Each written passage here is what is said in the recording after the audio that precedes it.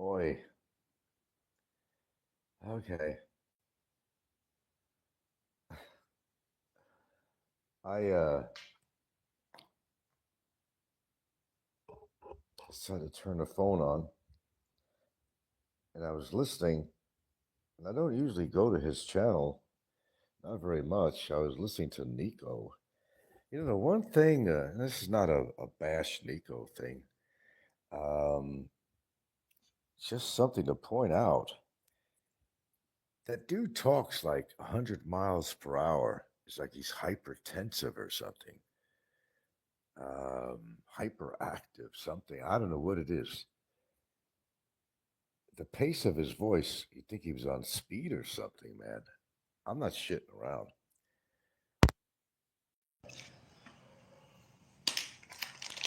Shit, I was getting exhausted just listening to him talking about his plans for travel and doesn't know where he wants to go and this and that and making a lot of innuendos really about me because well, I don't want to be just this house. This is how fat, but I don't want to. My guys are going to take care of this. And, oh, yes, sir. Hoyo. I don't think. I think I'm going to do this. I'm going to do that, and I'm going to.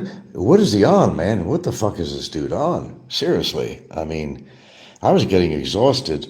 Listened to 10 minutes of his show, and his rate of talk is like someone who's like really like hyperactive or something, or I don't know. It sounds like someone's on speed or something. And I'm not attacking him. I'm just saying I'm making a note of or an observation. It's like, I'm talking at this speed of voice, right? He's like, yeah, and Moyo, I always go, I'm going to do this, and maybe I'm going to do this, and then I'm going to go to, maybe I'll make the trip, maybe I'll make the trip to Portugal, maybe I'll make the trip to Italy. I don't know. I mean, I decide. I mean, I got a month to decide on this, and I got enough money to do this and do that. And maybe I could last maybe 5 years. I'm like, what the fuck is he on, man? What is this dude on? And I was getting exhausted just listening to that. Seriously. Still talking about his grass and how wonderful a family man he is. And I'm not the kind of guy to settle down. I'm going to sit on the couch and do that. And I feel sorry for these people that are going to do that. I like to travel around.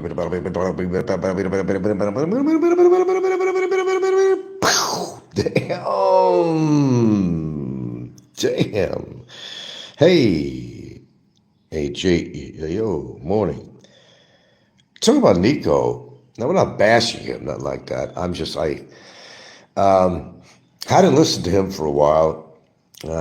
He had his last show on, and it's not the first observation I made of this. Maybe the first time I'm actually mentioning this. I made an observation on his pace of voice. And I'm thinking, what the fuck is this guy on, man? He talks like 60 to 80 miles per hour on the highway or so. He's like, I don't know, he's talking to Moyo, the guy he always talks to on there, Moyo. I'll tell you, Moyo, but I'm going to do this, I'm going to make this trip. I don't know, I'm thinking about Portugal, but maybe Italy. I don't know. I got to decide on this. I'm not going to leave anything for a month. I'm going to get ready to pack right now. I'm going to get everything together. I got enough money for 5 years, maybe pushing it 5 years to do this, but I want to see things. I don't want to sit home on a couch and, my retiring years and do anything like this.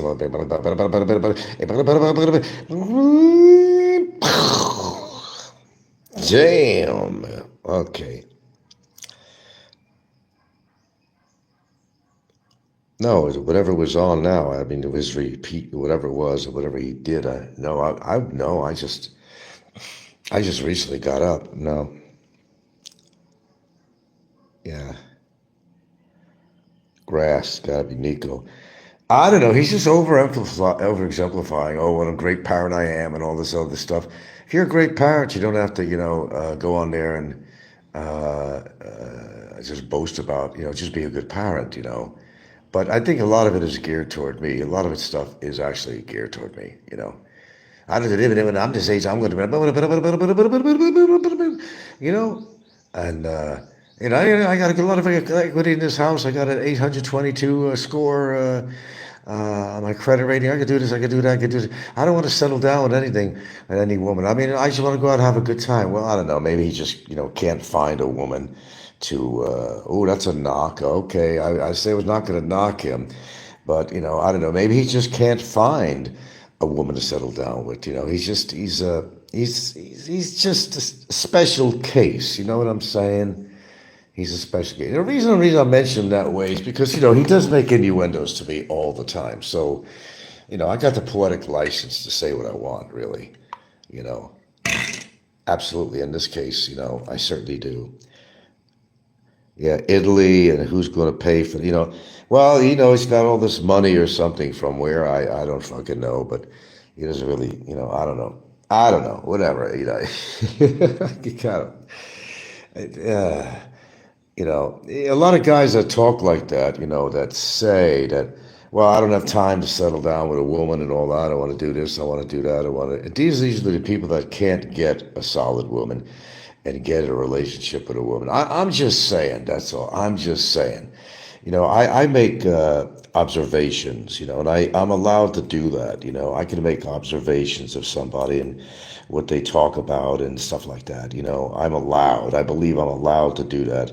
He uses his own poetic license to make innuendos about me all the time. He may not mention my name, but then he'll make these innuendos and he'll know exactly who he's talking about. I'm not going to be that age. I'm going to sit around on a couch and do this and that. Uh, sometimes maybe you're comfortable where you are. Like, I'm going to give you an example. I'm no world traveler, nothing like that. They're both involuntary celibate. Yeah. We wonder why, right? Because traveling, certainly even in this country, I mean, for me to just get to a short distance away from here, I mean, even just, going to Cebu, there's a lot of shit involved in, but from here, I get a trike to go to the ferry. The ferry's an hour and a half. Okay, you got to get off. You got to take a grab cab for 3 hours, and then taxi from wherever. I don't know what it's just. But imagine just going to different parts. You want to travel different parts to the Philippines, and as a good example, what's involved with that? It could be a hotter than shit day. It could be a slow vehicle you're in, or something may not, it might be a delay in your transportation according to what kind of transportation you're taking. Switching off to this from the water travel to land travel. It's a pain in the ass. Like for me, if I want to go to the Palawan, that's quite an endeavor, really. Maybe some people, maybe they're happy with the status quo. As far as I'm concerned, there are some real scenic places in the Philippines to go to, but then you ask yourself, is it worth it just to see another beach? And shit, I'm fortunate enough to live an 8-minute walk. I went and had a lunch yesterday with my girlfriend, and right on a white sand. I got to sneeze. It didn't take a lot of traveling to go to a nice little restaurant, a little resort on a white sand beach. I mean, why pay for that and all the transportation involved just to go to Palawan just to see another fucking beach? I mean, I don't know. To each his own, I guess, on that. That's just me, of course, but yeah, that's just me. I don't know.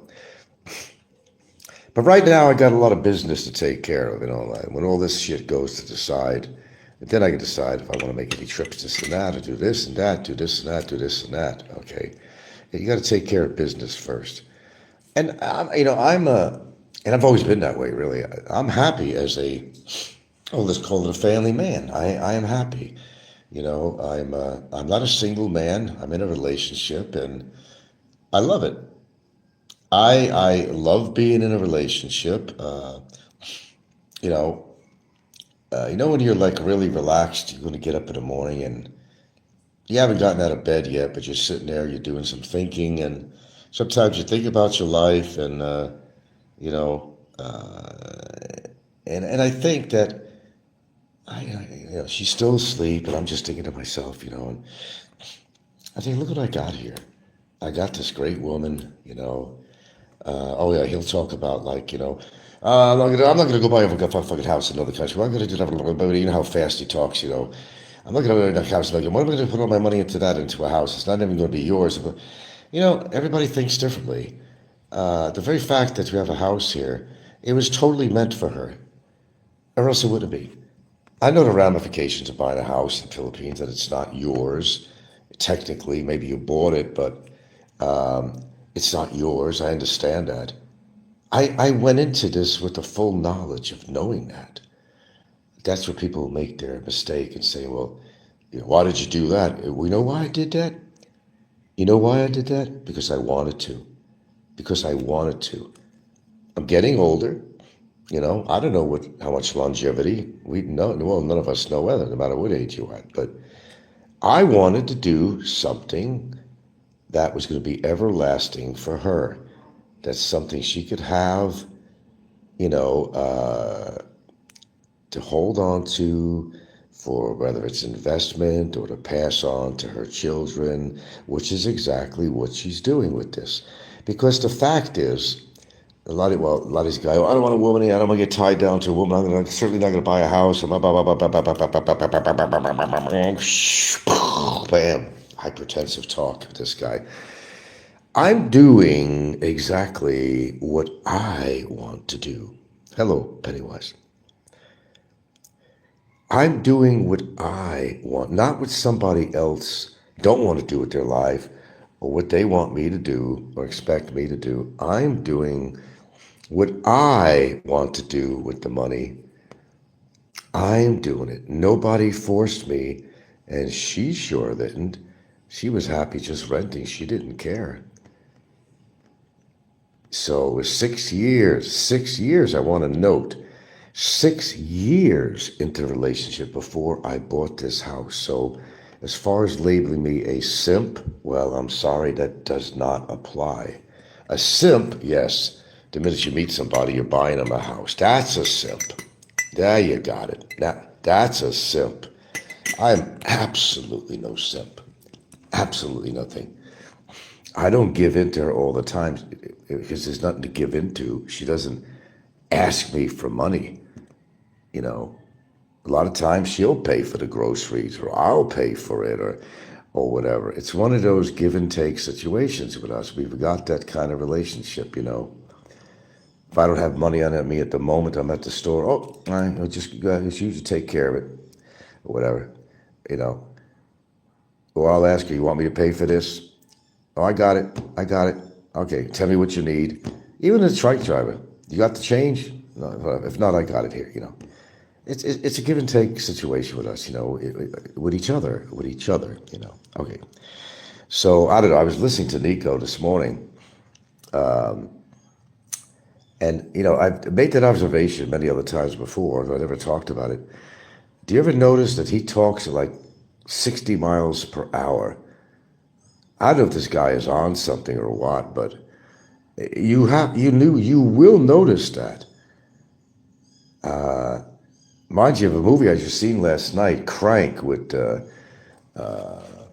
what's his name? My favorite actress, Crank, and someone gave him some Chinese a shot of Chinese something, heroin or something, where his heart, he had to control his heart rate, or he's going to die. But he had to keep his adrenaline up in order to live. It was called Crank, Jason Statham movie.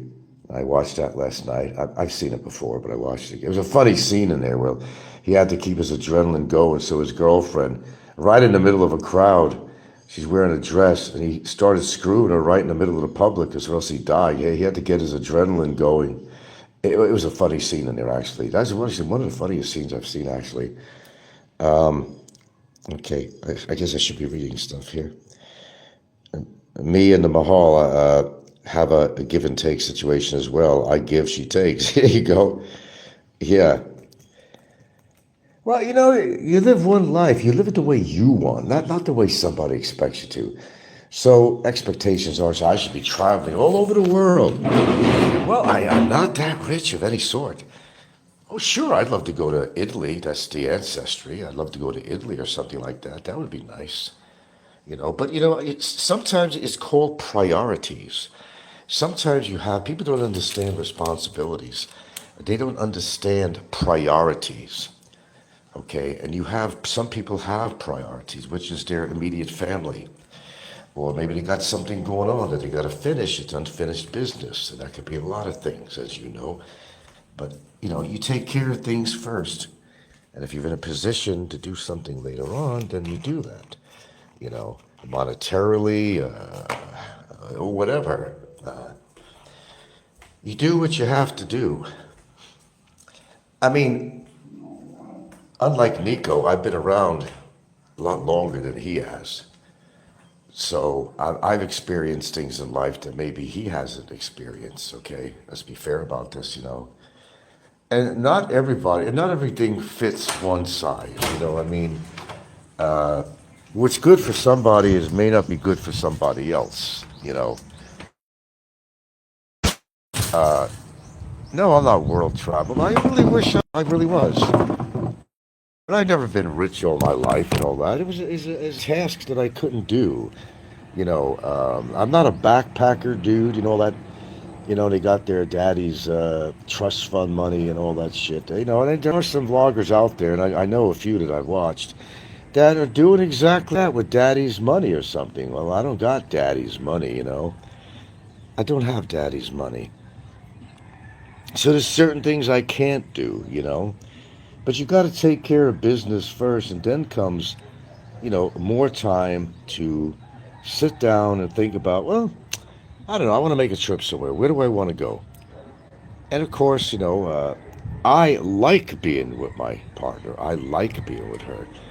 And some people say, well, Frank's not independent. He's got to take her everywhere you go. Well, you know what? We like being with each other. I like going places with her. I like her accompanying me. That's my business. I like whether it's just going to the store. I like when she's with me. I like her company. Because I've heard a lot of trash about that kind of crap. Frank can't go anywhere alone. He's not independent. But it's so far from the truth. I just happen to like her company and she likes mine. Of course, somebody would find fault with that. Anthony says, I make over 100,000. I'm retired too. We come and go, but I still have to watch where the money goes. You make over 100K? What are you talking about? Pesos a month, or $100,000 a year, or what are you referring to, Anthony? Anthony.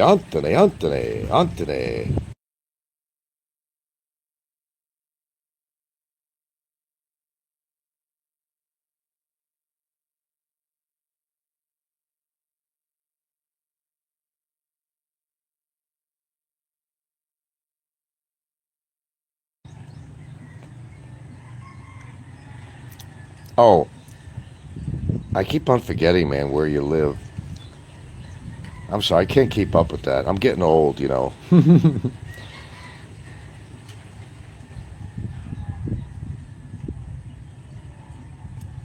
100,000 annually. I mean, that's not bad at all, really. For us regular folks.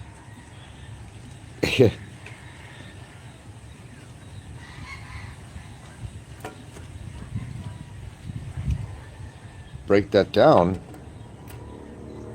You're talking like about $8,000 a month. You make $8,000 a month? Because if you're making 100,000 annually, I don't know exactly what it comes down to. Divide it into 12 months, but I'm going to come up with a figure here. But about 7 or 8 thousand dollars a month. What did you do for a living? Or you still work? Oh, you're retired. That's what I mean. You're saying retired. A little confusing. But, that's not bad for us average folk. Do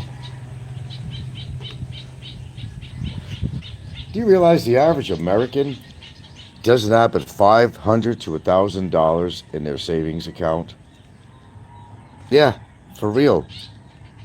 Statistically speaking, and I've heard this.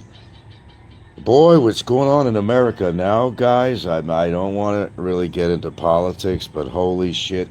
Like I said, for those of you that wanted to vote for Trump, you got him in, but boy, I'll tell you, he's making a mess.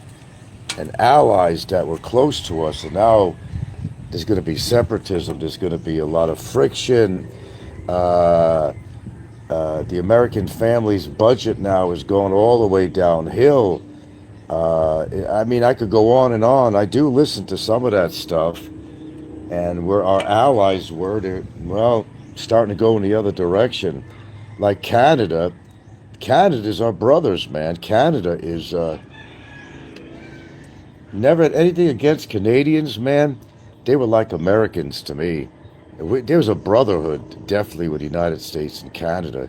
Whether you're on the east side of the Canada or you're on the west side, of more, more French influence compared to more British influence over on the Vancouver side or whatever, but rather than Montreal or something. But Canada is our brothers. They're our brothers and sisters there. And to put a tariff on Canada, that was bullshit. So Trump is getting punched in the face now because these people are finding their own way of being more independent, away from American help and goods and services and import stuff. And that's what they should be, more independent. That's what they should be. That's what they should be. So it's really not working out for Trump and the American people. They voted for this chump. I always said it. Wait and see. He hasn't even been in office long, but look what's going on. I'll tell you right now. I'm no political analyst or any crap like that, but I could listen and I could learn.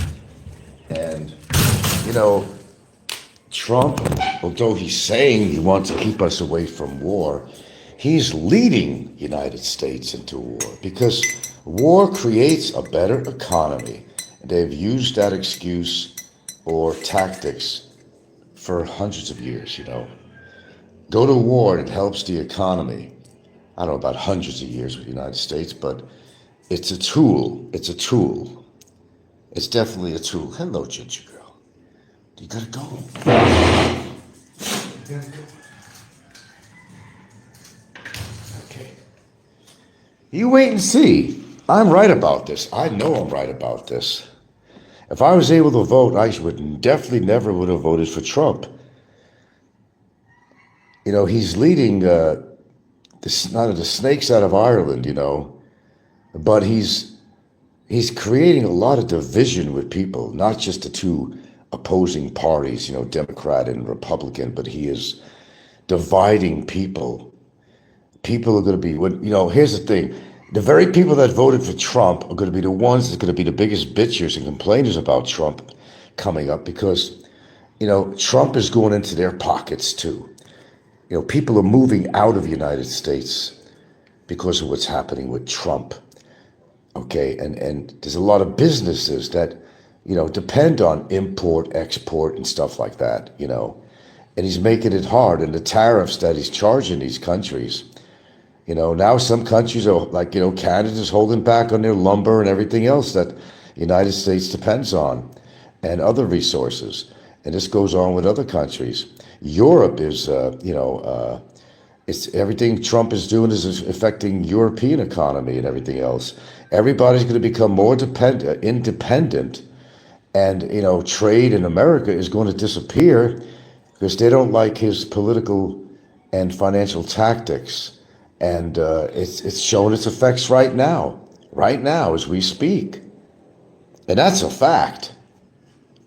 As I said, I'm no political analyst, and I'm sorry if I'm not very eloquent how I speak about it, because I'm just telling you like it is and what I see happening. I do have ears, I can hear, I can read. I see all these articles and I see all these news flashes going around, and he is not doing what's best for the country. He's doing what's best for his own party and for his own pocket and his own businesses, and out of spite with other countries. I've never seen a president try to embarrass another leader of a country the way he does and insult them the way he does. What is this telling our children? What is it telling them? That being a bully is a good thing to do? Because he's teaching children how to be a bully. Because he himself is a bully. So I'm not going to be talking about Trump too much further here, but I'm just saying that you voted for this guy. If you live in the United States, you voted for this guy. I am going to tell you that you are going to regret it. And a lot of people are regretting it now. His, what do you do? They do that ratings on popularity or whatever, this or that, has gone down. People are waking up, and it's, oh God, with the trade wars now and all this crap going on, and different countries are now taking sides with Canada and European nations, and are all, huddling around each other saying this fucking president is out of his fucking mind, and we're not gonna deal with this. Fuck, we'll stop our oil. Canada on Montreal's side anyway. That part of the country, the Eastern Seaboard, yeah, they actually control the electricity to a lot of the United States on that stretch of coastline in the United States. They can pull the plug anytime they want, and they're considering doing that. That's right. So what good is Trump doing for the United States? And everybody boasts about Trump is going to save everybody. He's going to make the country financially strong. No, he's just going to make the rich richer and himself richer. He doesn't care who he stomps on, in the process of doing it. Sounds like YouTubers, right? He doesn't care who he stomps on, to get his way, because he's like a baby that's got to get his way, or he's going to pout, and he's going to be going into a tantrum. I'm watching it. I'm seeing it. This is real. This is, catch the news a lot more often, not just Philippine news or whatever. See what's really going on in America, and you're going to see and agree with me that voting for this guy was not the best choice at all. Talk about Sleepy Joe, and he didn't do this and that, but I'd rather have Sleepy Joe than bring, America into war and create a World War III, which is almost inevitable at this point. How he knocks other leaders, bullying tactics. You voted for him if you did. You voted for him, so shame on you. They're all going to be eating crow, I guarantee it. They eat crow on YouTube, they're going to eat crow politically. You're going to see what's going to happen for all the people that back Trump. It's happening. It's happening right now. He's creating enemies where they were friends.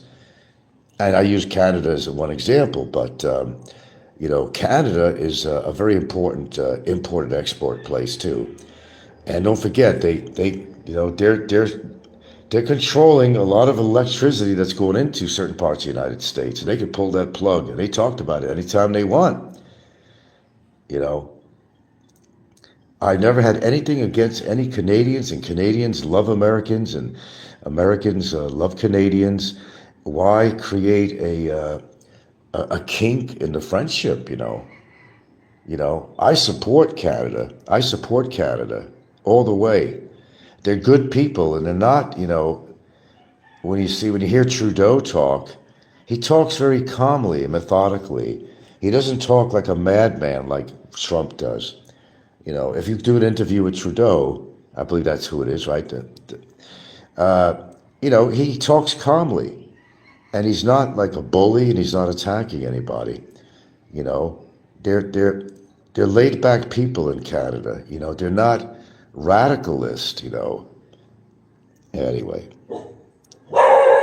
Canada going to announce their newly voted prime minister to replace Trudeau. Yeah, I've been to Canada numerous times, and on the West Coast, British Columbia and all that. I like Canada, yeah. Their sister city, which is Vancouver, kind of a wild place. Where they got the Gaslight District over there? What was that I seen? Yeah. Canada's like a sister city to Seattle area. Vancouver is anyway. But Canada is a beautiful place. I never got to really explore it other than being in the city. I did go to Victoria, which is a lot more laid back too. There's not much in Victoria, I have to tell you. It's a nice long ferry ride from Seattle to Victoria. It was a nice ride. And Victoria is kind of a place where, you know, uh, they try to, more of a tourist thing. They're going to have like the British phone booths out there. Like, they'll have at trendy places to have like these guards in full uniform and stuff like that. And but it's there isn't really much in Victoria. It's just a nice place to go for a day or two. But living in Victoria, I think I got bored out of my mind. But Vancouver and other areas, I mean, it's really nice out there, and the scenery and the mountains, and it's a really nice place. But Canada are our friends. Always keep them. They are our buddies. They're our friends. They're our allies, and you don't want to mess that up. Of course, they don't have a huge army like United States. It's never going to happen. They're never going to be at war with Canada. That's never going to happen.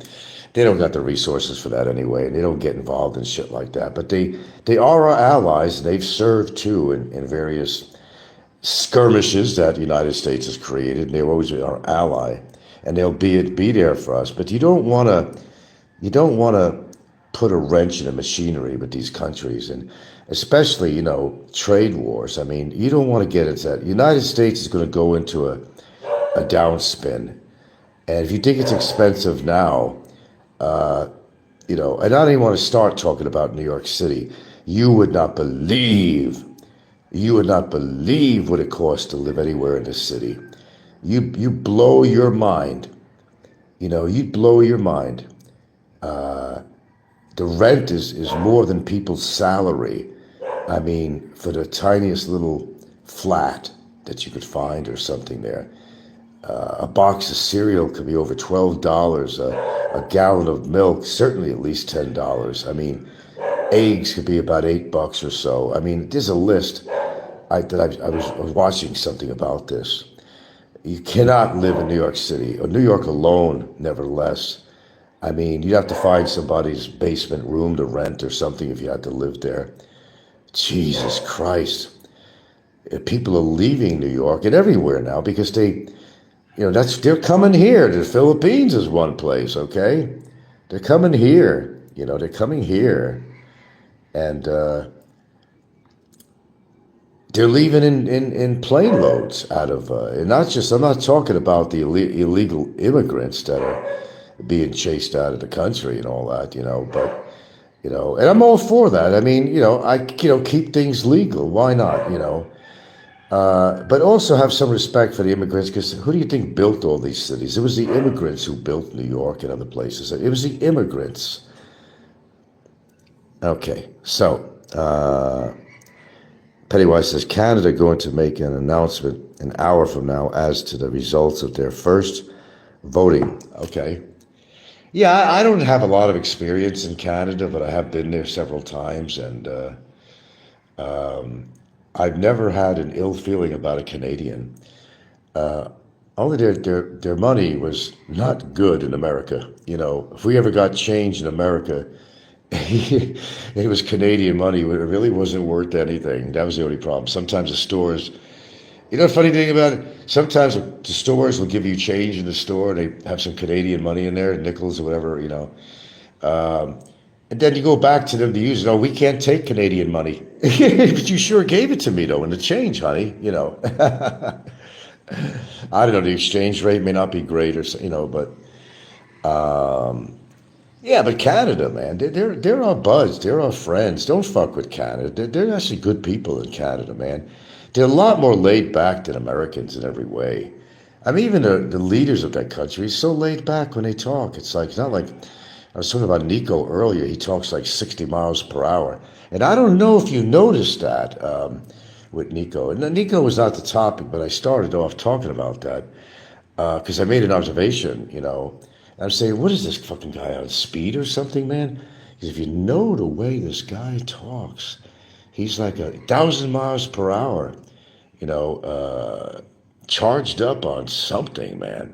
Just an observation, not a put down, just an observation. So calm, Nico, just, calm your horses down, get your cylinders down to 2 cylinders instead of 8. Just relax, take a deep breath. I'm not attacking you. I'm just saying I made an observation. That's all I'm saying. Damn, I'm telling you. Maybe coca influence. I don't know. I'm not going to say. I'm just saying I'm making an observation, not observation, but, my ears, if he's on camera, He always talked to this one guy, Mojo, M-O-J-O, whatever. And Mojo, I tell you, this is another just saying. Today he went out with the kids. Then he'll transgress into another thing. And then, the guy, my kids, I was 2 and 3 years old. I carried and I raised them. And I don't know, I'm going to go to Portugal. I'm thinking about different places to go to, but maybe Portugal, Italy. Italy, I like to go to it.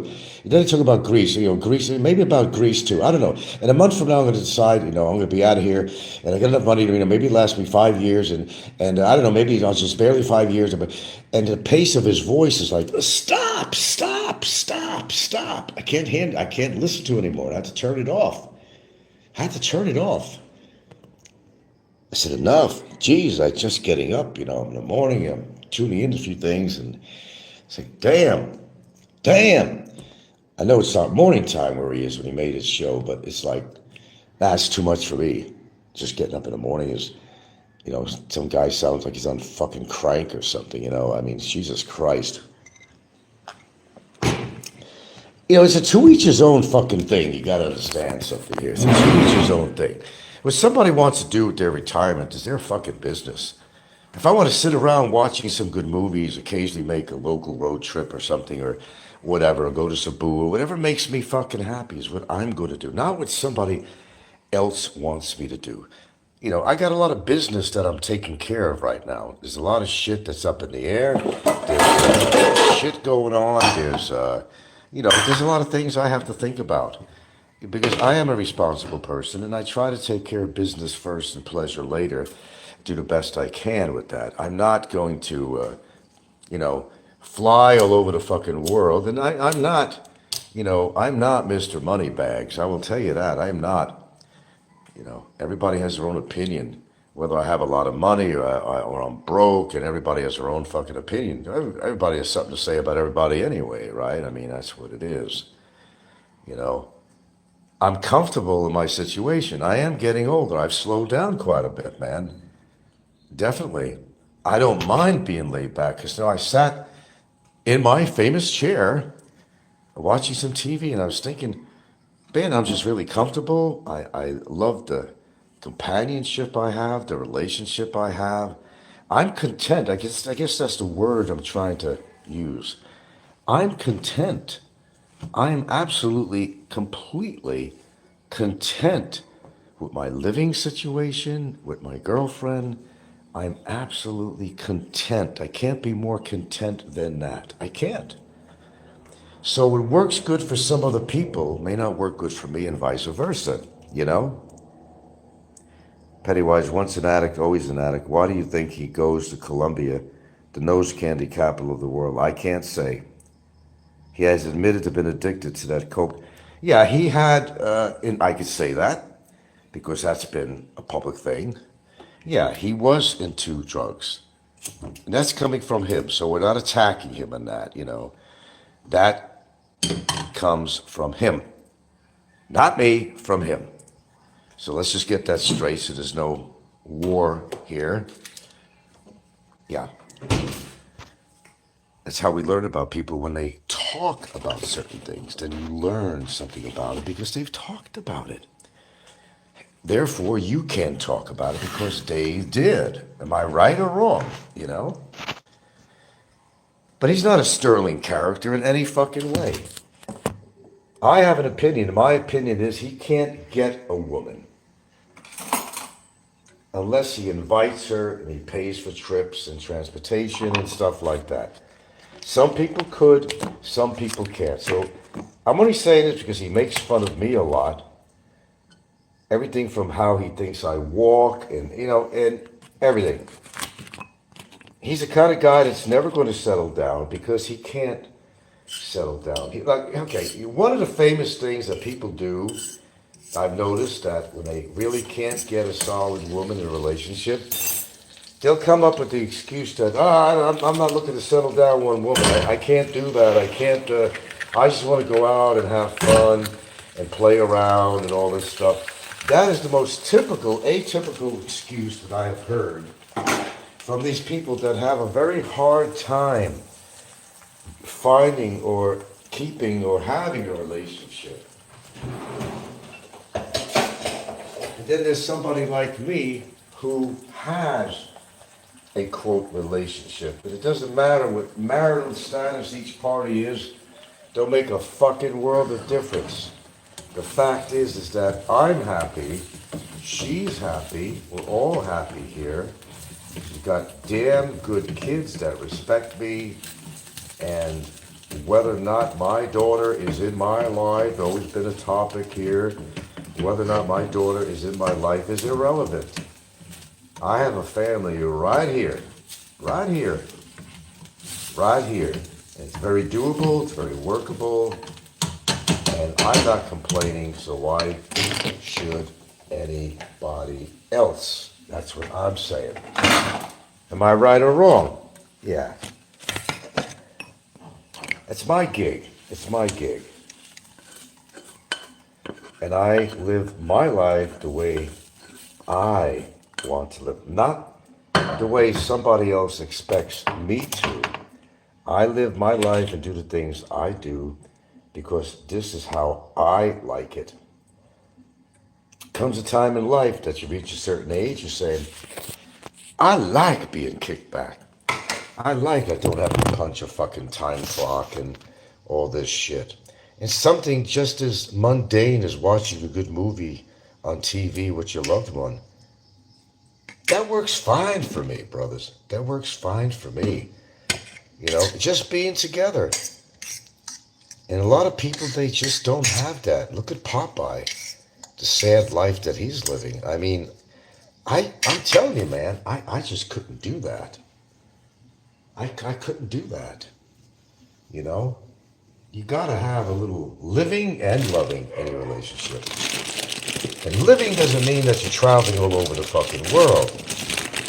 It works for some people, but it may not work for me.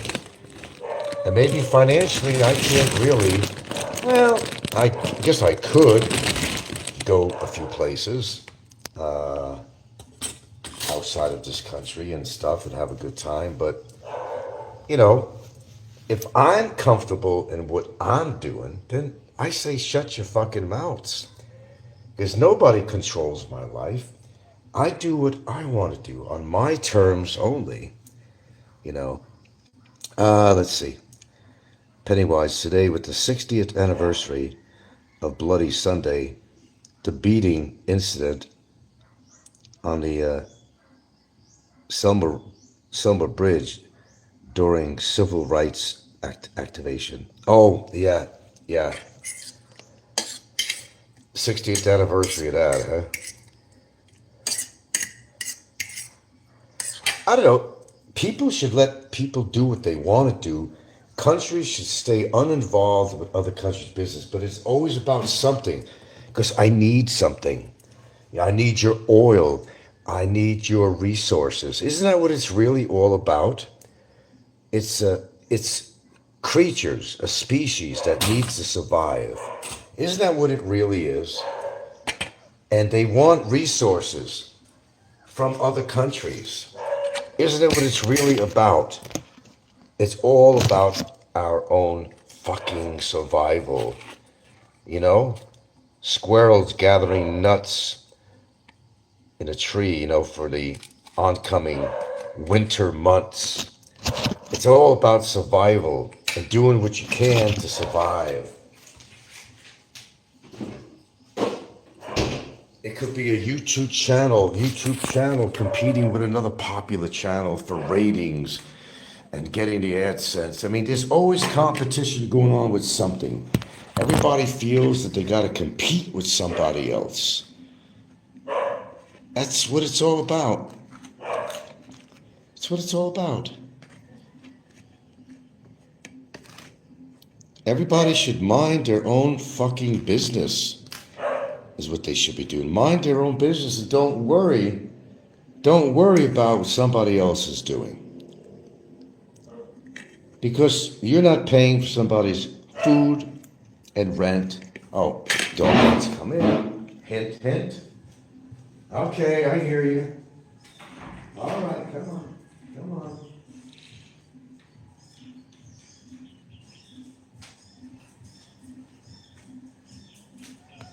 Everybody needs to attend to their own business and stay out of other people's business. Yeah, we need the rare earth metals. And Ukraine, they're fighting over that. And, Ukraine is becoming a popular place now. But they're still killing each other, Russians and Ukraine. They're still killing each other.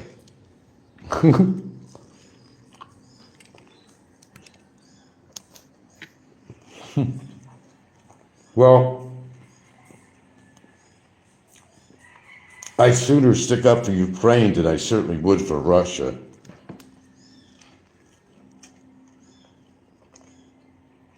I mean, look, I don't know.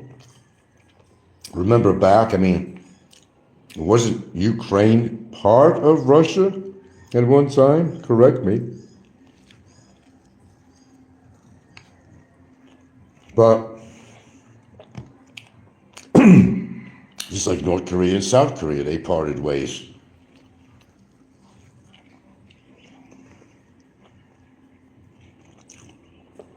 The fact is that everything is about survival.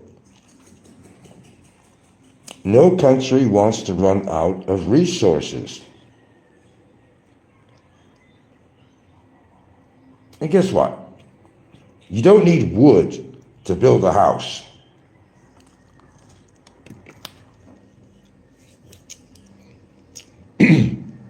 We have materials that can replace wood.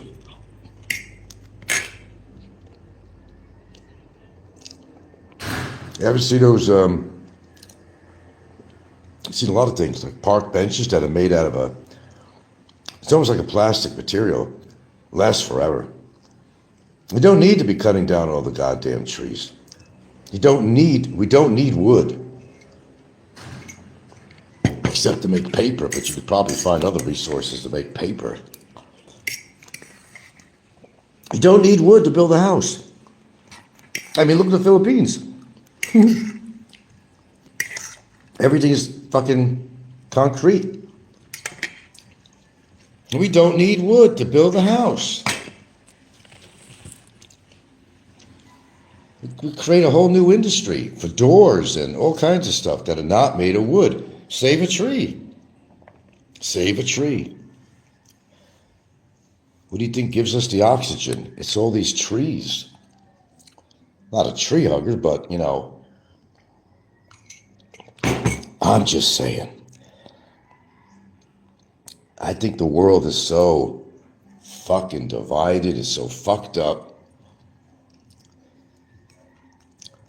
I don't know. Maybe I'm kind of glad that I'm at the age I am, because I don't think I'd want to live into the next century or,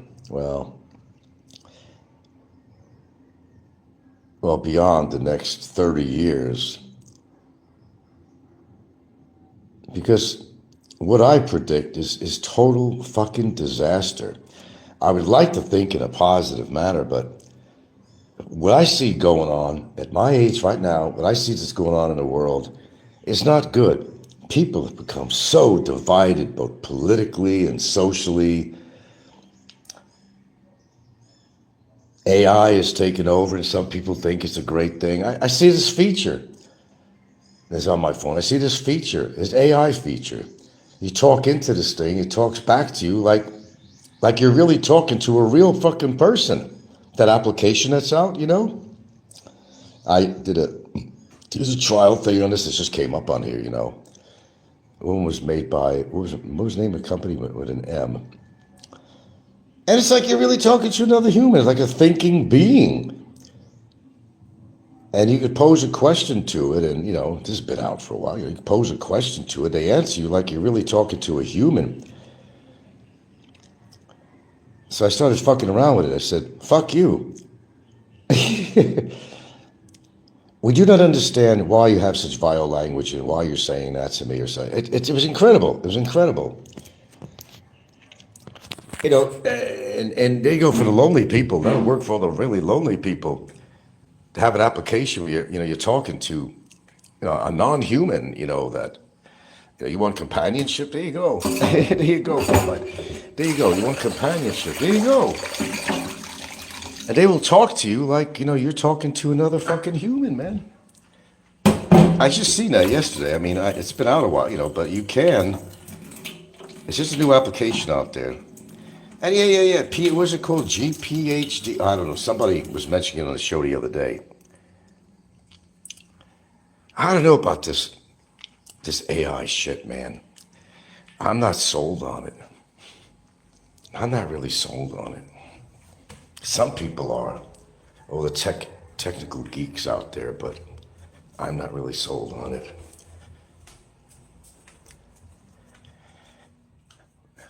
There she is, the beauty queen. Hello.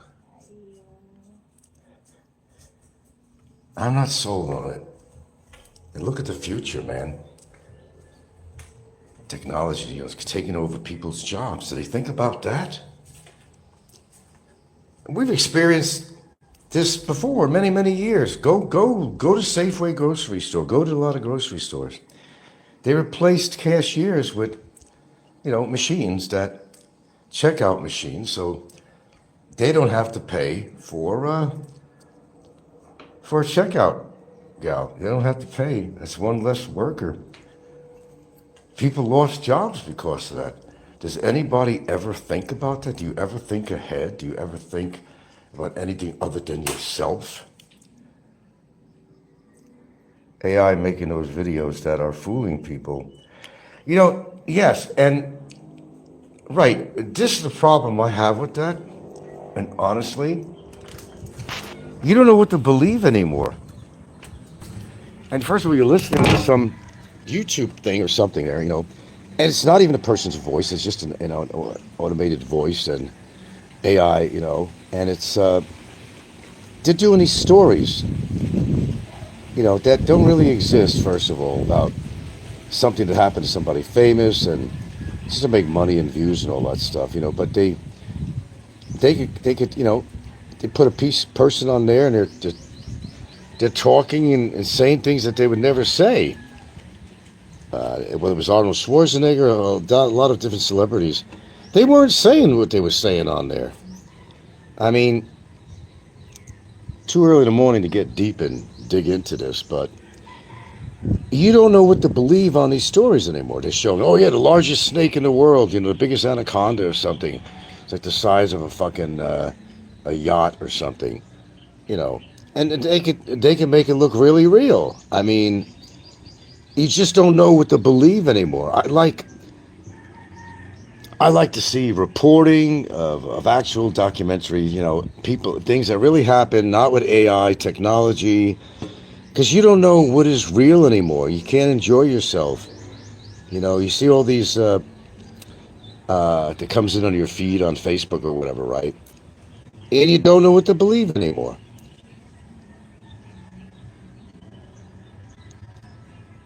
You don't know what to believe anymore. I don't think this is a positive direction in life. I really don't. They're getting, with the technology, they're getting to creating things that can almost think on their own. I'm telling you, with emotion and everything. Maybe that's the way of the future.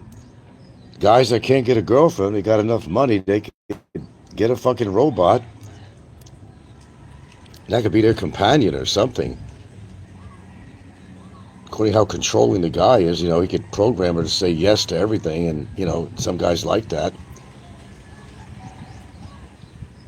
I don't know. To each his own on that one.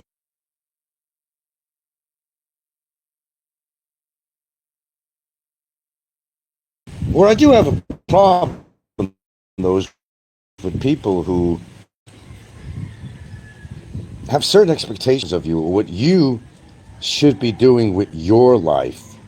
Don't ever tell me what I should be doing with my life. Maybe I'm happy with status quo. Ever think about that? If you're happy with what you're doing, but I've heard this excuse all the time. It's always the guys that can't really, latch on to a real good woman to have as a relationship, as a girlfriend. They're the very ones, and you know all the names of those people, that will make tons of excuses. Oh, I'm not into long-term relationships. I'm just out to have a good time. Yeah, okay. We know better. Just, I'm going to tell you something. Despite the abundance of single women in this country, it doesn't mean that all Filipinas are easy. What was the name of that movie? Earth Girls Are Easy. Do you remember that one? Earth Girls Are Easy? Boy, that just came to my mind. They're not as easy as you think they are. At least the good ones aren't. Everybody puts them into one classification. Yeah, come to the Philippines and get laid. Guaranteed. Guaranteed. It's not guaranteed unless you're going to hire somebody. Right? Right? Rented dates. That makes you a real man having a rented date. Hey, look what I got on my arms. Pretty good, guys, huh? Yeah, but how did you get that girl? Come on, tell us the truth. You had to pay for her to be on your arm. Huh? Right? You had to pay for her. Shit.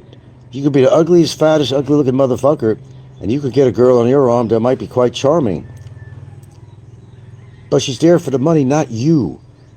And that's shallow. And it's worthless. That's not me. Sorry. It's not me. It might be for you, not for me.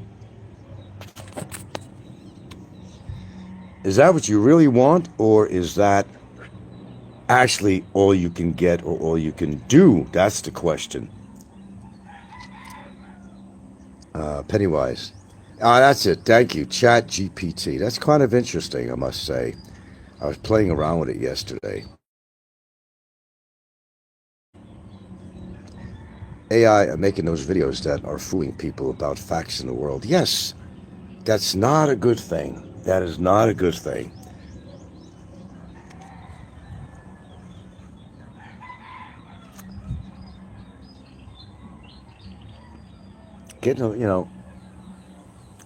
I don't mind some new technology that could help our lives in some way. And, there's a lot of people that work in offices that never work out in their life, and they wonder why they get heart attacks and they get obese. Technology can make people lazy.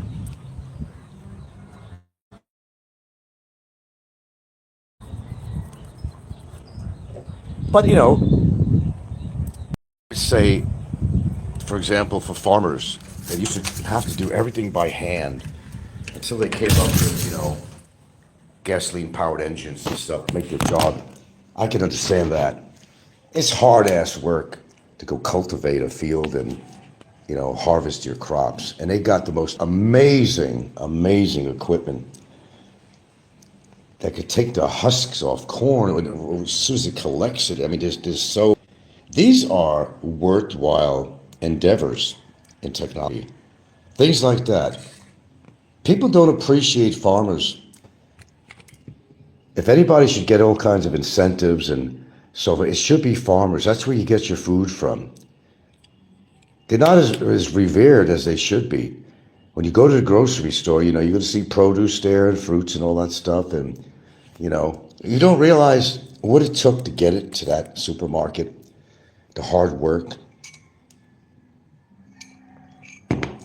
Without farmers and without truckers, give truckers some appreciation. To transport this shit, well, goods and services, to get to the supermarket or retail store or whatever merchandise it is, people also don't give truckers enough credit. Let's see. Jerome Beneficio, kind of rich when you pay Gilda and Penelope. I mean, I pay Penelope. What do I pay them? What do I pay them? Back up your statement on there if you're going to make a statement on here. AI is going to make dumb people even dumber. Exactly, because you're having everything to do the work for you, even do your own thinking. And you think that's an advancement in our society? When you really think about that, it's not. So back up your statement there, Mr. Jerome Bonifacio. Kind of rich when you pay Gilda and pay them what? What am I paying them? What am I paying them? No, back up your statement. I'm not going to block you. Back up your statement. AGG. Frank, can you post your email address so I have it correctly? It's very simple. Jerome Bonifacio says, Gilda testified you pay her as your caretaker. She didn't say I pay her as a caretaker. She never said that. I'll answer your questions. I'm not going to block you. Oh, this has got to be Barry or somebody. Yeah. She's every one of these. She's my lover, my friend, my caretaker, my confidant. She's a lot of things. I'm her caretaker too. Okay? Did I answer your question? Well, whoever you are is pro Barry or whatever, because you happen to be talking about testimony or something on there. So what about it? What's your point? I'm not going to block you. What's your point? Make your point. Don't waste my time on here.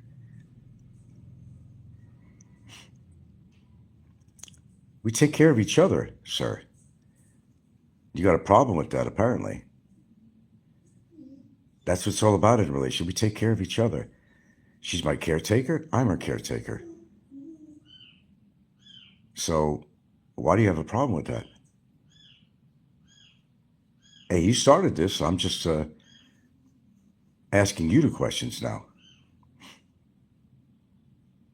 If you have anything intelligent to say, say it. Otherwise, go away. Gilda testified you pay her as a caretaker. Boy, what a lame statement that is. Take care of each other, brother. We take care of each other. That's what it's all about. That's what a relationship's about. If you find something wrong with that, I don't know what to tell you. Any other wise statements you'd like to make on here? Anything you could back up or... Okay, she didn't testify. She was your girlfriend. She didn't testify that she was your girlfriend or anything else. Just your caretaker. So don't rip on those who do it, as well as she also testified you pay her. Really, I didn't realize I was paying her to testify. Okay, you got proof of that I'm giving her money to testify? What kind of a lame statement is that? That's lame. That's lame. Unfounded and lame. Sure, she testified. So what about it? She told the truth. She didn't lie about anything. Because she is my caretaker when you look at it. And I'm her caretaker. Okay? So we got that straightened out? All right. Enough. I'll have to pull a Barry on him. I answered his question. That's all I needed to do. He posed some statements, and I answered him, and don't need him anymore. Bye-bye. Thanks for coming in. AGG says to Jerome Bonifacio, is that first information, or is it secondhand, or even third-hand information? Right. What's the secret about it? We're both caretakers to each other. That's a fact. She is my caretaker. And guess what? As I get older, she is going to be my genuine caretaker. Absolutely. I mean, I hope not. I mean, in the sense that I don't ever become so sick or disabled. And I don't wish it on anybody to be my caretaker in that respect. There is a 20-year difference. Got to recognize that. Shit could happen. And you start reaching my age level, sometimes things do happen. Some things you expect and some things maybe you don't expect. That's the beauty of having a good relationship with a woman that really gives a fuck about you, where you're not their ATM machine, as some people like to say. Maybe she's my ATM. You ever think about it? Could be that way too.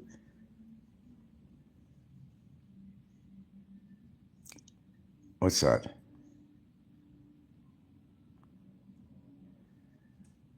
It's Frank in Hawaii 54 at yahoo.com. That's the email I use for social media. I have another email account, which is my main one, which is a Gmail account that I don't give out. So that's the one I give out.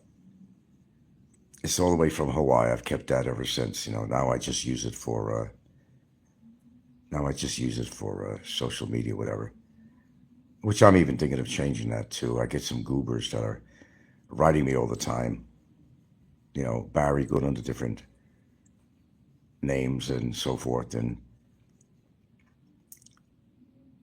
then you got Timmy that's always writing me. Guy's out of his fucking monkey ass mind. Another one. Timmy. Oh my God. No, I'm not looking at it. I'm stupid. I can't do two things at once, okay, on this phone. If I gravitate out of this live stream to go check my mail, I might be disconnecting my show. I will look at it afterwards. Yeah. So what's the scoreboard on Discord, boys? What's the scoreboard? They're all laying their odds down on what's going to happen with this and that and this and that. What's the scoreboard these days? Dare I ask? Dare I ask? That's where it all happens. Where things are being born, ideas and plans and, attack strategy and all goes on Discord. No, I don't either. I actually don't. Some people think I'm on Discord. I am not on Discord. People just tell me what's being said on Discord, but I'm not on Discord. I know Aloe has his own thing and other people have their own thing on there too and all that. I've never been on Discord. People just inform me, not all the time, but sometimes they inform me, well, Discord is talking about this. Discord is talking about that. I have no idea. I think YouTube is enough as a platform for me. I don't even use my Facebook other than Facebook Messenger. I don't use my Facebook for anything. Nothing at all, except for Messenger. I like Messenger. I don't post things on Facebook, really. I don't. I know that there's a lot of people that try to go on Gilda's Facebook to find information and all that. And I've definitely informed her, put certain things on just for friends only, for their eyes only.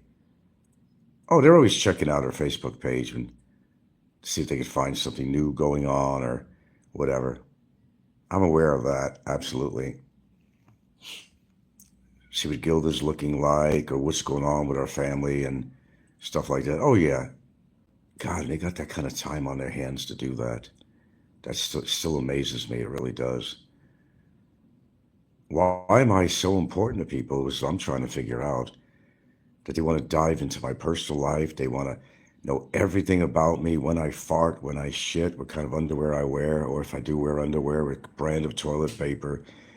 That's obsessive compulsive disorder. That's what that is. I'm not that important. I'm really not. I'm really not. And I'm not trying to be really relevant, and I'm not trying to be really important. It's not my goal. It's not my goal. Just living my life. That's all I'm doing, Trying to. Without any diversions. And there's a few, but I still live my life every day, no matter what. Until I can't live it anymore. A fair statement. I'm not Robert Clausen, and people like that. I don't, you know, honestly have that time on my hands to do what he does. I just can't do that. Although there's been a lot of shit going on with the mantis, the cockroach, I am not spending all my time talking about him or anything of that nature. There's other things I do watch as far as YouTube is concerned, and it's not always the Philippines genre. In fact, more of the stuff I watch has nothing to do with the Philippines at all.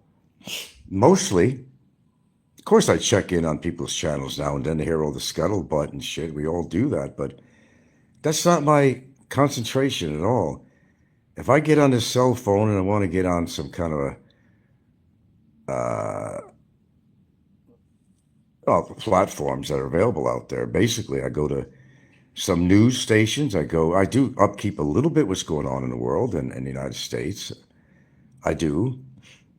But I watch things that I find are very educational, that I could learn from, whether it's health issues, medical things, breakthroughs, whether it's, some great ideas, innovations, or something to do with geography, something to do with paleontology, archaeology, different finds that they're making, different strides in science and so forth. That's the kind of stuff I listen to. I generally don't spend all my time listening to all this nonsense on YouTube. That's very secondary to what I actually do when I'm on my cell phone and spend my time, because I like to look up things. It's a great tool. I will say one thing about technology, that this technology has come in handy for something. It's a wealth of information. Punch something in Google. It's wonderful. It's fantastic. Saves a lot of time. Instead of grabbing an encyclopedia or something, or which is practically obsolete. Modern times, people are not ordering encyclopedias anymore. They used to have door-to-door encyclopedia salesmen. Remember those days? Britannia and whatever else brands.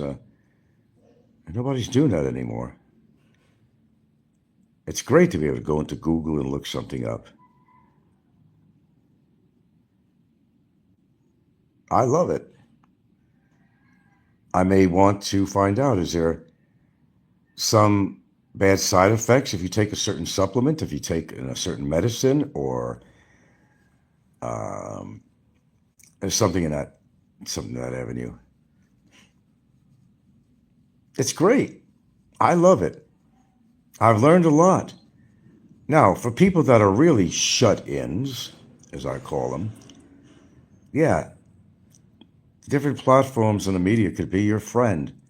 You could be stuck in a wheelchair with no friends, and it really helps people out to be in touch with the world, to feel like they actually have real friends, when even though they're not. And some of them, that are disabled and stuff, they do make real friends. They could tie in with groups that maybe have your disease or something, and they could talk about how they're being treated. They might even do get-togethers. I mean, there's a lot of good on the information highway out here, and some of the platforms that could be made to be a good thing. You can make a good thing out of it, or you can make a bad thing out of it. It's according to who you are and what character you have. But yes, it has served a purpose for a lot of people, like Popeye, that's disabled, and, to be able to come out and whether he has anything good or bad to say, it's mostly bad. But, it's his way of venting. It's his way of communicating with people outside of his basement. And, it works for him. We may not like what he says, and he's spitting poison all the time, but it's his gig, and it's just his way of venting. He has the right to do that. As much as I don't like the guy, he has a right to do that. Is it wise he does that? Probably not. And if I lived around the corner from him, he certainly wouldn't be talking about me that way. I'll put a guarantee on that, 100%, 25%, as with anybody else. But because he's so far away and he's in another country, Mr. Robert Clausen thinks he can get away with just about anything. To a certain point, he could. But that's what a coward does. That's what a coward does. He's always judging people. YouTube is not a courtroom. But people don't understand that. It's not a court of law. You can make opinions on here, but nobody has to respect your opinion. Everybody's entitled to an opinion, but it's according to what you say, how volatile it is, that could turn into something else, as we very well know, don't we? Freedom of speech, sure. Supposedly have that, but that's being taken away all the time, especially in America. Generally, you can walk up to a police officer that confronts you and say, go fuck yourself. He can't arrest you for that. Although the policeman might turn around and say you're being too aggressive, turn around, put handcuffs on him, and he'll come up with a story that you've been, his life is threatened or something. See, people are power hungry. Let me just put it this way. People are power hungry, okay? Especially the richer. The richer you are, the more power you want. And there's more to achieve all the time with power based on, monetary situations. People put a uniform on and they think they're better than everybody else. But you can't really knock cops all the time, because if you grew up in America and so forth, if you had an incident going on, who do you call? You're going to get on the phone and call 911, and you're going to call a police officer to come over, right? They serve a purpose. They're not all bad. Just like not all people are bad, but not all policemen are on the take, or not all policemen are trying to stand behind their badge and gun and be a powerhouse to you and fuck you over. And there are some people that take their job seriously. They really do want to help people. You can't look, I think the society has fallen apart, but there are still good people out there. You got to keep that in mind. There's always hope for our society. There are genuine people, caring people out there that don't want to see violence. They want everything to be placid. They don't want big waves in their life or in their country or state. There's people that want to live for peace. They want to enjoy their lives without, any interference from the outside. They just want to live a good life and raise their children and live out their life cycle and die and hope that they lived a good life. And the ones that are still alive, they're just trying to survive like anybody else, like any species of animal, any microbe on the earth is trying to survive. Everything is survival. You want to do what's good for yourself, of course, and your family. We have an instinct to survive. It's built in us. We got to eat, so we're going to find ways to eat. And it could come to a point that humans are going to be eating other humans. Your best friend, your best dog, Fido, will eat your fucking bones. If you drop dead in a house and a dog couldn't get out and it was hungry, no matter how much your dog loves you, he's going to eat your ass up if you die. It's called survival. Mark, yes, sir, most police officers in the U.S. have good intentions. I think so, too. But you know what it is, Mark? I know it's not Mark Kiley, but, they're afraid of each other. The criminals are afraid of the police that they're going to do something and shoot them, and the police are afraid of the criminals that are going to do something and shoot them, and that's why guns go off sometimes. The officer most likely has a family or a loved one, and maybe he reacts too quickly, and maybe the criminal reacts too quickly, because they both gotten to the point where nobody trusts each other anymore. So the policeman may shoot before the other guy does, or the other guy may shoot before the policeman does. I mean, that's what happens. It's called survival. Okay, let's see. Exactly. It goes both ways. They're both afraid of each other. You know all the incidents that happened in America, Police, a lot of it also happened with black dudes, and they assumed that they were troublemakers because they were black. It was in the hood or something. So you had to be a drug dealer if they were black, right? Is that how people perceive? Unfortunately, there are people that do. Sometimes they will stop you for being a certain color or a certain race and try to find trouble. Those are the kind of cops that are looking for trouble. And a lot of them have been fired and taken off the force. Sometimes it takes a little bit of publicity to make it happen, but it does happen. It happens all the time. You know, illegal, searches, stopping a car when there's no reason to do so. They weren't committing any crime. Then they're waiting for the person who's driving the car to get unruly with them and find a reason to take them in. There's just so many incidents that happen. So many. So there are bad people, good people, of course. Good cops, bad cops. Yes, Mark, it's called survival of the fittest. It's in the animal kingdom, and it's also with humans. We are all trying to survive, every one of us. Yeah, Mark, you might recall the case of the New York PD officer. Well, Serpico, yeah. Of course, Frank Serpico. Yeah. You don't know it, but when you join a corrupt police station, you have to go along with the boys. If you don't, you're an outcast.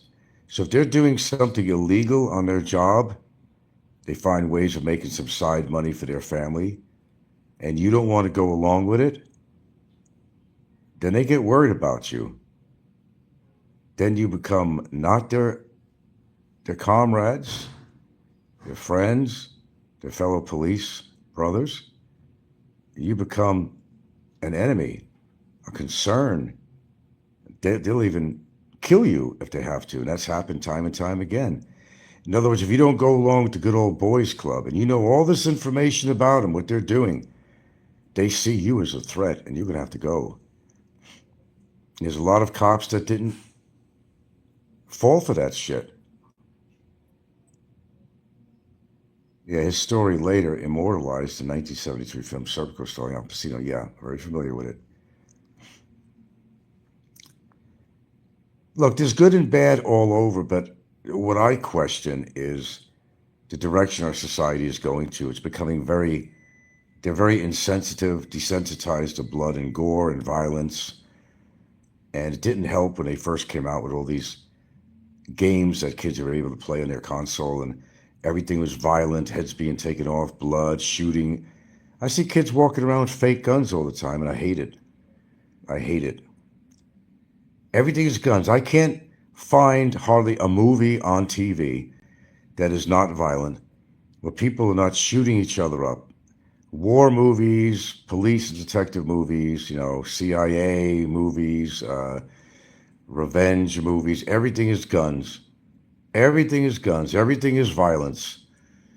So you grow up in a society like this, and you become acclimated to the fact that our society is full of violence. Kids grow up and they'll even be like their fathers or their parents. Whatever they do, they might do too. Whether they're religious parents, they might be religious.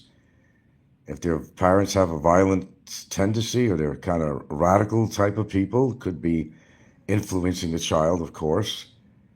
If your parents fucked you up the ass or something, if your father fucked you up the ass and you were growing up, you might be fucking other boys up the ass. You know what I mean? The apple doesn't fall far from the tree sometimes. Yeah.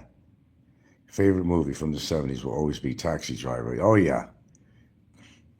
I'd actually like to see that again, actually, if I could find it on there.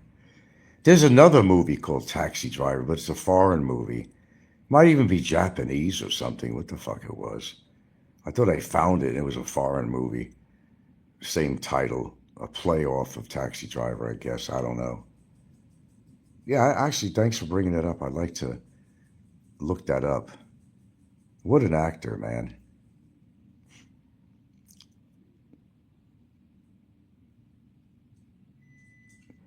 I like movies that really reflects what's going on in life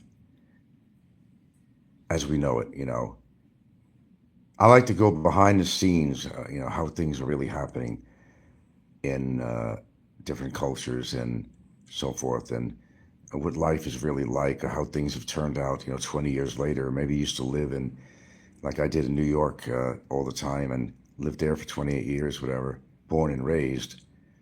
And I have not been back to New York for a lot of years. It was my mother's, she was the last, uh,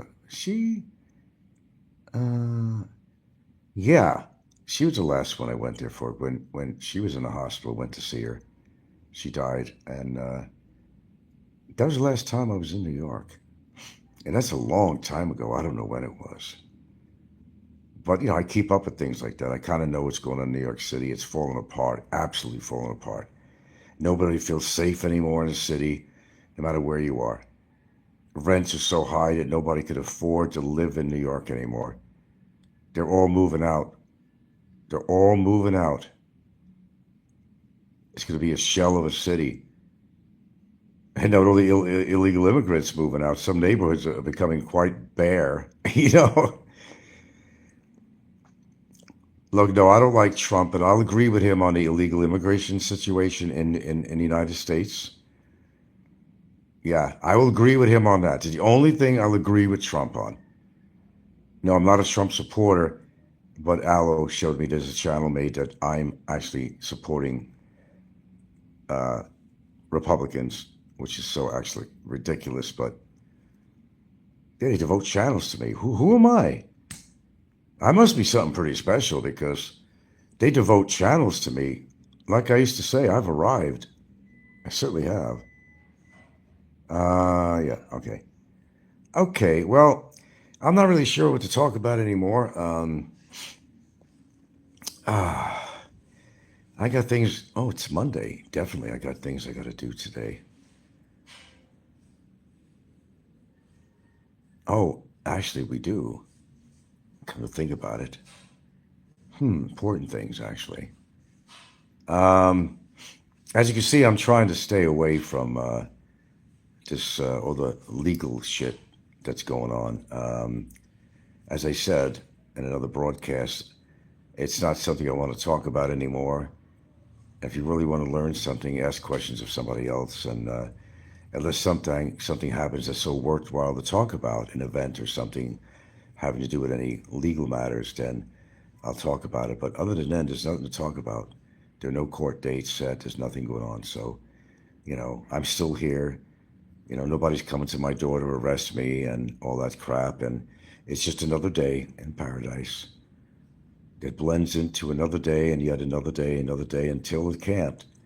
If something's going to happen, it'll happen. You can't change reality. You could try, but if something goes down, something goes down. And what you do, you calmly deal with it and you try to remedy it. What else can you do? You're going to stress out about something that could potentially happen, or has it happened already? You deal with a situation as it arises. You don't sit there and pull your hair out and pop pills. Go on with your life every day. You could think of the worst and hope for the best. That's all. It's not that complicated. My favorite movie. Okay. Okay. Well, the dialogue is going down in here anyway. So, tutu, toodala, tutu, tutu. All you lovely people, you're all very brilliant, brilliant people. Always enjoy talking to you. But I think certain things need to be cut out of my shows that if you're here for certain drama, I don't mind. And I really started off actually talking about Nico because I thought it was relevant. That's the reason I talk about it. I wasn't attacking him. I just thought it was relevant to talk about him. That I made an observation on how fast he talks. And it makes me wonder, what is this guy on, man? If anything at all. Because the guy sounds like he's cranked up. I'm just saying, from my observation or my hearing, I can hear still. I'm not totally deaf. That something seems a little bit odd about that, a little bit fishy, a little bit suspicious. I mean, that guy talks 60, 70, 80 miles per hour. So it made me think and wonder. And like I said in my show, worry about your own lives and stop worrying about others. Unless you're putting food on my table, Okay, you're irrelevant to me.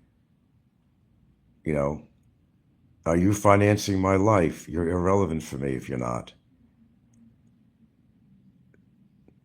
I don't care what people talk about. I know the life I'm living. If I'm happy with my life in any form or way, that's all that matters. Nobody tells me what to do and how to live my life, how I should be living at it, being at retirement age. I'm happy with the status quo. I'm happy with what I do. I'm happy with my companionship. I have food on the table every day. Bills are being paid. I'm happy with it. That's all I got to say about that.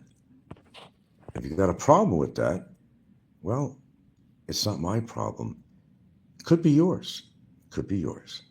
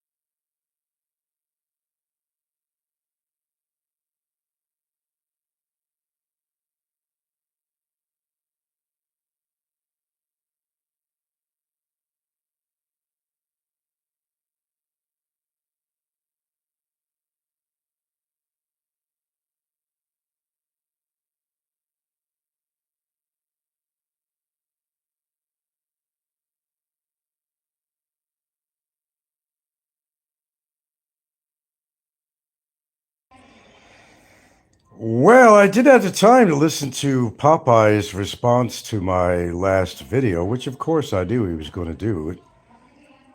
And he says I say the same things over and over again, but listen to Popeye. And what was he doing? Talking the same shit over and over again, repeating himself. Then Aloe, of all people, comes in there. And Aloe, who's not, my biggest ally, let's put it that way. Aloe is not an ally, but the one thing I got to give credit to Aloe Divinta, the one thing I got to give credit for is he sees things as they are. Not as they could be, but he sees things as they are. And despite being part of the Triple R team and all that stuff, Aloe at least has his own voice. I'll give him that credit. And, I'm not Aloe's favorite person, but Aloe, you know, will speak up on issues that as he sees it, not because everybody else sees it. Aloe will come in there and say, this is not the reality of what you're talking about, Popeye. In other words, he's trying to politely tell Popeye that, I know you're wishful thinking about what would happen with Frank and hope that this bad happens and this bad happens. But Aloe came in there and basically, in a sense, supported me. And he had his own opinion. But all Popeye could do was laugh because he had nothing to say. Because, he's afraid of Aloe, big time. Everybody knows that. He doesn't want to disrespect Aloe. So, really, when you think about it, um, he had no recourse to what Aloe had to say. And Aloe, in his own sense, carries a lot of weight on YouTube. He's got people to fear him, and Popeye fears him a lot. Okay. And no, Popeye, we've been together 9 years, 9+ years, not 6 years. And I didn't buy a house until the 6th year of our relationship just to get that straightened out. Let's just get, if you're going to talk about shit on your show, at least get it straight. We're together over 9 years. And the house, again, was not bought until 6 years into the relationship, as if that's any of your business anyway, poops, because it's really not. Popeye when he doesn't have a comeback, he'll laugh because he wants to over exemplify anything that's talked about. And if somebody comes in with a statement that's not basically in support of his own views, he'll try to turn it around, like disagreeing with Aloe. He'll just say, if that's what you think. But he couldn't support Aloe's statements. He had no rebuttal to what Aloe had to say about how Aloe feels that, you know, I'm in a good position where Popeye thinks I'm not in a good position, or this is going to happen to me, or that's going to happen to me. Aloe at least came in with his own assessment, which Popeye did not respect. But he had to just laugh on that because Popeye had no recourse on what Aloe had to say. Doesn't mean Aloe's my best friend or he's even supporting me, but I have to give credit to Aloe when it's due. I know him as a person who, will speak his mind, and I do respect that about him because I do speak my mind. Absolutely. Yeah. Following Aloe over the years, Aloe is a straight shooter. Well, Aloe is a straight shooter. Love him or hate him, he's like me. That's the one thing we do have in common is that we're both straight shooters. I didn't mean to do a second show, but yes, I admit I did listen to, because I knew Popeye was simulcasting me, and I know that he always has something to say on the end. He's trying so desperately to get people to support his way of thinking about me. But not everybody agrees with Popeye. And Aloe does not totally agree with Popeye on anything. Okay? And he had his bouts with Aloe in the past. You got to keep that in mind. He had his little bouts with Aloe. And if Aloe was against him, Popeye would run away. You wouldn't hear him on YouTube for quite a while. And we've seen that. And no, Mark Cadley, Popeye, that's not the real Mark Cadley. This guy hates Mark Cadley. He's using that handle. So Popeye's saying, yeah, you got known pedophiles coming on your channel. That's not the real Mark Cadley. The guy will tell you that. He doesn't like Mark Cadley. Okay, it's kind of a farce, as he's using that entitlement. That's all he is, to get attention, whatever. That's not Mark Cadley. But Popeye, not knowing the difference, he'll just come out with the worst, But Popeye has a defense mechanism, which is his laugh. When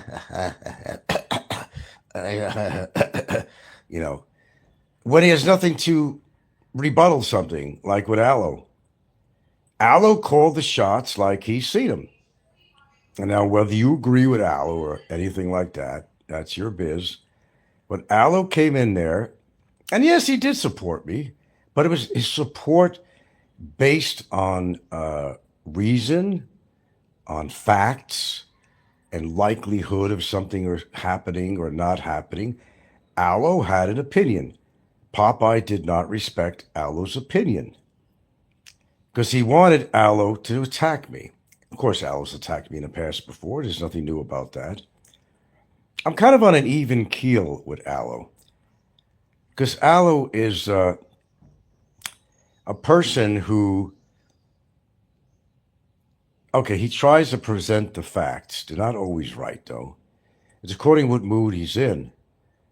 I've been attacked viciously by Aloe, but I still have a certain amount of respect for him for being a person like myself who speaks their mind. But Aloe will examine details of things that are spoken on YouTube or Discord or whatever, and he will come out with his own opinion based on facts. Mostly. I mean, he's done the opposite in the past, but let's bring it up to modern day. I could only go by that, and I can remember the past and things he said, which were not great, but I have a little bit of respect for Aloe because he does speak his mind.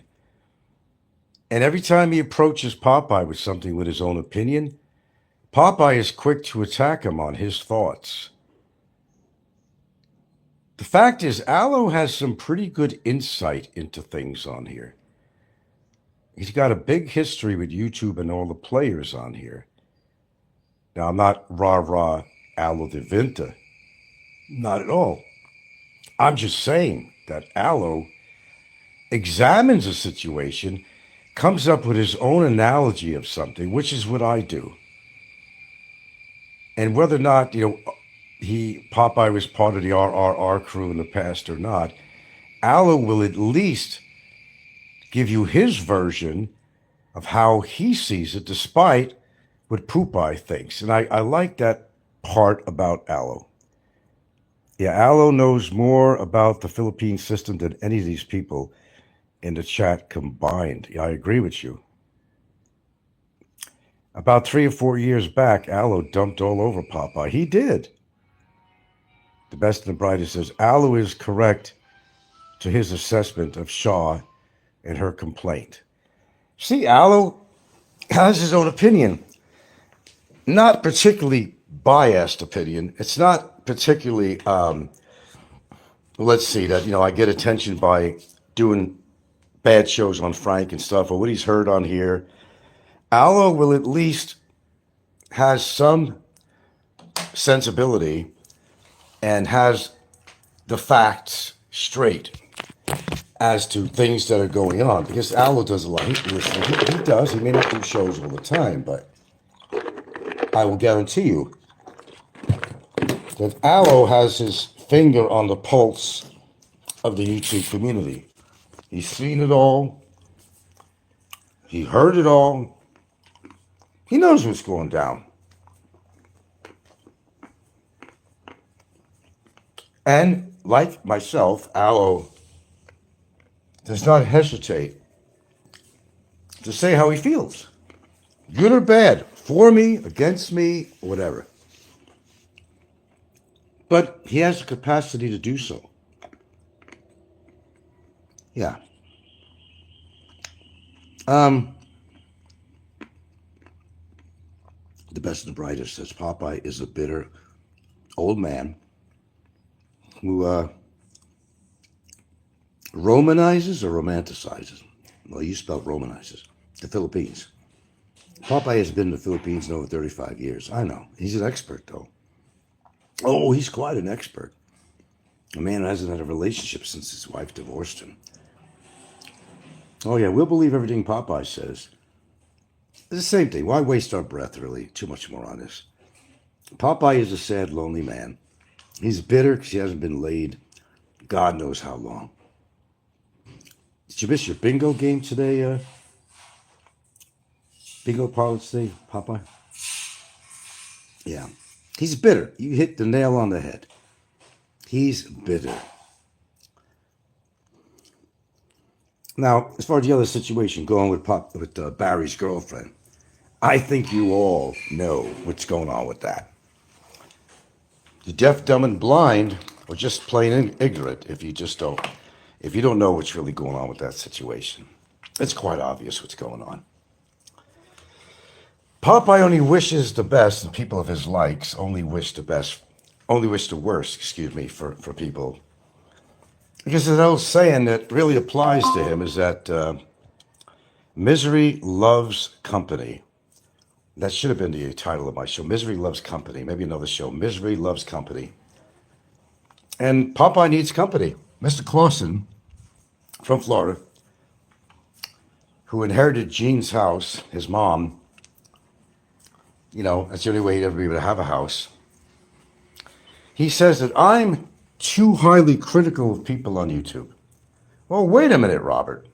What have you been? Do you ever re-listen to your shows that you put on? You are highly critiquing me, giving false information out about my life or my relationship. Who are you to be an expert on my relationship, on what my girlfriend feels about me? No matter what her marital status is, it don't matter. Love is still love. It's either real or it's not. It's one or the other. But that's not something you would know. I don't think you've ever known what love was unless it was around a table and some whore from Subic Bay was sucking your dick underneath the table. If you call that love, to each his own. No, I never went around a round table having some whore suck my dick. But those are the days, right? Subic Bay, yeah, baby. Subic Bay, but that was a long time ago, Robert. That was a long-ass time ago. Get with the program, man. You got one foot on a banana and one foot in the grave. Go out and get laid or something. Forget about me. I should be the least of your problems, man. Laid, man. At least I'm getting fucking laid. And I have a relationship. I actually have a relationship, Robert. You got nothing. Alabama Waffle says, Robert, I peaked in 1985, Clausen. Can't afford to fix his missing teeth. He's so embarrassed to show his face, even to his pal Nico. Yeah. Best and Brightest says, money was exchanged to get her complaint processed. Yes, it was. I'm pretty sure of it, man. With the evidence you have, it will be thrown out. Well, we'll see. But even if it ain't thrown out, like I told you about that. Yes, and I certainly will. And heads will roll. Heads will roll. People that should not have gotten involved in this, heads are going to roll. And you'd be surprised who these people are going to be. And it's not the obvious. Well, might be obvious to some. But anybody who played a hand in this matter, like providing the money to do so, they might be going down themselves. I've recorded enough stuff to prove that certain people had their hand in on this matter. Complicity. Don't put it past me, man. Don't put anything past me. You don't know me like you think you know me, but I think I proved myself so far. Have I not? Where is that fucking creature now? He's behind fucking bars. Nobody else could do that. I managed to do it. And as far as playing the system, nobody's playing the system, Aloe. Nobody's playing any system. I'm doing what's right. I'm doing what's right. That's all I'm doing. But Robert really couldn't have any comeback to the things that Aloe was saying. He expected Aloe to be on the attack of me, but he got surprised when Aloe gave his own opinion. Like, people are not, they can't have their own opinion unless it's negative and it's attacking somebody. I have to give it to Aloe on that, because Aloe at least has the integrity to offer his own opinion, not to try convince the other boys in the club that were on the channel, all a bunch of haters. But Aloe came out there and he said how he saw it. How he saw it. I think Aloe's a pretty intelligent guy. As I said, he's not my biggest fan, but I got to give the guy credit when it's due. He sees things as they are. He's very calculating. He pays attention to details. As far as Aloe sees it, is how he spoke of it. But Popeye couldn't handle that. Yeah, we are. We certainly are. Just for a few. I just showered up and I actually did things opposite. I'm supposed to do some exercise before I shower, but I did it the opposite. I still have to do some isometrics, but I'm good. It's a cool morning, nice breeze. There's numerous things I got to take care of today. Robert says that I talk about a lot of things about my life on here. Well, you see, I don't hide my family. I don't hide my life. I'm proud of the people that I call my family here in the Philippines. I've got nothing to hide out here. So when he thinks I'm being too personal or whatever, maybe I got something to be personal about. I mean, I have a family out here, people that care about me. I don't exclude them from my life when I'm on YouTube. I may choose to talk about something we did or even showed on camera. We went out for lunch or whatever it might be. I may talk about a family event or something. To some people, that might be, TMI, too much information. But I control how much information I want to put out about anything going on around here. I'm at the control board on that, and I either choose to talk about something or I don't. I don't exclude my family out here. Then, Popeye, again, on the attack. He says, I'm on the attack of everybody, but what does he do on every show? He's attacking. It's one thing or the other, Robert. Take what platform you want, but you're attacking me and others on your show. But you say that I'm on here always attacking other people. Now, the definition of attacking might be different than mine. Because when I mentioned Nico or anybody else, I was talking about what I heard, what I saw, okay, that maybe was done on their own show. How is that attacking them? Did they or did they not do or say what they did? That's the question. You got to answer that to yourself. Nobody was attacking anybody. I made mention that Nico talks like he's on fucking, he's fucking crank or something, man. That's all I said. That's a fact. It's not fiction. I presented my thoughts on that. Now, of course, Popeye will see that as an attack. Popeye attacks everything. My life, what I do with my life, what I think I don't do with my life, whether my relationship is real. And he seems to be really upset and jealous of the fact that I was in a position to be able to buy my girlfriend a house. Done deal. No one pulled my arm to buy her a house. And it was 6 years into my relationship. 6 years. Don't make me as a simp, because I have a heart that you don't. That I have somebody to care about that cares about me that you don't have. You don't.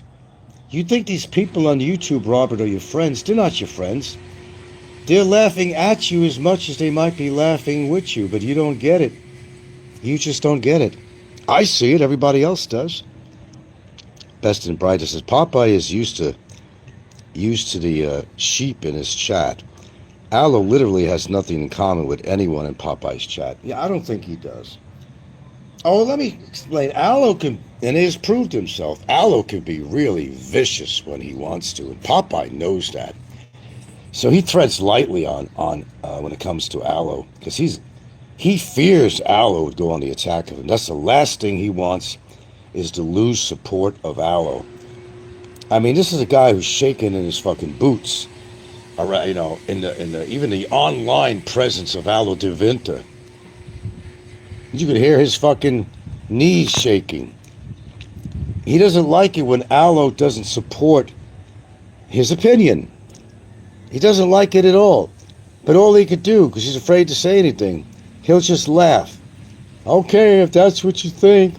But if it was me, he'd be fighting me tooth and nail, calling me every name in a book. But Aloe disagrees with him on certain things. Aloe has the right to disagree with him. As I said, Aloe is not the most perfect person on YouTube. He's attacked people viciously. He's attacked me viciously. But I'm the kind of guy that will give credit when it's due. If there's credit to be due to somebody, I will give them credit. If somebody puts on a YouTube show and they're always attacking people, and they come on with a really good show and they talk about something really interesting, no matter what vice is there, no matter, what issues are there, if somebody puts on a good show and talks about something really unique or good, I'll listen to it. I'll say, bravo, brilliant, good show. Whether you're my enemy or not, I'll even tell them, hey, that was a good show. Why don't you do more shows like that? Why not do more shows like that?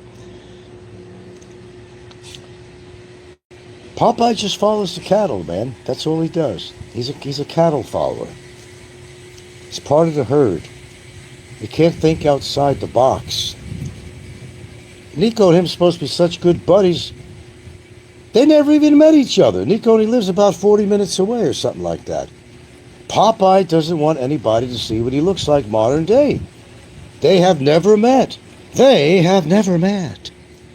Have never met.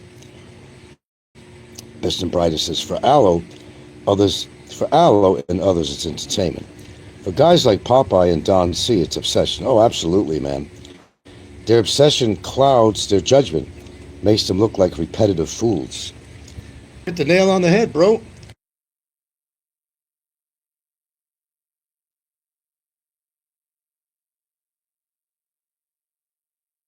Couldn't have said it better. You got them down, pretty well defined. But then again, so do I. That pump I gotta shut off. It goes on every freaking 30 seconds. We got our electric bill coming probably today, and I'm not looking forward to it. Because that fucking pump, recycled all the time. Whether we're pumping water or not, I have to turn the switch on. Unless we're going to use the shower, that's the only way we get hot water. You got to have a certain amount of pressure.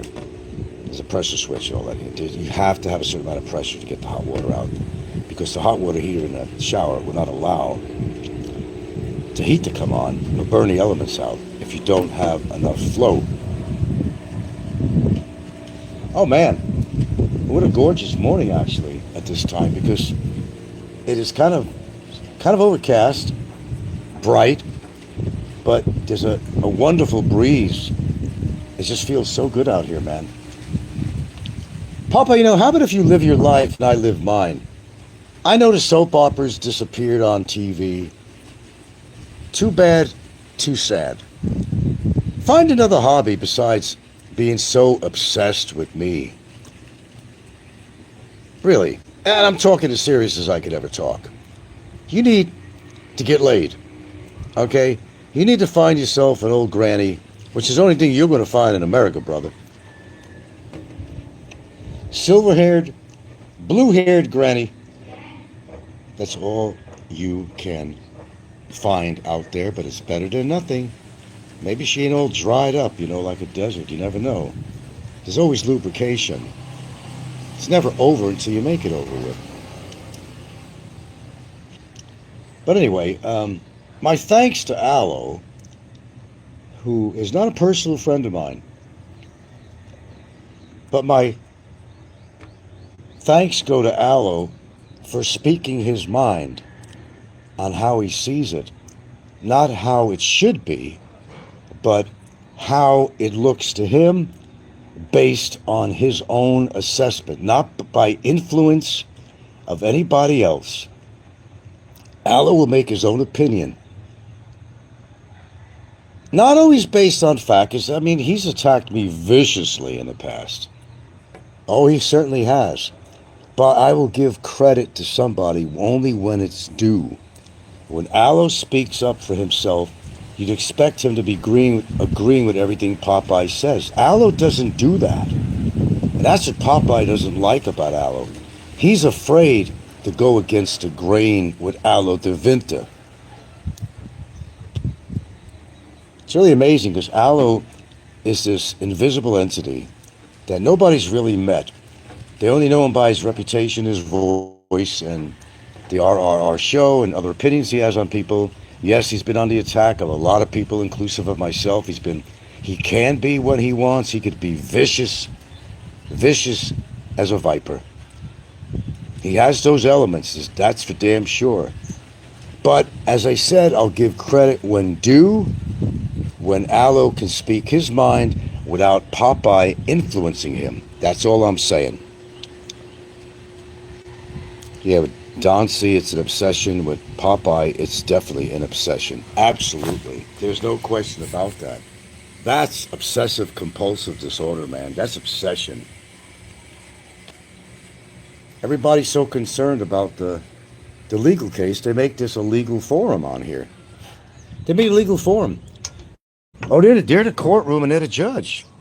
And they're quoting laws I never heard of and don't apply to anything that's going on with us a lot of times. They're speculating on things that they have no right or even any information to speculate on.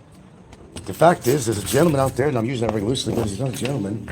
He has done some really lousy things to people and women, taking money off people. He has lied to his lack of teeth. If he had any teeth, he has lied. He has exposed himself to the creep and lowlife that he is. Popeye has done the same for himself. He exposed himself. Nobody ever really talks highly of Popeye. I've never seen anybody talk highly of Popeye. Nobody. That is a fact. I have not heard anybody praising Popeye's ways other than his adopted son, Nico, who kisses Popeye's ass constantly. The father that never was in his life. He talks about he's got his family, Nico. Good. Be a good father. There you go, boy.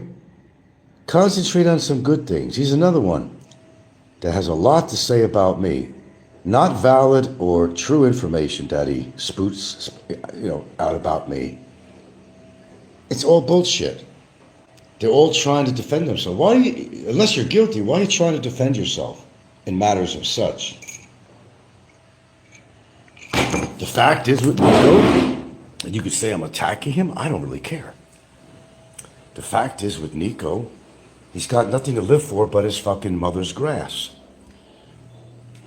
And he keeps on we have to exemplify, oh, my relationship with my family. Oh, my relationship with my family. And Frank doesn't have that. You know, I got this. But where were you in a kid's life when you were into drugs, Nico? Where were you? Where were you? Come on, tell us where you were. Tell us where you were. Hey, dude, you talked about it. I'm not saying anything illegal on here at all. It's just a known fact, your own mouth. You told people your alcoholism and your drug in the past. And if you got over that shit, fantastic. You say, well, that's past history, Frank. Shut the fuck up. You might be right. But don't try to over-exemplify what a great parent you were. Let me tell you something. I was always, whether my daughter talks to me now or not is irrelevant to anybody on here. I will say that I raised my daughter on my own. I provided for her. She never went without. I never touched her in any way. I'm not a fucking pervert. Never was, never will be. I raised her. Not only did I raise her, I gained custody of my daughter. Would you have been able to do that being a drug addict, Nico? No, you would not have. So I'm going to shove that in your fucking face. And Popeye's. I was there from when she was an infant. I didn't run away because my girlfriend at the time, you know, she was pregnant. I didn't run away. For all I know, maybe it wasn't even my child for all I knew, but I didn't care. I watched her stomach grow every month. I used to have questions about her faithfulness.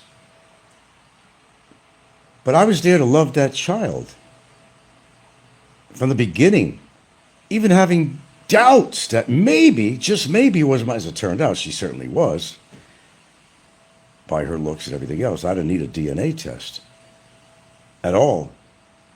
But I was there for my daughter from the beginning. The fact that she's not in my life right now is irrelevant. People change. People go their own way. Oh, that is the shit he's saying about my brother again. I'm going to bring that up. He keeps on talking about how I abandoned my brother when he was ill. When did I abandon my brother? I was always there for my brother, whether I was physically there or whether I was 8,000 miles away.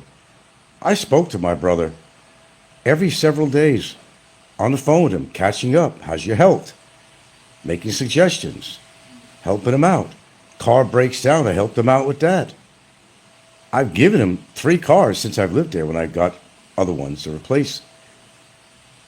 To say that I didn't care for my brother, how do you make a statement like that, Robert?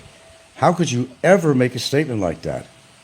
No, I didn't know when he died, and I want to bring that up again. He keeps on bringing that up. If you have no people out there to tell you what's going on, you're not going to know any information, are you? Does that make sense, Robert? He likes to bring that up all the time, like I treated my brother like shit.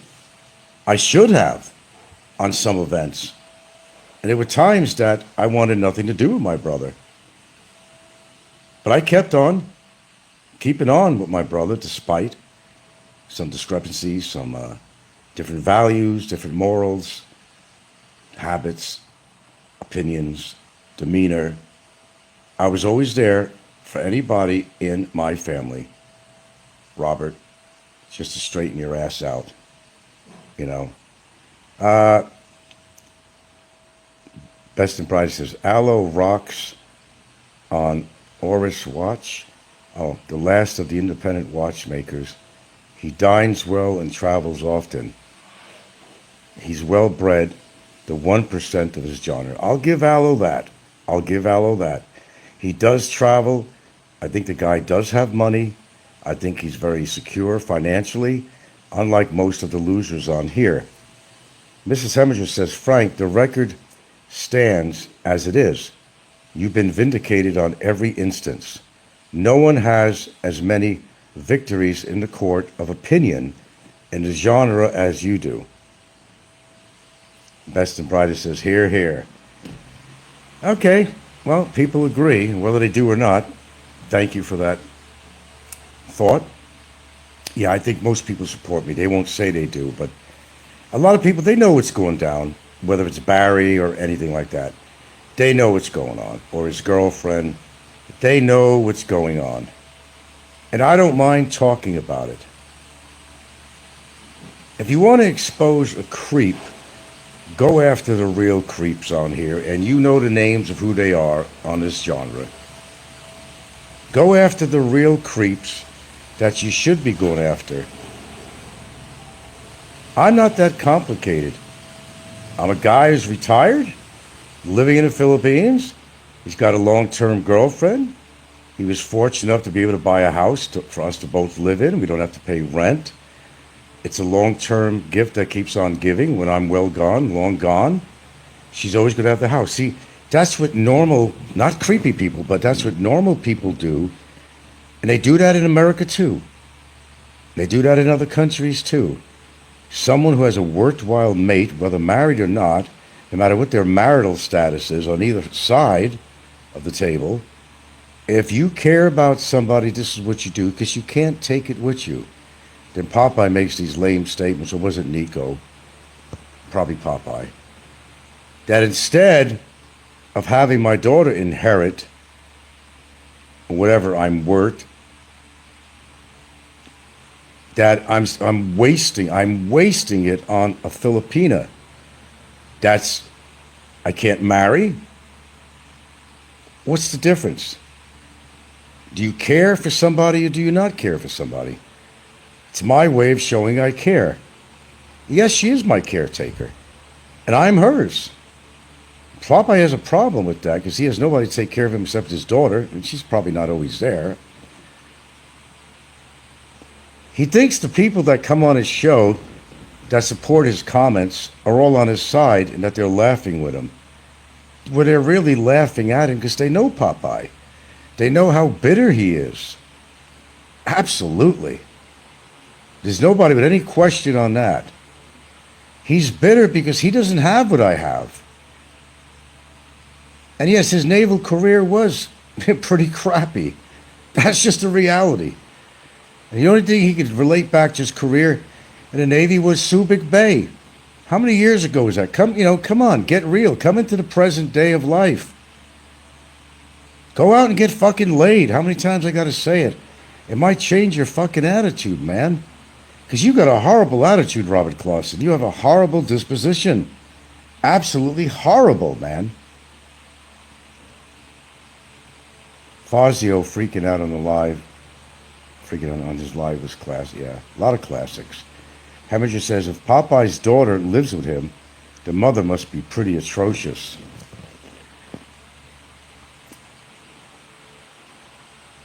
Well, I don't know how the mother thinks. All I know is Popeye's ex-wife, she's living a good life now. I know that much. They got a business with a present husband. Probably a guy that doesn't beat her up. Get into a drunken stupor. And we know Popeye gets into a drunken stupor. We've heard shows of his when he was drunk and he was fighting with Gary the Gak, the Philippines experience on it, in other instances.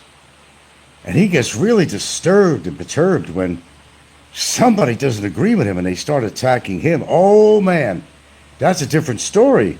When a shoe's on the other foot and people are very factual with Popeye, he don't want to hear it. He just gets more bitter. I gotta go. It is what it is. That's when he feels defeated. He ended his little soliloquy this morning because Aloe was telling him how he felt. Aloe doesn't Popeye doesn't like when somebody doesn't side with him. And Aloe at this particular point was not siding with him. Aloe had his own opinion, and good for him. Good for him. Popeye couldn't handle, oh, well, it is what it is. Time to get off. Thank you for this person for being on here, and this person, and that person, and this person. That's when Popeye puts his tail between his legs. That's when he signs off. Did you notice that? Look. Then he says, I don't listen to his shit. Well, where'd you get all this information? Besides doing simulcast, you're listening to me, aren't you? I don't go to those channels. He's an idiot. But he's really concentrating on me in a very unusual way, very intensely. I literally do make his day in his life. And Robert, that's pretty sad, man. You're a sad old man is what you are. Dude, you know, your physicality is probably that of an 80-year-old guy. I mean, I can even tell in your voice. Do you know you can tell things about people's voices? Dude, I work out a little bit. I think I'm slightly older than you. You'll never be in my shape. You never will. I can picture you with a big old pot belly, like everybody else on here. Most of the people on here are all obese. I'm not obese. I don't have high blood pressure. I don't have diabetes. I'm not having liver problems. I can't see inside my body on a molecular level, but I'm doing pretty good for my age. Robert doesn't like that. He doesn't like anybody to be successful in any way. They make fun of my education. Yes, I do have a bachelor's degree. So big deal. They say I don't. Am I supposed to argue with them on that, really? I have. But it's not worth my oxygen. I know what I did in life. I know what I accomplished. That's all that matters. Everybody has an opinion, and they're certainly welcome to it. But get your facts straight, is all I say. If you're going to talk about something, back it up. Don't just belch out a bunch of useless crap. Back up your statements. Back it up. I could call anybody I want anything out there, but it's backed up by facts. Either something I recorded, seen, heard. That's all I ever talk about on here. Shit, I got an old video I played about fucking Jay from Matt Wilkie. Did you see that short? I base it on things I've heard. I try to get that pie or mud pie that they're trying to throw in my face, and I throw a bigger mud pie back in their face. All is fair in war and love.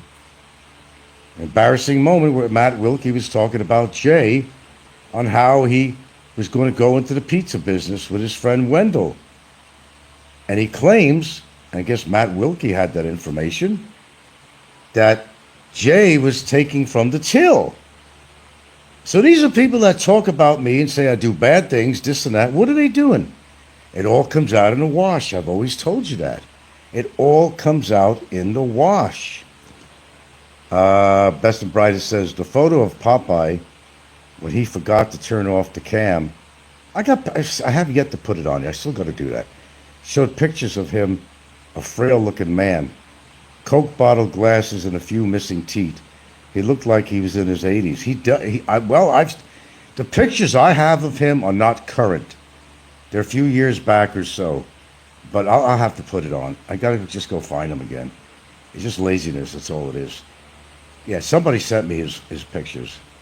It's actually something I've seen before, but it's not new to me. He's not a good-looking man. For his age, he is frail-looking. And, he talks about my smoking. He talks about everything about me. But if you listen to his voice, and I know, because I'm a smoker, I could tell if somebody's been a smoker for a long time. He's a smoker. Whether he smokes unfiltered Camels, that's another thing. That's just a little hyperbole on my part. But he smokes. He smokes. And he drinks. I know he does. You heard him drunk on his show. Oh, when Popeye gets going, when he's drunk, you got to listen to it. We've heard those shows. We've heard him. We have heard him. He drinks. And I know he smokes. He can't finish a sentence without this telltale little... There's a certain smoker's thing that even I do sometimes from a dry throat. I know a smoker from a non-smoker. I could listen to somebody and I could tell you that he has no right jumping on me because of one of my habits. And he doesn't know the difference between a benzo and a Xanax. They're the same, Robert, the knowledgeable man, the worldly man you are. Alprazolam or Xanax is a benzodiazepine. Get your facts straight. He says Frank is taking benzos and Xanax. Popeye, listen, Robert. Listen, look it up on Google. They're the same thing. It's in a big family of medicines called benzodiazepines. Okay, look it up on Google. Papa, you don't know what you're talking about half the time, or most of the time. Look, the bottom line is, and I got some shit to do, but listen, why don't you live your life and I'll live mine? Maybe you're not happy for me and you wish all the worst on me. Perhaps if you spent your time more positively on your own self, your own demeanor, your own life, do good things for you because you're not a spring chicken yourself. Face that reality. What you do with your life now is really quite pertinent because you'll never be able to do it again. Make some positive in your life before you croak soon. Do something positive. Say something positive. I've never heard you say anything positive about anybody on your show. You are truly a bitter old man. Bingo playing, socks up to the ankles, black shoes kind of guy. Khaki pants, mobilized scooter. You are the epitome of an old man. Your voice, your demeanor, your speech, your thoughts, your activities or lack of, you are an old man. I will tell you the difference between an old man and an old man. I'm not an old man compared to you. I'm vibrant. I exercise. I'm mobile. You're not. I don't dress like an old man. I don't talk like an old man. I don't act like an old man. Henceforth, I'm not an old man. Chronologically, we could argue that, okay? I'm not a young man by age, but I don't have to choose to be an old fart like you. I don't choose to be an antique like you.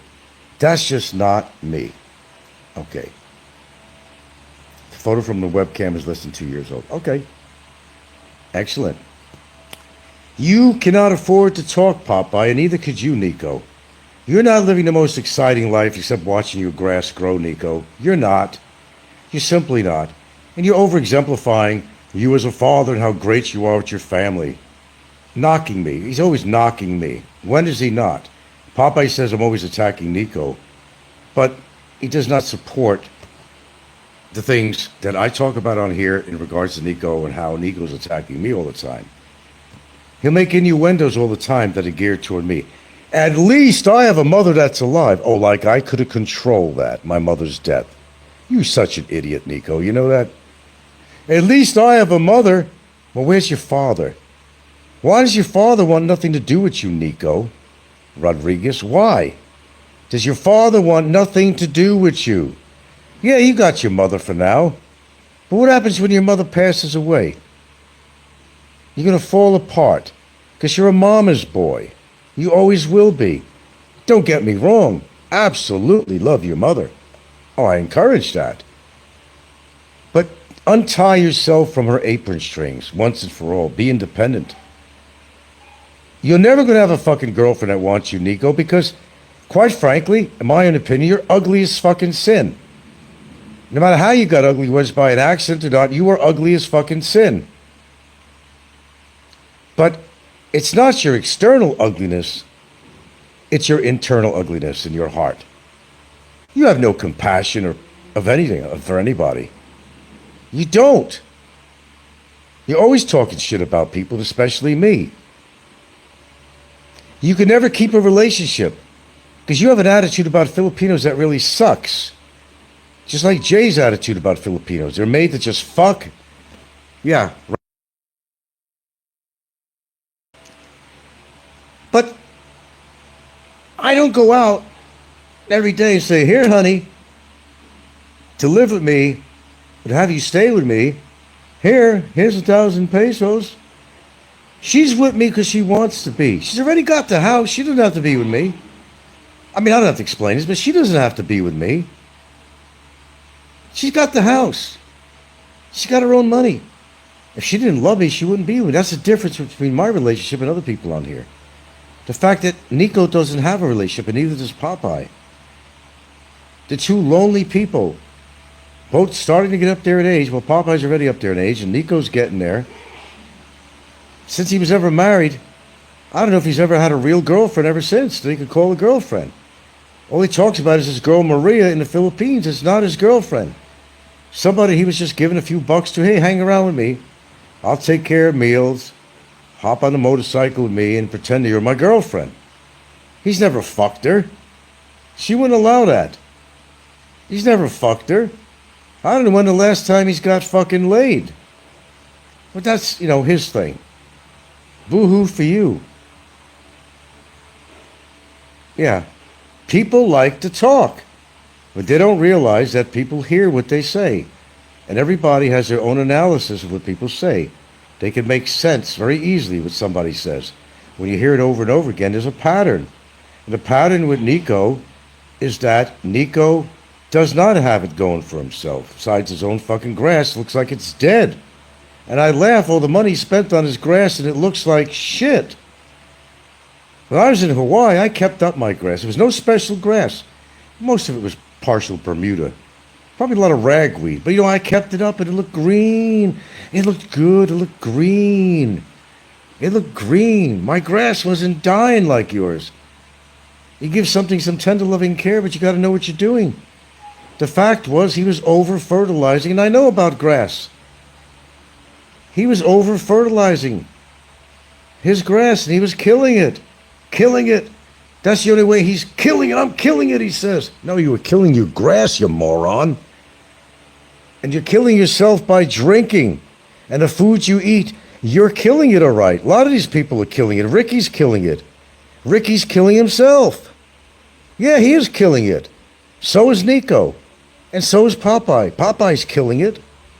All these obese people out there, actually, they're all killing it. They're killing themselves. There you go. Couldn't have said it any better. With that being said, I had my say for the second time. You have a good night there, Popeye.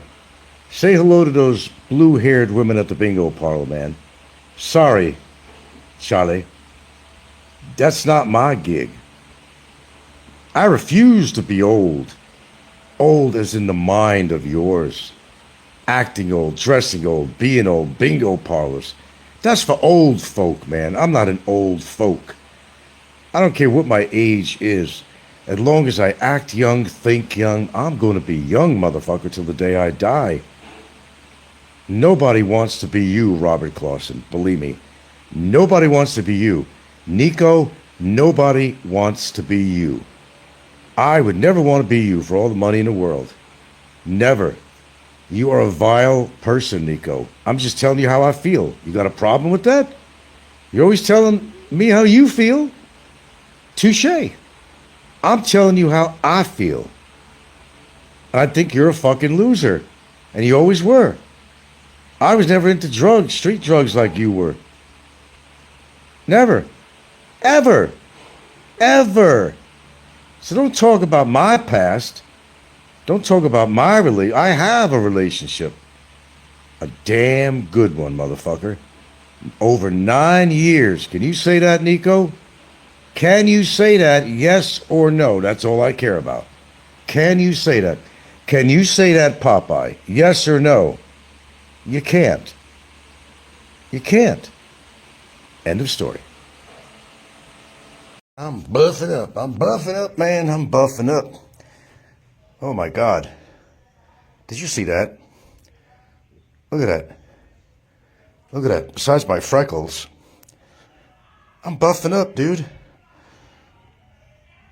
Damn, what's going on with this guy? Well, besides some freckles there, I got a little muscle building up. Give me another 6 weeks. Buffing up. We're making a little trip this morning. A little business we got to take care of. Just a little bit of business. Not only am I going to go to a police station, I'm going to dance in front of the police station. Barry, Popeye, I'm going to dance in front of the police station. You wait and see. Oh, boy.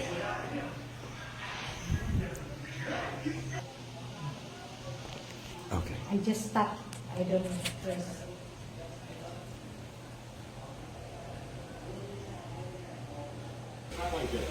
You know, if I'm going to get a cake, I'm going to eat it too.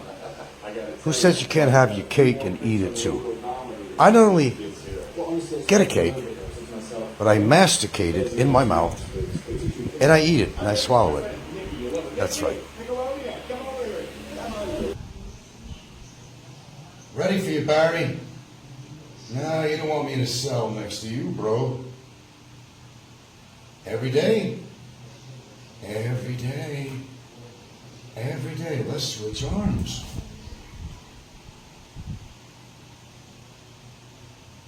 Every day, Barry. I'm not eating any Oreos or potato chips. No, sir. Protein, my friend. There we go. Thank you very much. And we are arriving at the police department, and I'm going to dance in front of it. Just like I'm going to dance in front of the police department in Hawaii. Because I have no reason not to. Okay, here we go. Police department, and I'm going to dance. Do do do do do. You want to go inside? Please stay here. So, do do do do do do do. I'm dancing, dancing, dance the night away. Dancing, dancing, woo! I'm entering the door. Here I am. And there's a jail cell right there, right there.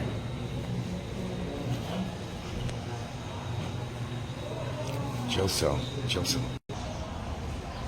Yep. So 6 to 12 years minimum for estafa. That's what I'm finding out. Do. Look at that. Right in front of the police station. Do. Dance again. If they have attorney there. If she's in, you think she's in? Okay.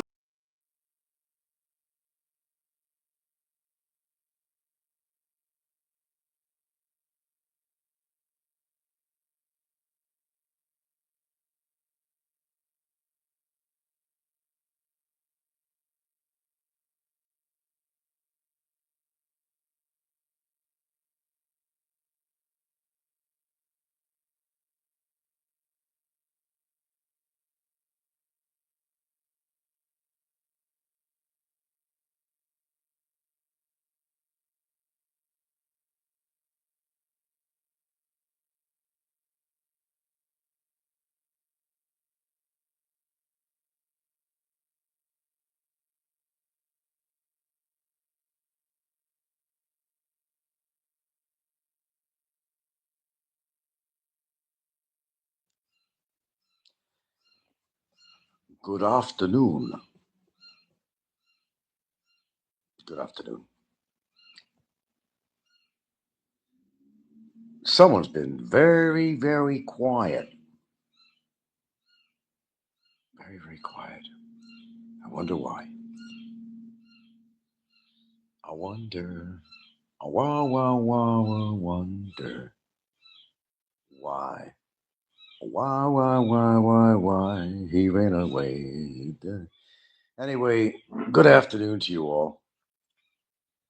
Okay, had a very busy today. Very busy day today. Very, very, very busy. How is everybody out there doing? We only got 4 people here. Well, build it and they shall come. Come the curious. Come the curious.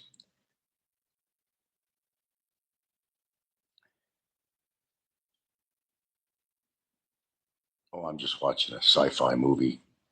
I'm sure I've seen it before. Oh, and Don C. Come on now. Don was posting stuff about my finances. Don, maybe I could understand why you're still working part-time or whatever you're doing, but keep it up. You really do need to occupy your time with something. Trying to look at my house sales and trying to guesstimate how much I made and blah, blah, blah, blah, blah. Oh, so wait a minute. We've established it was my house after all, not my brother's. Very good, Don. Thanks for clearing that up. Dastardly Don. Boy, does he got a gripe with me.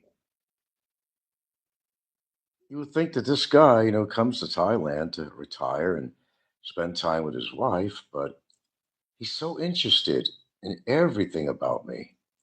Why is that, Don? Crawford. Why is that? He wants to know everything. Just ask. I might tell you, Don. You don't have to guesstimate or put some bullshit up. It's established you don't like me. That's okay. It's mutual. We agree on something. That's a start. He's over there trying to how much I owe to somebody and da da da da da da da da da. Escrow. Well, what I brought home from that house, Don, was what I brought home is actually inclusive of escrow fees, and uh, it wasn't Fern Gardens; it was Fern Acres, Shlomo. The community association there. Yeah, that was paid off. Absolutely. Boy, the research people do. It's amazing. Want to find out down to the dollar what I collected on that house. Well, I guess we've come a long way. We've established that it was my house after all, Don, right? There you go. Now we're getting somewhere. Very good for establishing that. I never seen, well, I've seen it on YouTube here, but I never seen anybody so inquisitive, so obsessed with me that they want to know everything, everything. How often I take a shit, you haven't figured that one out yet. He's so sure of himself with everything. Trying to go back to any house that I've owned, even in Seattle. Don, that's obsessive compulsive behavior. Shame on you. So I guess the question is, Dawn, how does that benefit you in any way? I don't understand that part. You already established for me that I did own some houses. Thank you for that. Thank you for clearing that up. I probably would have forgotten if it wasn't for you. And thanks for clearing it up on YouTube.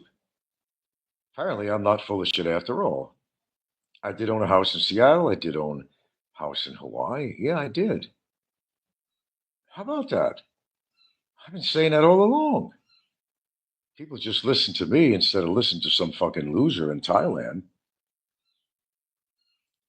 And he devotes channels to me. I mean, what are these people doing with their retired life? Hey, I'm straight up what I do, man.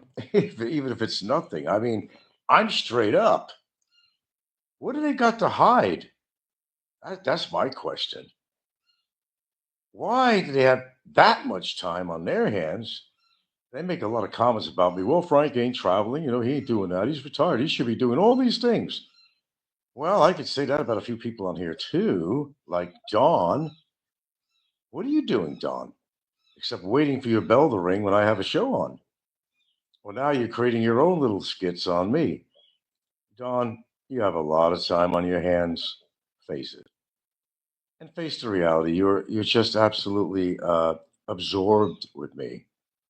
I don't know why. You try to win challenges with me all the time, but you always lose. Go figure. Go figure, Don Crawford. Go figure. How about you? You don't look like the healthiest person in the world, and you certainly look a lot older than your age. Perhaps, just perhaps now, Don Crawford. Just perhaps that maybe you concentrate on this lovely, what is she, a Thai girl? That's your wit? I assume you're living in Thailand. She's Thai, unless she's Filipino and you just decide to move to Thailand. I don't know. I don't really care. Why don't you concentrate on her? Oh, that's an idea. The guy's over there looking up my records. Oh, let me see what I could find in the dirt on Frank. Oh, look at this. You, why don't you go join a sewing circle, Don? Join a sewing circle. I mean, really, who cares? And why do you care how much money I made on my house? You don't know everything about our income. You don't know what's in my bank account. You never will. That's one thing you can't get into. I'm sorry. There's certain things you just won't know and you will never know. Look at all the losers on here that never even owned a house. Shit, I give myself credit that I have owned several properties. I mean, what the fuck? That's something to attack me for? I think that's something to appraise me for. Because look at the losers we have on here. They couldn't afford to buy a house no matter what. I'm going to give you a little detail on something too, Dandy Don. You know the house I had in Seattle? I bought that house even though I had bankruptcies. Oh, how did I do that? Well, I did. How did I do that? How did you do that? How did you do that? Did I pay somebody off, Don? Is that what you think? Is that what you think? You get the house? It doesn't work that way. Not in a real estate like that. Come on, Don. You're supposed to be educated. You should know better than that. But yeah, I got a kick out of. I happened to go to Don's thing. He had this thing on there, and he's over there posting information about house sales I had, or some information in regards to that. Well, actually, you're really wrong on the figures, okay? And you know, the escrow and everything else. I came out of here winning. Then I heard some comments on there. Oh, he's only like 300,000 or whatever the figure he said it was. That ain't a lot of money. Let me tell you something. By the time the smoke cleared, and what I got for the house, Donnie, how many fucking losers on YouTube would have that kind of money? How many losers on YouTube had a house in Hawaii? Did you have a house in Hawaii, Don? I don't think so. I don't need your answer. How many losers on here have ever seen? Well, I don't know what your figure was, 300 something, your figure, not mine. How many losers on here has ever seen 300,000 American dollars? That's a good question. How many? Come on, come up with a figure. You're a good figure man, right? No, the escrow is paid off. Everything else, community association, community association fees were paid off, Donnie. No normal stuff. And yes, there was a credit card that was paid off. Yes, you're right. Came to about 18,000. Good for you on that one, Don. In other words, after paying everybody off, which they got paid, Don, they were paid. I got a nice little pocket of money from that. There you go. Anybody wants to know something, just ask me. It's not a big deal. He's so concerned how much money I made on my house. I'll tell you what, next time I take a shit, I'll let you know. All right, Don, you got that kind of time on your hands. I'll let you know. This way you can mark it on your calendar and figure, let's see, 3 o'clock in the afternoon, he's probably taking his shit. Damn. Enjoy the rest of your entire retirement, Don. I'm really not that important. I'm really not. It's a sad case if that's what you do with your time. You got a lovely wife. I don't know if she's lovely or not. I don't think I've seen a picture of her, but I'll assume that she's lovely. Okay, just to make you feel good. Um, she might not be. I don't know. But either way, let's just say she's lovely in your eyes, whatever. Eyes of the beholder, anyway.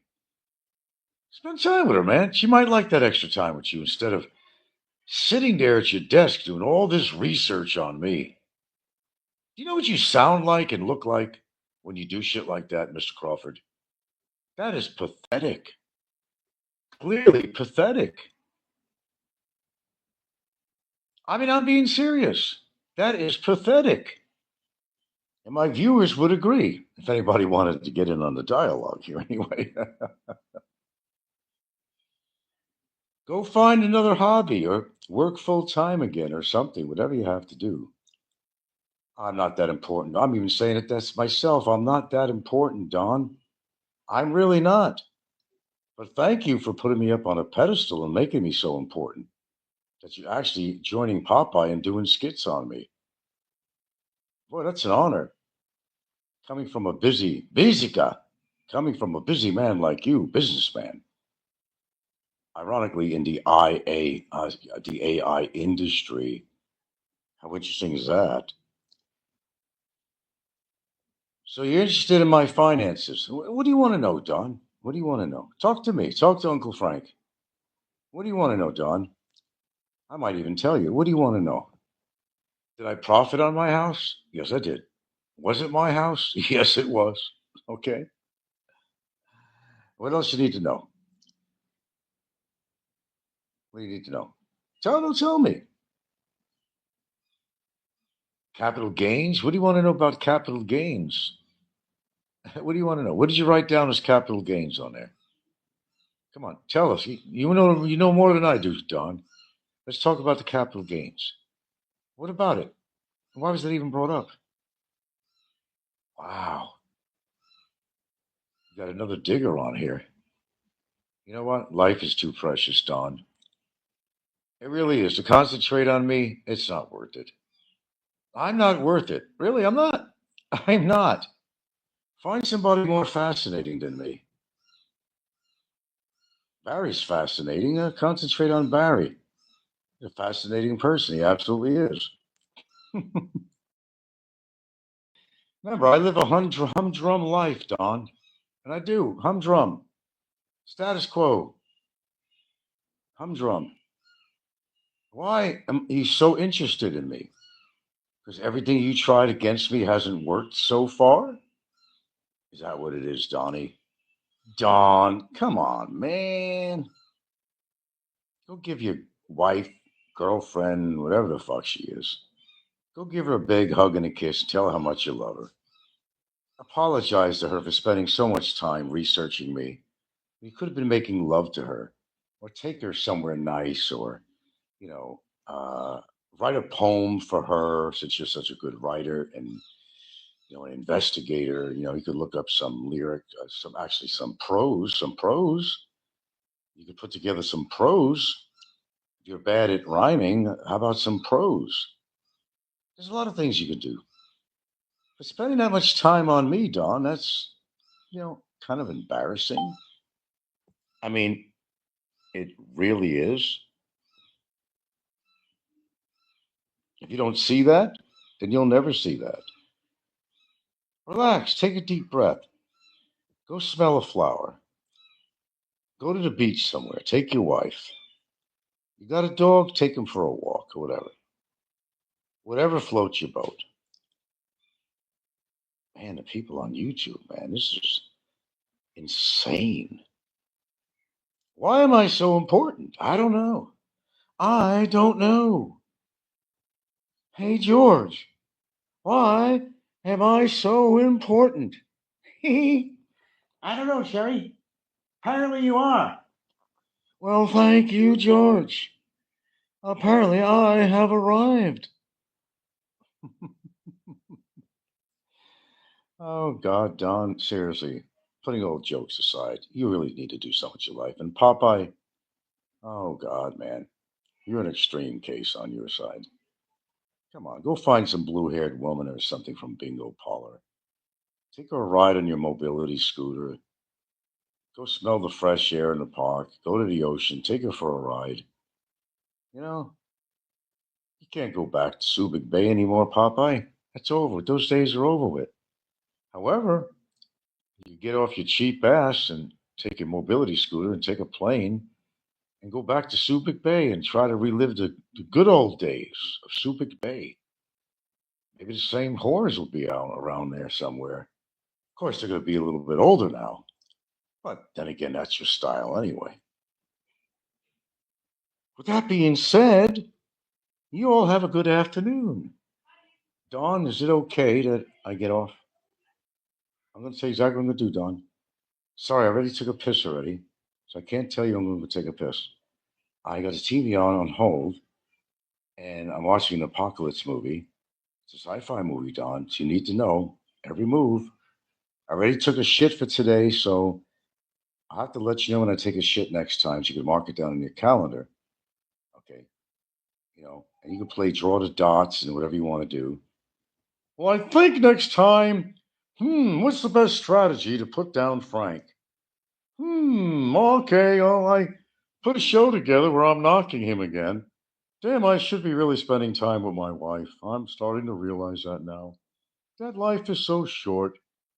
Maybe I'm cutting myself short on what I should be doing with my life. Uh, Don, that would be a really good idea.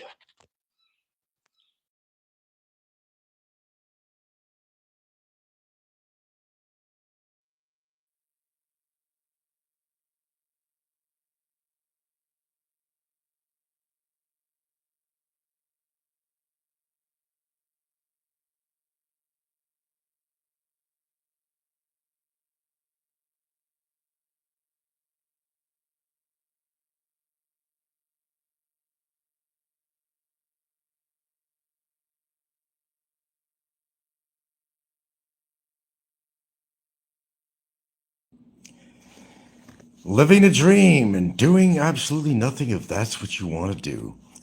Some looked at it as being beautiful, poetic artwork. Some may say different. Well, we'll get into that. Stay tuned.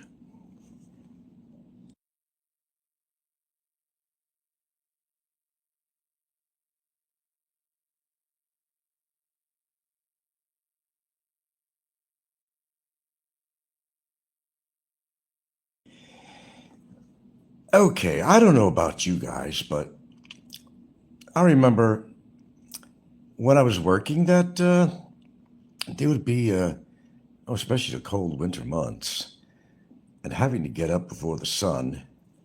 Ooh, man. And heating up the car. You wouldn't get in the car unless it was heated up. Might be ice on the window. Getting up that early, which the funny thing is, I do that now and I don't work. My time clock is actually quite off. But oh well, you deal with it. But I do remember having to get up in the morning really early, the routine, because you had to, because you had to work. How are you going to pay the rent? How are you going to buy the food? You know? So that's what you did. And you needed to. Then, if part of your job is driving, which mine was, because I'd have to go on a route all the time, just kind of driving all day from one beautiful park to another beautiful park. It wasn't that bad, really, when you think about it. Could have had a horrible office job, which I would never survive. I would have been the guy that went crazy and killed all the employees. No, that ain't funny. I wouldn't be that bad, but I would be uncomfortable. Um, to have that freedom of, you know, you go into different places all different day, every single day, and a different scenery, different environment. You can't beat that. It wasn't really that bad. And during that period of time, the pay was, pretty decent for that period of time, actually. The benefits were good, and, you had your own truck.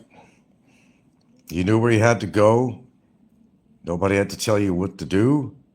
You just went.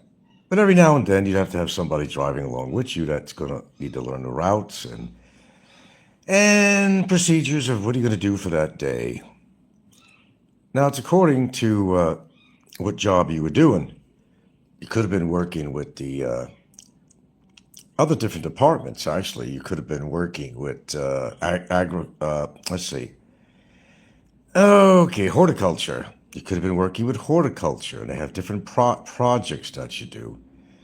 Okay, just one time we had to actually go into a river and clear the stream up, for fish, salmon, whatever, be able to travel through. So we'd have to get our feet wet and go into the river, small, tributary, not deep or nothing. You have to clear the branches, any debris that was in there. So yeah, it was a job that you got your feet wet. It's a job that you got into it, literally get into your job. And other times it was driving around. Just a pickup truck, a Oh, who made the truck? I forgot. They were all green. Okay. Green. Can you put that fan on? Thank you. See, do you know the air conditioner's on? It's on, not on very low. But sometimes you need that air moving around just a little bit more. Living the dream, retiree's dream. You know, there's a lot of us that had a busy life up until they stopped working, but punching a clock, literally punching a clock every day, that gets tedious. But again, you got to pay the bills. I thought maybe like a UPS truck. No, no. I worked for the Pox department, as Popeye would say. And he also worked, believe it or not, for the Pox department. Although he made fun of me because I worked for the Pox department. Then I found out that he worked for the Pox department once too. Gotcha, Popeye. I wonder if he picked up condoms too. I don't know. Did you? What would you do when you found them? Would you lick them? What would you do, Robert? What would you do? I don't want to think about it. But these are things that you have to do in life. And I certainly worked long enough to get Social Security. I did. No matter what they say. So here I am. A country called the Philippines. How the hell did I get here? I am here. Long time. Now, in all honesty, it's good to be able to want to do what you choose to do, not what somebody wants you to do. It's nice to have that choice of doing something or doing nothing at all. That's the beauty of retiring. But I don't suggest that you don't do anything. I suggest you move your blood, do a little exercise, get out of the house now and again, show that you're alive to people, go a few places, whatever, floats your boat. But retirement life really isn't bad. Because you see, you have choices that you could make for yourself. You don't have to get up at a certain time in the morning and get in a vehicle and go to work and work for the man. No, those days are over. They've been over for a long time with me.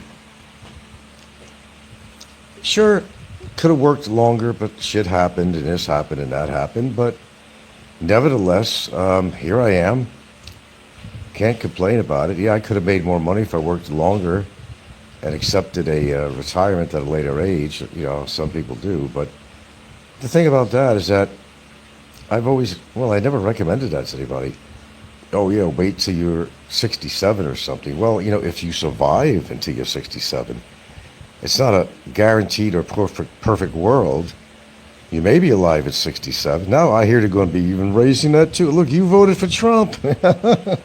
I heard they're going to be raising the retirement age. You're going to make it harder and harder for you, man. Hey, man, I'm grandfathered in.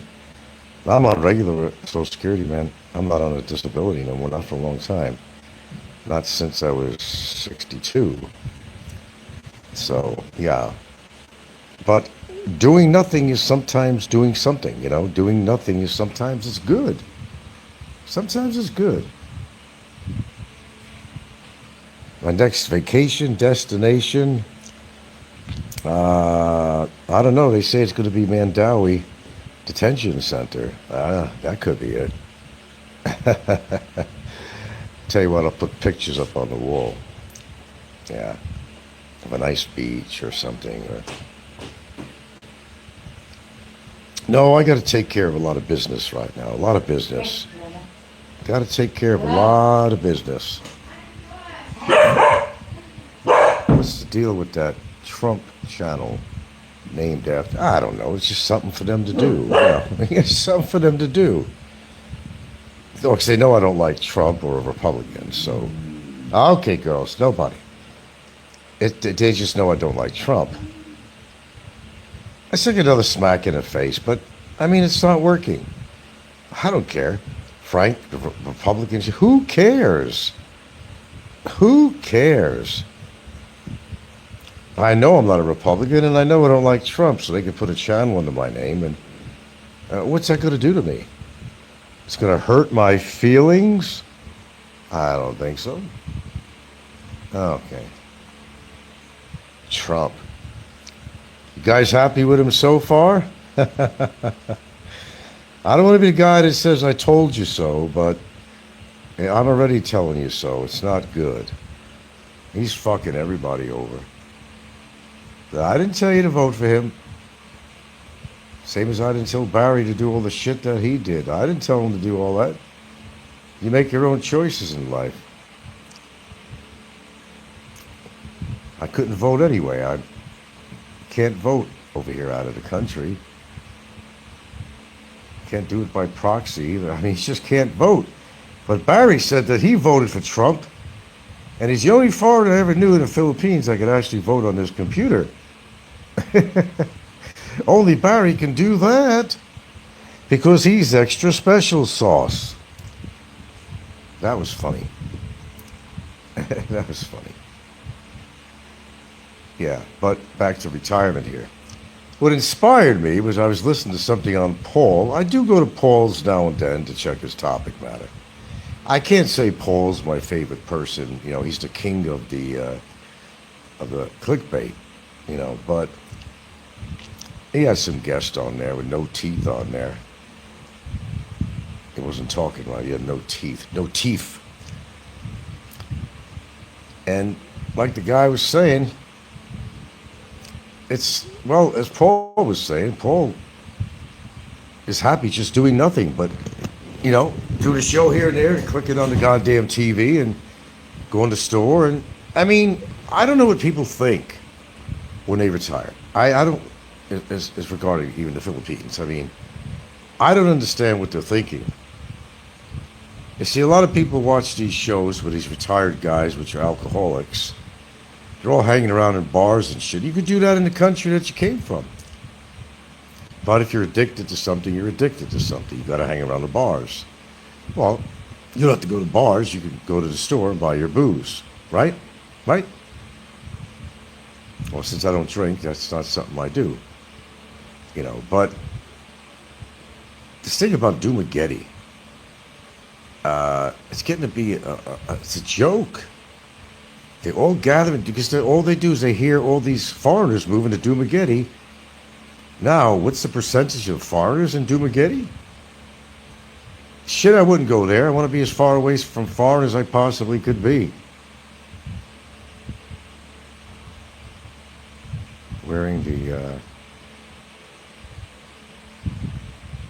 Wearing a tie. Bummer posted a photo of himself wearing a tie on his Facebook. He's got somewhere to go?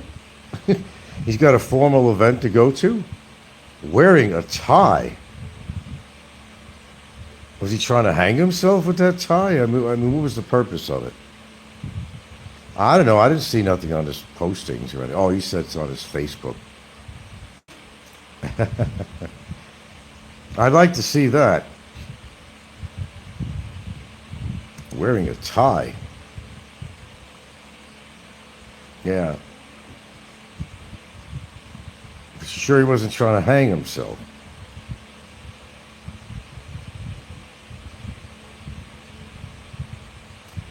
Old photo of him in the States. So what was he trying to prove?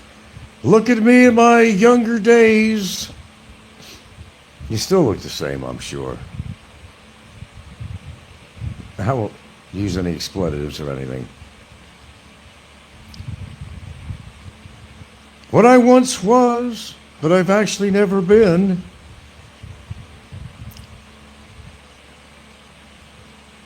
Ben Cunningham. Frisbee needs some brisket. Trying to impress his girl. Well, I don't know how he's going to do that. Unless he unzips his fucking zipper or something. I don't know how he regards what there is to impress a woman with. Everything's sexual with him.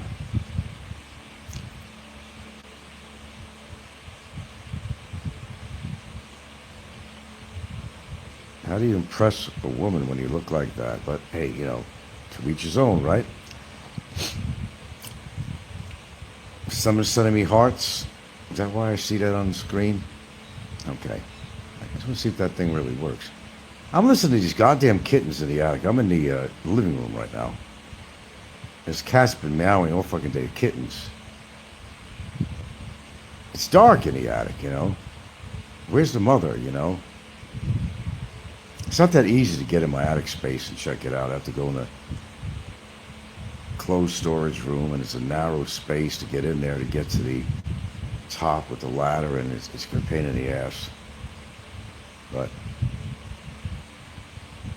I guess they go in the attic. That's where they go to have their babies, and when they're big enough, they let them wander out, and they could jump off the roof from the roof to the tower with the water, which is only a few feet over. There's one cat that was dead that didn't make it. Oh well, don't think I'll ever get rid of the cats. Well, I guess they serve a purpose anyway. Forever, I wanna be forever young. Yeah, they would hear the story about Hollywood, how the movie directors and producers and all these people, how they took advantage of the stars.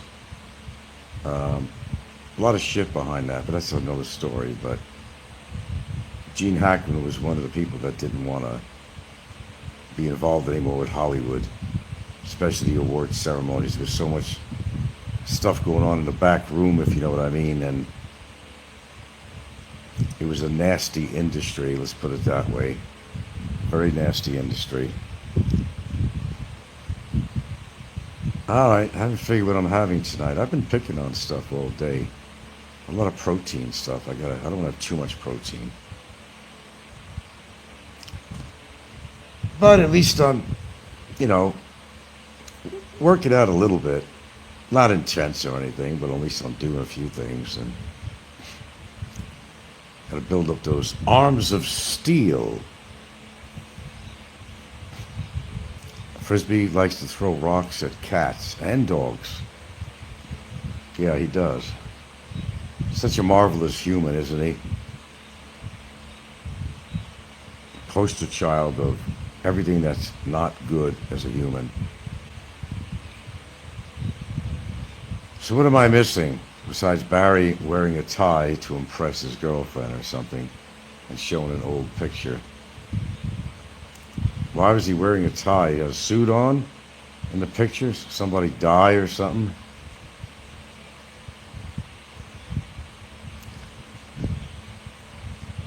I gotta figure out what I want to eat tonight.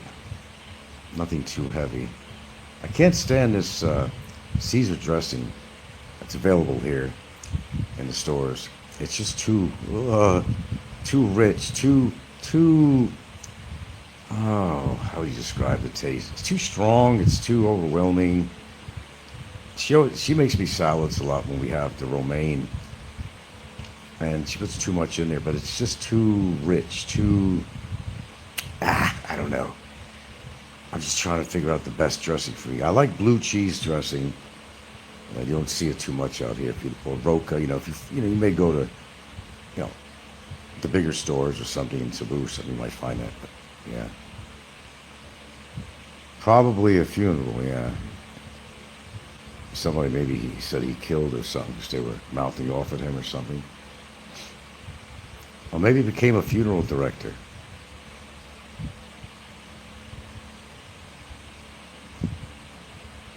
Maybe he got a part in the movie as the boss of the third floor. He's been very quiet, hasn't he? So he's concentrating on his Facebook. The plot thickens. Ricky having a huge laugh about a friend of yours being the one who financed the tenant's case. A friend of mine who financed a tenant's case? Nobody financed a tenant's case. They probably used my rent money. that they never paid me. I haven't seen. Has Ricky done a show? I haven't seen it in a few days or so. Has he done something? I haven't seen it if he did. A friend of mine being the one who financed the tenant's case. I wouldn't know anybody out there in Hawaii that would be somebody who'd be willing to finance the tenant's case. No clue. Just a lot of talk. Just a lot of talk. A friend of mine, man, who would that be? He was live last night eating steak and lobster. That's all a show. It's all just a showing. I want him to eat. I want him to eat a lot and eat good. Do us all a favor. Eat, eat, eat, and eat a lot. That's what he needs to do. Eat a lot. Eat a lot. Continue the cycle. Continue the cycle. That's what I say. In and out. In and out. In and out. These dogs want in. They want out. I thought you left already. 6:30? Oh. 6:30. Yeah. Well, I'm not sure what I'm eating. I'm just checking things out here. Forever, I want to be forever young. Oh, I don't really know, guys.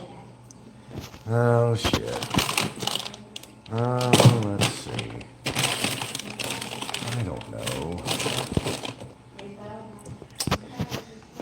Hell if I know.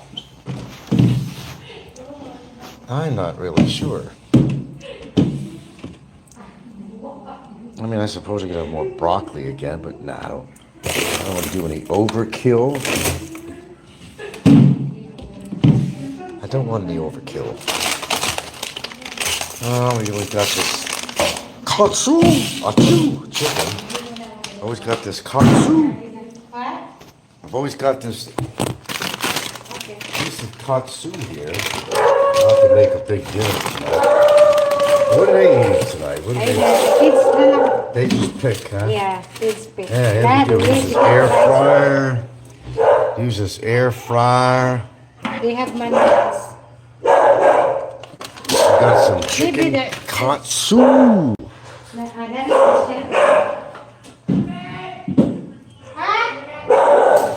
He ate enough for a family of 6.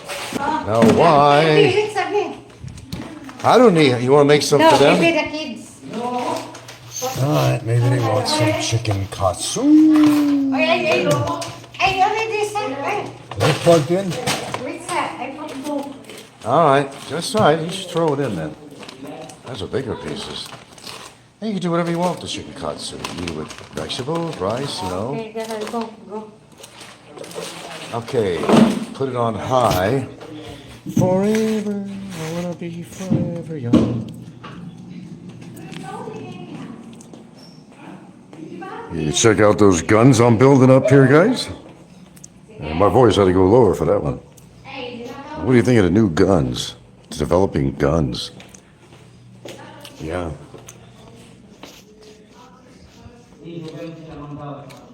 Gonna do some 50 calibers. Hopefully.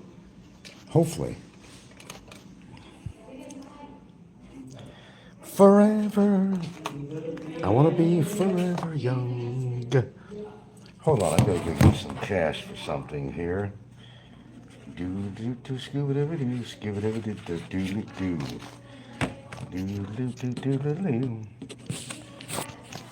Why am I always happy and singing? Because I could. What am I supposed to be, all stressed out or some shit? I mean, really? Hold on a minute.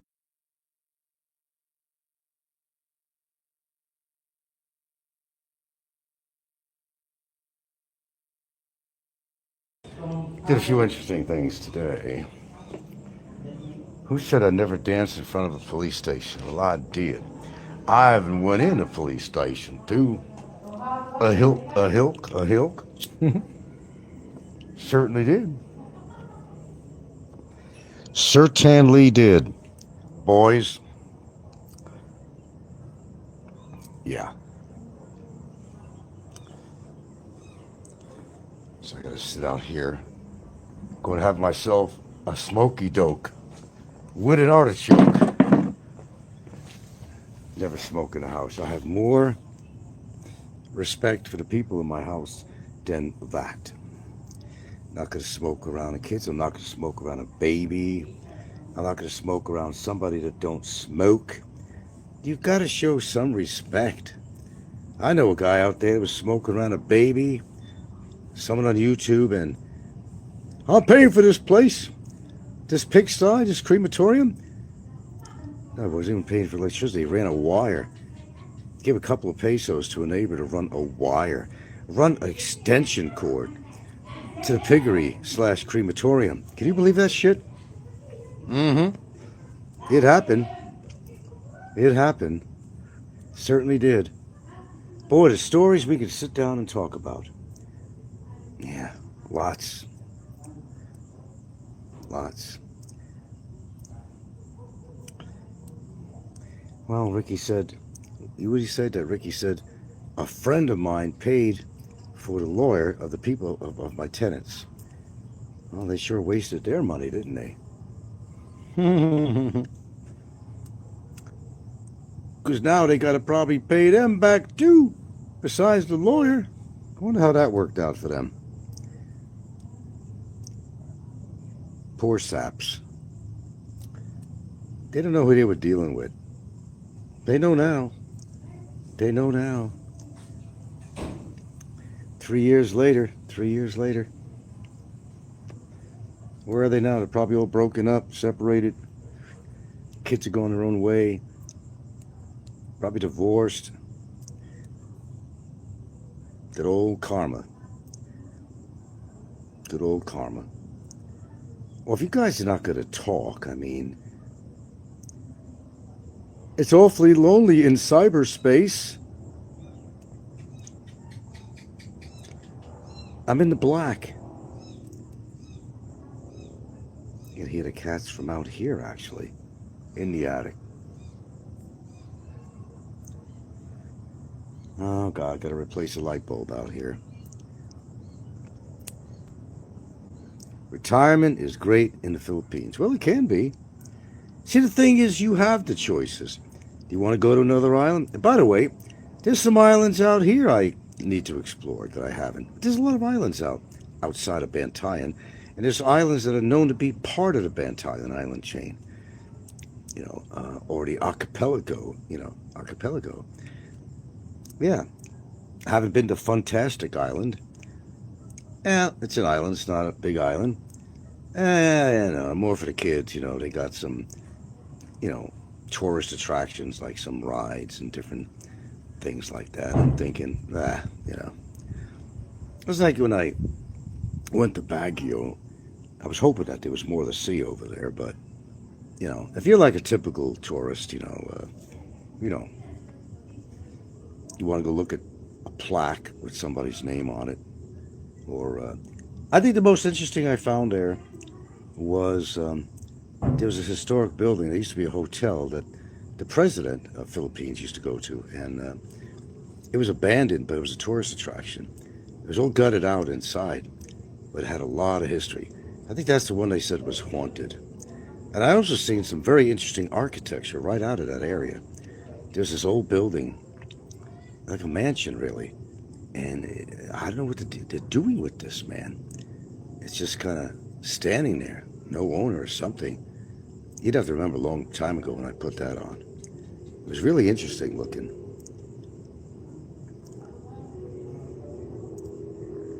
No, I haven't been to Camotes, no. There's a lot of places I haven't been, But I better start doing them. Because I'm going away for a long time, right? Or I'm going to die because I'm 70. Uh-oh, I better prepare for that. Make a bucket list. What do you think? List. Come on, frogs. Where are you? I missed 3 of them last night, but I'll tell you what. Gilda's got some sharp eyes, I'll tell you that. She got some sharp eyes. She got 8 of them last night. 8, I tell you. I said, how do you know they're just not coming back in the yard again through the gates? I said, this could be the same frogs. The same frogs that were thrown over the cement fence, whatever.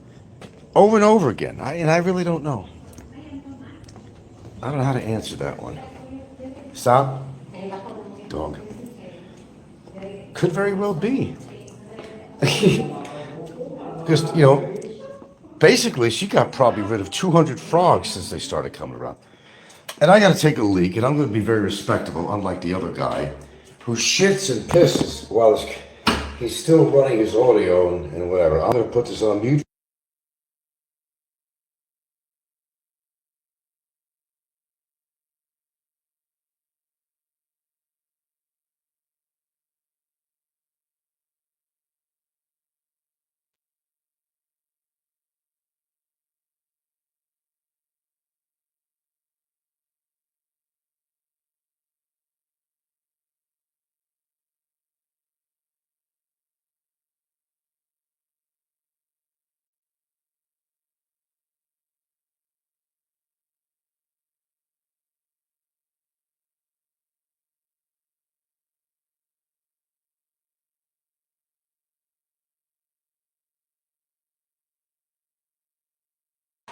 Much better now. I do piss a lot more, but there's really nothing with my prostate. I think it has to do with them fucking around in me, the urethra, having that stent. Well, could be. I don't have all the answers to everything. I just don't have all the answers. I'm not the answer man. Okay. Well, I'm waiting for my chicken achu and kind of figure what I'm going to have with it. Okay, Frank, come on. You can survive without the air conditioner. Come on. We got our lowest bill ever. We have an average bill of about 8,000 pesos a month or more. We got a bill, came in today, a little over 5,000. And I think it's because the pressure tank, for the water, the high pressure tank, we had it down for a while, shut off, because, we got it going again, but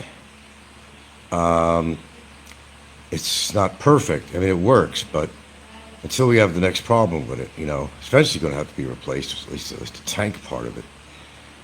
But basically, we're just going with the gravity pressure, gravity feed of the water from the water tank that holds the water. And it's not really powerful, but if I want hot water in the shower, I have to turn the high pump on. Be good now. You gonna go now, babe? Yeah, okay, bye-bye.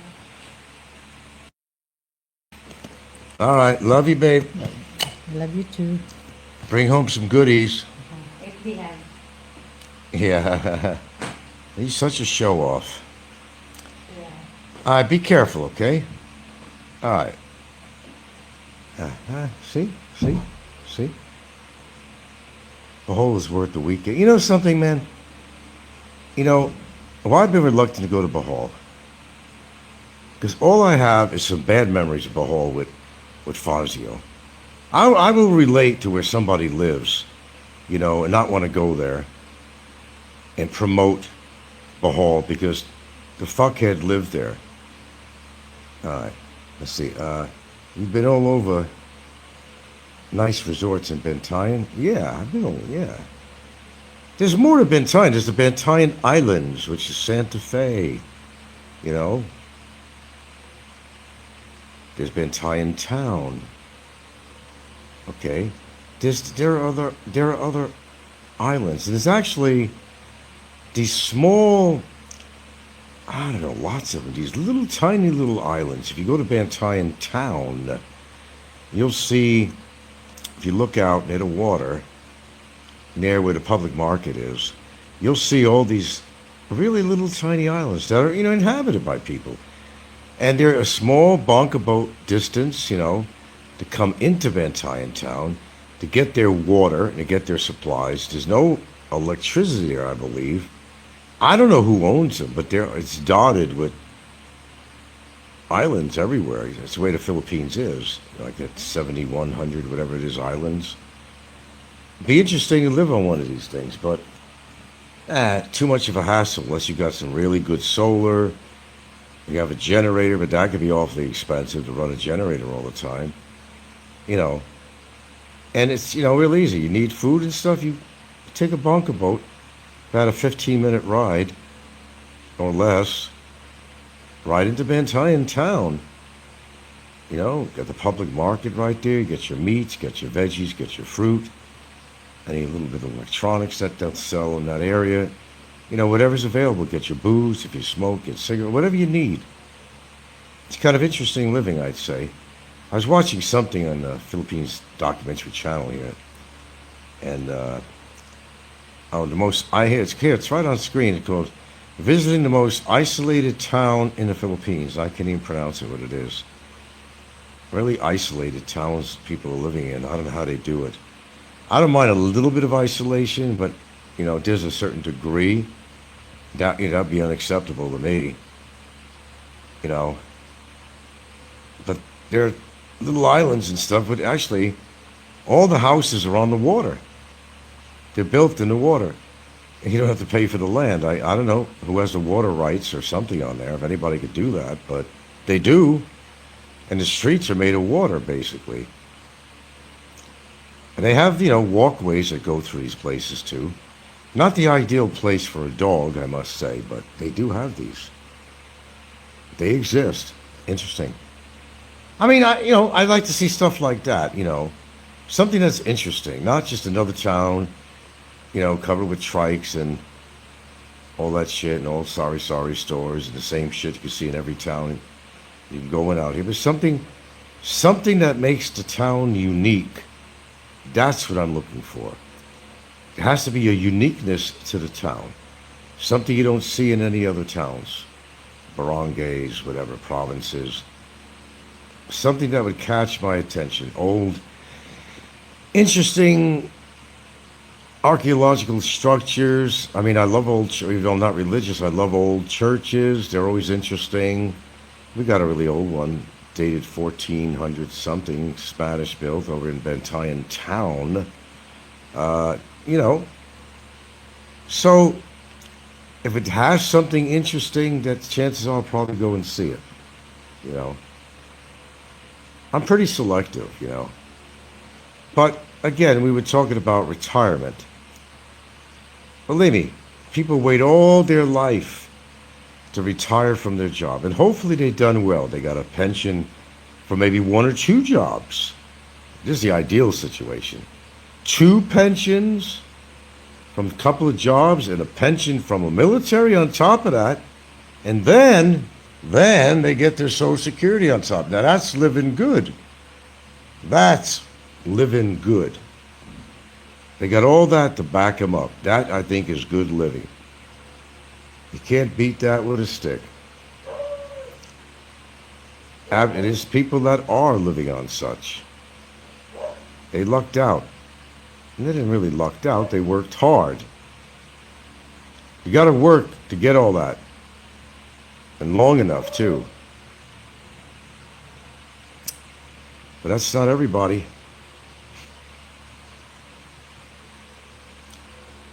Unfortunately, I knew a guy that worked in the office of the warehouse at the Pox department, and Phil Shepard was his name. He was a good guy.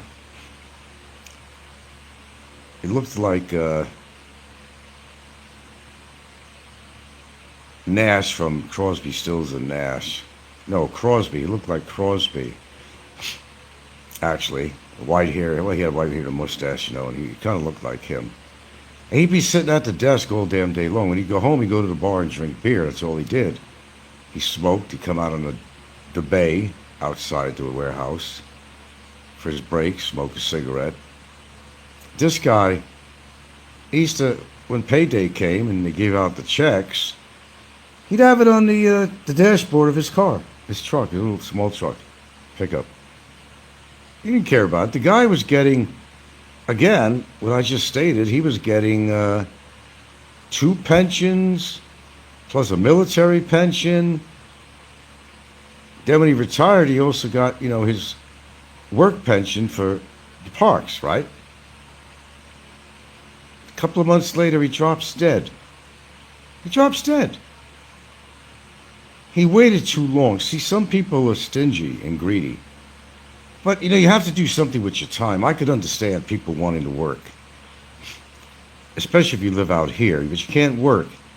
You can work on a computer, teach language or something or whatever, but you can't work even if you wanted to. And a lot of foreigners, they have their wives that run these sorry stores, right? They're not even supposed to be in that store. I don't know if you know the law. Only whether he financed her or not to put the sorry store together, he can't be serving anything in that store. He shouldn't even be in there. The same as some bar owners over here. Okay? Of course it goes under their Filipinos name. But they're over there behind the bar. They're serving. I've seen them, whether it's food or booze. They're not supposed to be doing that. But I'm not saying anything about that. That's not my job, but it's just an observation. So retiring is what you want to make out of it. You want to be more active, you could be more active. You can choose to do whatever you want. That's the beauty of retirement. The only drawback to retirement, you're probably at an older age, and you've got less years to live. That's the drawback. You work all your life for the man, unless you operate your own business, you're smart enough to run your own business. But that's a headache too. It's better you have your own business to get management. Let them take all the stress, but you always wind up getting involved anyway. Can you trust your management? Anybody pilfering money from you behind the scenes? Because you just can't trust anyone.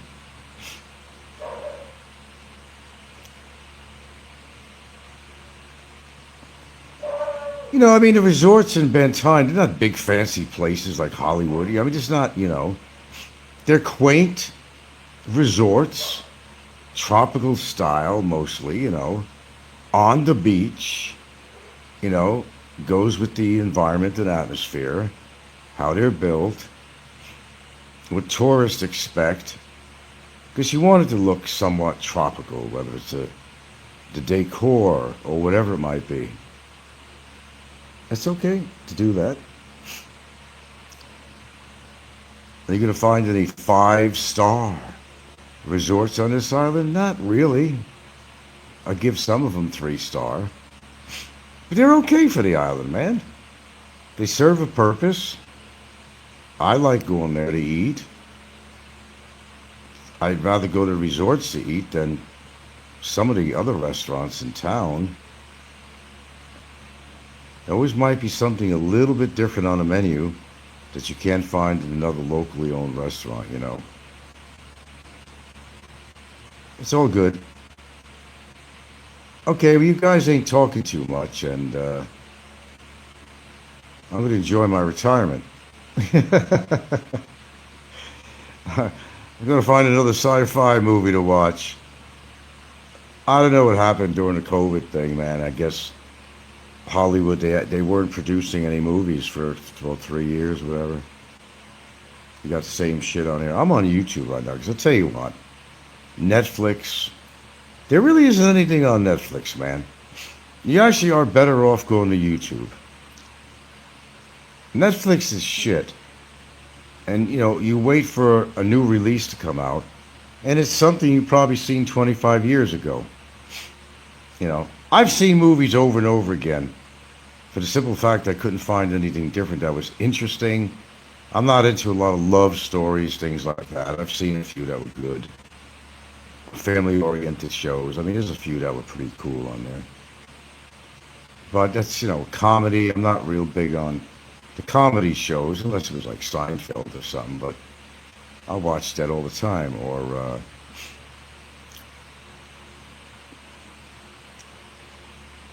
Frasier, shows like that, which I haven't seen on here. or Seinfeld. They must have it somewhere.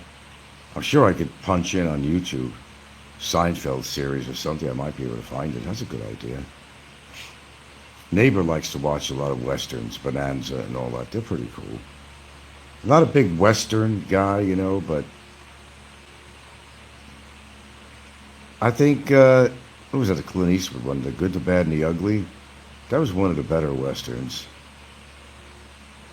God, I look at these people now and I say, man, time is really going by fast. And you see what Clint Eastwood was like, 94, 95, no, 94. See, we got so used to looking at these people in their youth, well, when they were a lot younger, and we always remember them that way. Then you see them modern day, maybe they've been out of the limelight for a while, but then you see them now, and they have all these feeds on there. That's where the song comes, Forever Young, and they use all the tunes on there. You find on the Facebook feed, I guess it is?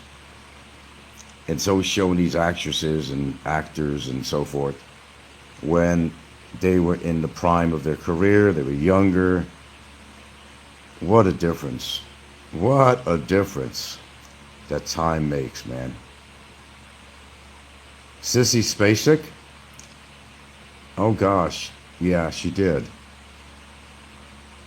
I love Sissy Spacek. There's not anything she ever played in that wasn't good. That was a good actress. Besides, Carrie. Sally Fields, you gotta love her. She's still looking pretty good. Oh my God. Some of the sexiest women that were in the movies, what they're looking like now, you would never recognize them. They were hot. They were the hottest thing that ever came around. But time did not do them really well. It's not their fault. Now, I got to give Pam Anderson some credit. I really never thought she was beautiful. Always too chunky or something, but the modern day Pam Anderson, I like her better because she don't wear makeup.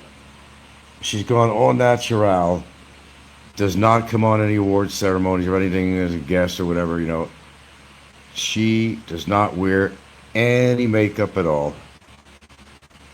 And I like that. Be natural. Be yourself. A little hair coloring is okay, but she didn't go into any facial surgeries, to my understanding. She don't wear makeup, because that's what you really look like. I never thought, and I was never behind the reason rhyme why these women put makeup on their face. And they make themselves look like a porcelain doll. I mean, put the operations on the side, the Queen of England used to, the old Queen of England used to wear so much makeup, it was so thick that you wouldn't believe it. You think she was embalmed or something, and they put the makeup on, And the old makeup they used to wear had toxins in it, man. It had lead, they get lead poisoning, it had arsenic, some of it. They were dying left and right. Yeah, they were dying from that. Your skin absorbs everything, man. Yeah, Sissy, yeah. Sissy Spacek. I would have dated a girl like her, yes I would. I like her style. Like Donna, who played on the 70s show. Oh yeah. Back in the day, I would definitely date Donna if I had the chance, or someone like Donna, her style. Loved it. I love the 70s, man. Great time. Great time. Let me see if my katsu is done and done. Yeah. What are you barking at? Come on. Okay. The question is, what am I going to have it with? Oh, let me check on it. Let me turn them around. I always make sure, even though this thing is probably, pre-cooked, I'm always very careful with any kind of animal meat. Because you gotta be, really. A lot of this stuff is pre-cooked, but, all right, it's brown on one side, it's not on the other. So we're gonna turn this puppy around. do it the right way because I don't want to get sick. That's just who I am. I'd rather be careful than not. And that's the way to do it. Throw this back in, give it more time. You don't want to overcook it. And I don't know what I'm going to have with it.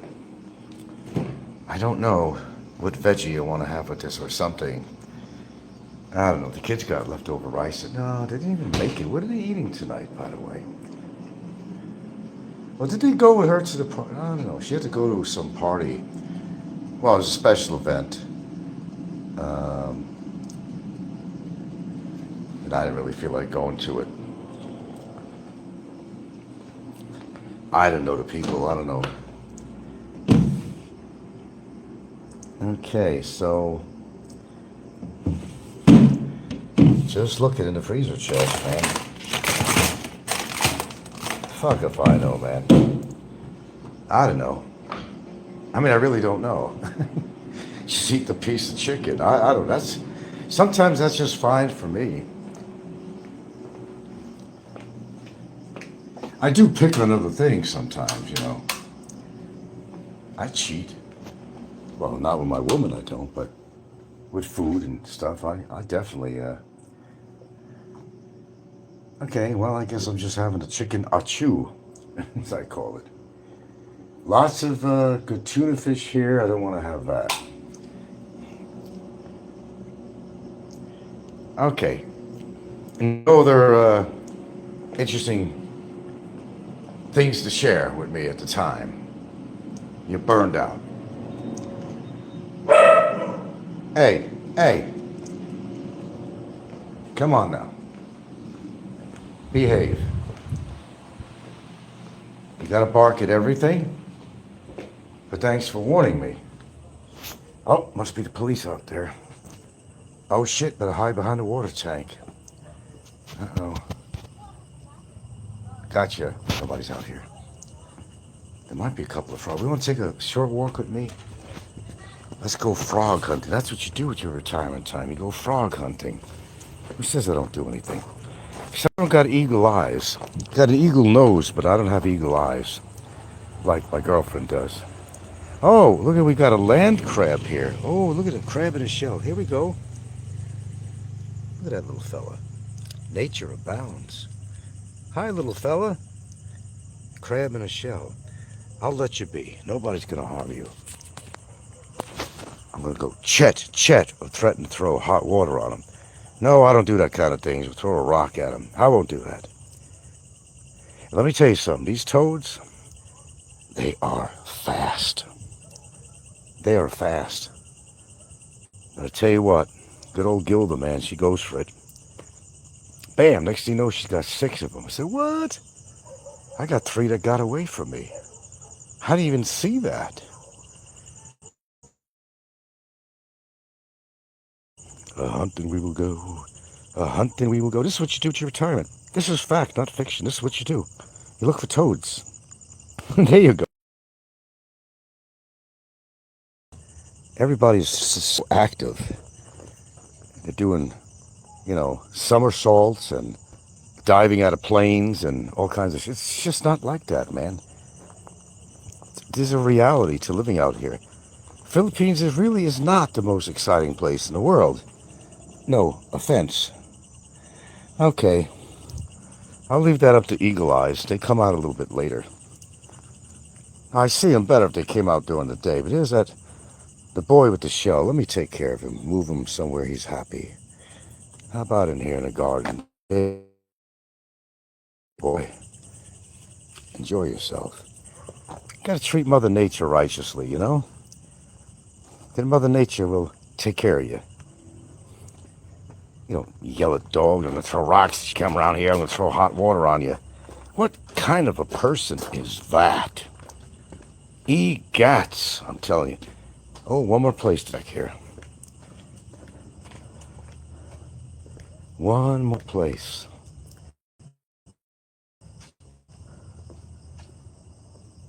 Be very, very quiet. I said.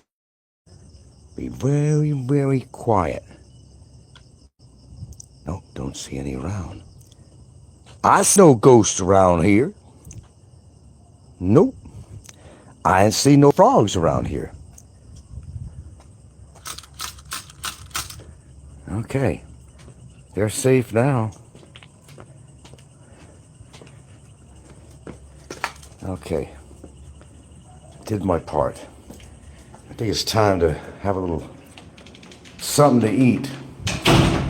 Though it's not a full meal tonight. Told you I pick on shit sometimes. If you don't feel like cooking, just all right. I'll piece it together, man. Don't worry about it. I'll piece something. Okay. Let's take a lick at this shit.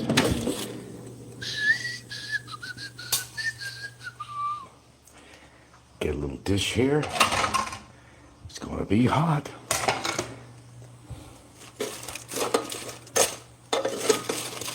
Let's talk about you and me. We see. Talk about all the good times, you and me. Let's talk about you, girl. Let's talk about you, girl. Okay, let me open this puppy up. I don't think they are actually pre-cooked, but let's see. I gotta look at the inside. Make sure I don't see any paint or anything that's gonna be Dana. I think I'm good. That's all. No elaborate meal tonight. I'm having a piece of katsu chicken. Is that okay with everybody? Don't have any objection to that? Okay. Go back into my air. Well, I actually I turn it off. Girls, you want to come in or you want to stay out there? What do you want to do? I'm like your doorman. Jeez. No, you ate already, Sal. You're not getting any of this. This is my meal. It's my meal. Okay. Okay, I guess you guys are kind of talked out, so it's time to go. And I'm retired, man. I'm gonna watch myself a movie. A groovy movie. Is that okay? Is that okay? You'll let me know.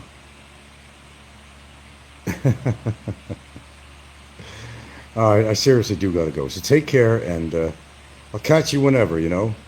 If I'm alive tomorrow, if I'm not deported or thrown in the Huskow, I mean, whatever. You know? God willing, I'll talk to you again. God willing.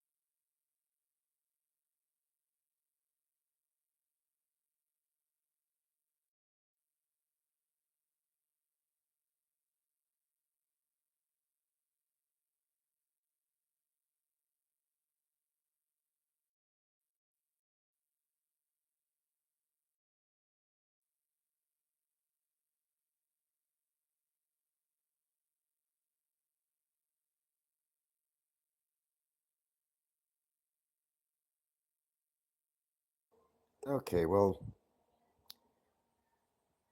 kind of entitled this Finding Fault with Each Other. Well, if I had to put out there and spend that kind of time and actually list the faults, shall I say, plural, of Jesus Christ, where's all my water here? What are the YouTubers? That would take, God, I don't know, a month to actually compile this. Looks like I got to go drag out a whole bottle of water here because the kids, which is one of their responsibilities, is to replace the water bottles here. Okay. Why don't you hold a second while I go drag a 50-pound bottle over here. Dispenser.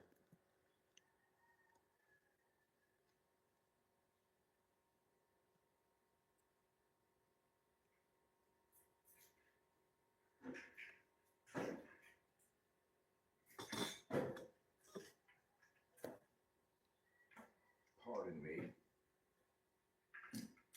I always seem to be preoccupied with something when I do my shows, but that's kind of what happens sometimes.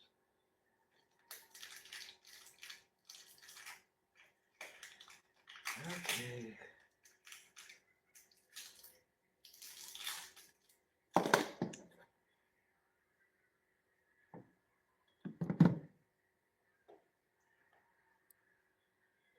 Let's do it. Yeah. There we go.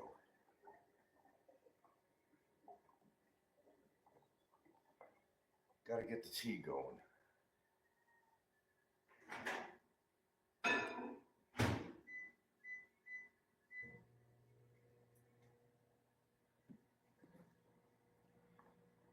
Okay, I mean, truthfully, if we really to go find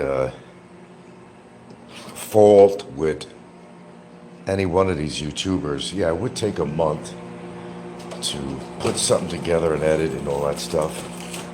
If you're into editing, which I'm not, but there's simple ways of doing it from my clips and so forth. The fact is, there's nobody on here, inclusive of myself, and I always include myself. You ever notice that? I've been at fault many times on here, but everybody has. But the difference is the degree of, shall I call it, fault. If I would have done, and by the way, good morning, Popeye, it's good evening to you, I guess.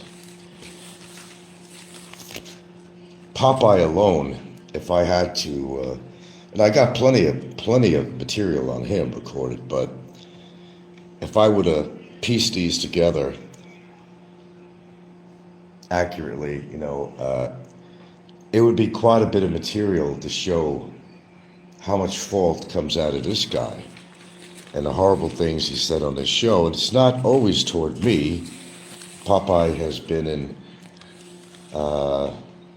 caught in many situations where he's attacked other people. Boy, we know that for sure, don't we? I never claimed to be a perfect person because there's no such animal as a perfect person, but if you really want to try to find fault with somebody, you could look to somebody like this guy. Pretty intense. I'm not going to go into all this personality disorders and all this shit that this guy has as one example of many of the YouTubers, but yeah, he's not beyond reproach. This is a guy that, let's just say he has some serious problems. The very fact I'm more likely being simulcast already on here. He can't wait for that. I think I make his late afternoon, early evening. Well, we'll be there 6 o'clock or something there. I make his early evening. But, at least I give the guy something to look forward to, and he doesn't see that as a positive thing. I think he's looking at things the wrong way. He's got to look things in a positive way. I give him something to do. I mean, there is so much fault on here. I did a short. I don't think that you're going to be able to hit on that clip the way I did it. The little short I did just prior to this was basically a clip that even Popeye himself put on because it came from Popeye's show, actually. And it was a clip, a very short clip, of Jay Stillman having a nervous breakdown, which he did. So I don't know if you could just kind of recopy that link and you might be able to get, where's my other stuff I gotta put in the tea here. Boy, this habit every morning. Could be worse. And you'll see on that clip where when Jay was residing with, with Barry, and that's during a period of time when he was being viciously attacked by Popeye and Aloe and other sorts at that time, if you guys can remember that. And these were the really prime times, when like Jay was living with Barry and whatever. They forget about these moments though. They like to toss things out, but they usually can't take it, Jay took down his show. Why's that? Barry's been awfully quiet. I wonder why. Wonder why. Oh, I might have an idea, but makes you wonder why.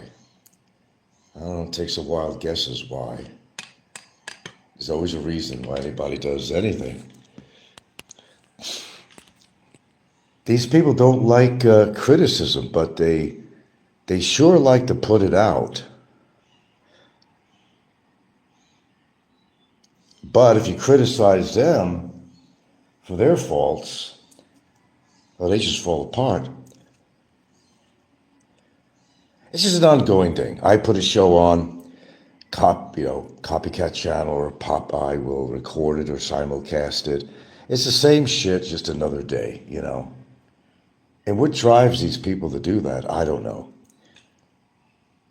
I can't go into their psyche and, I'm not their psychologist or counselor, But they are at much fault as anybody else is on here. And they have to take that responsibility of such. So before they start attacking everybody else, they got to take a good look at themselves and historically what they have done on YouTube, such as Popeye. He's always a prime example.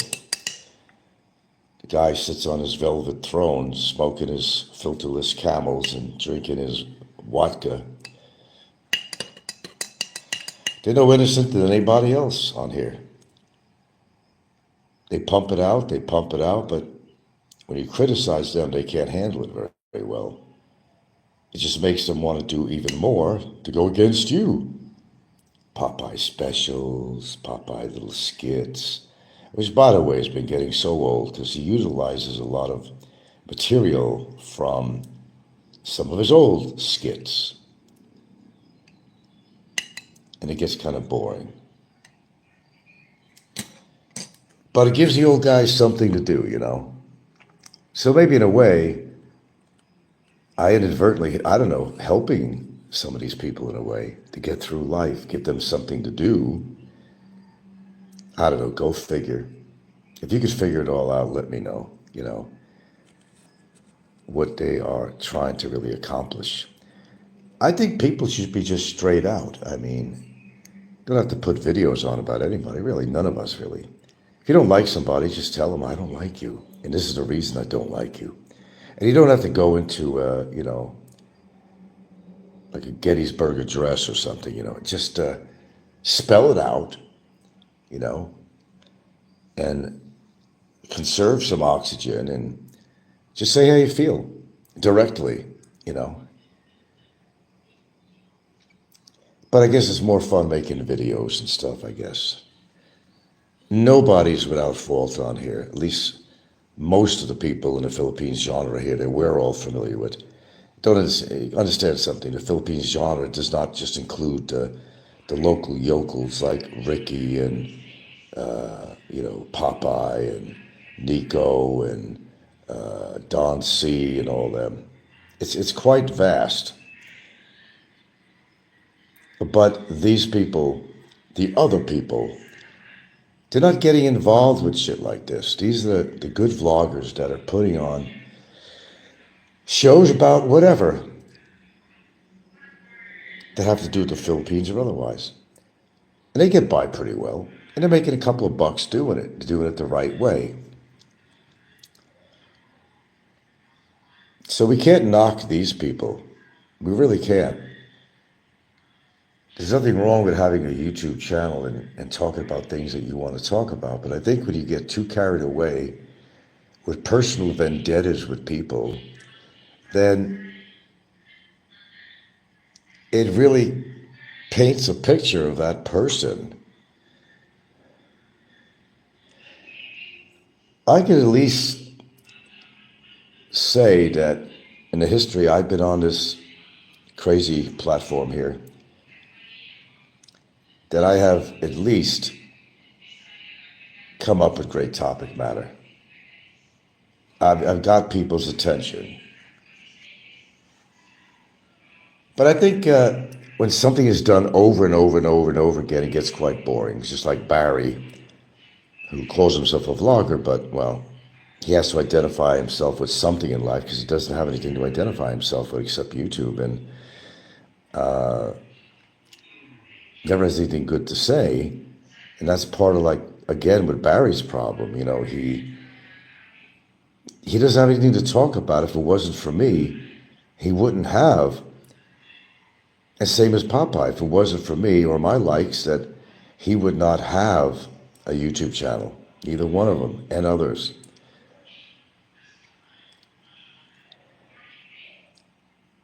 People like Don C., who tries to kind of represent himself as being this somewhat intellectual individual with a so-called good sense of humor, but Don C. is very vicious.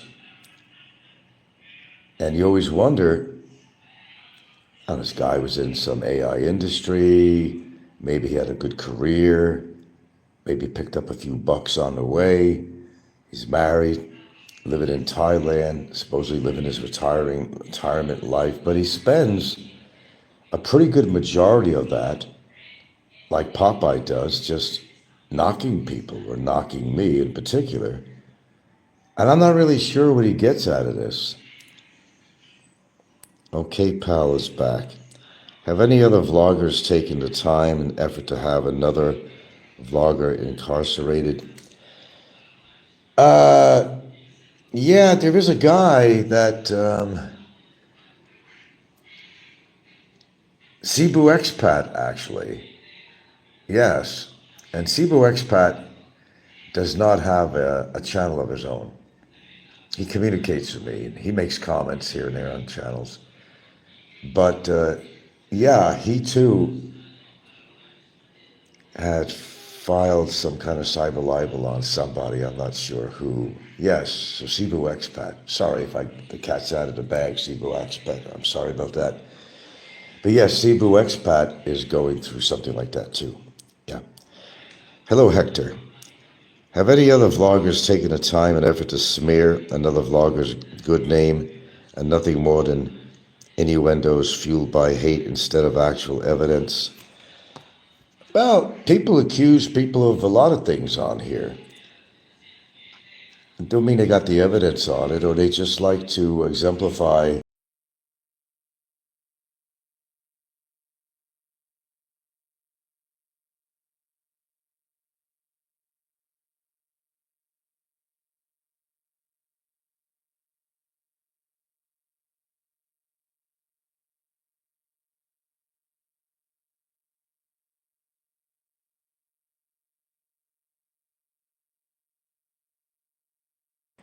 Okay. I'm just trying to see what's going on, if I got a better signal. I'm not sure what happened with my live. That's why I decided to get off that live and redo it again, just to see if there was any signal problems or whatever was going on.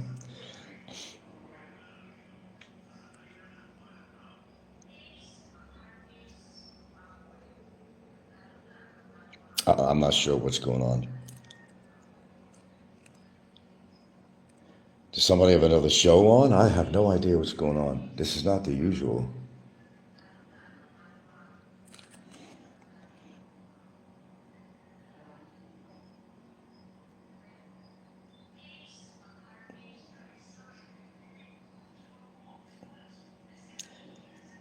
Okay, I'm not sure exactly what's going on, but I'll have to end the show here. Sorry, Popeye, but I'm not giving you much to simulcast here. I don't know where everybody is. I don't know. Very unusual this morning. I don't know if I'm having a signal problem or whatever. It doesn't indicate.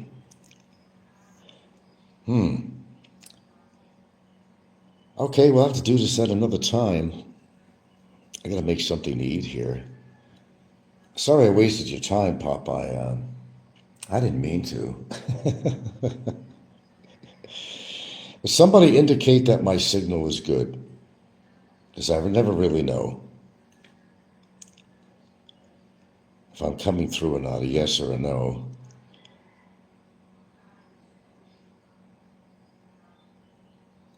Okay, I'll have to assume that it isn't, or somebody's doing a live show at the time or something. This is very unusual for this time of the morning. I'll usually have at least 16, 17, 18 people around or somewhere. At least 13, I know that. The magic number on here. Anyway, the show is trying to do is people finding fault with each other, which they do all the time on here. Okay, well, okay, build to the nation will come, I guess. We'll wait a few more minutes and see who shows up here. Otherwise, we'll just do a show another time.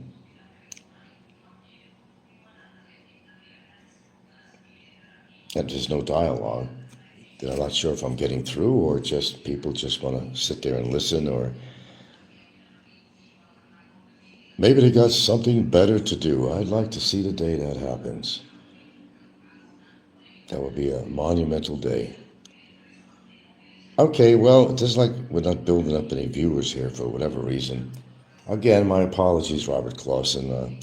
I wanted to provide you with a quality show that you could make your comments on, but that doesn't look like that's going to happen here.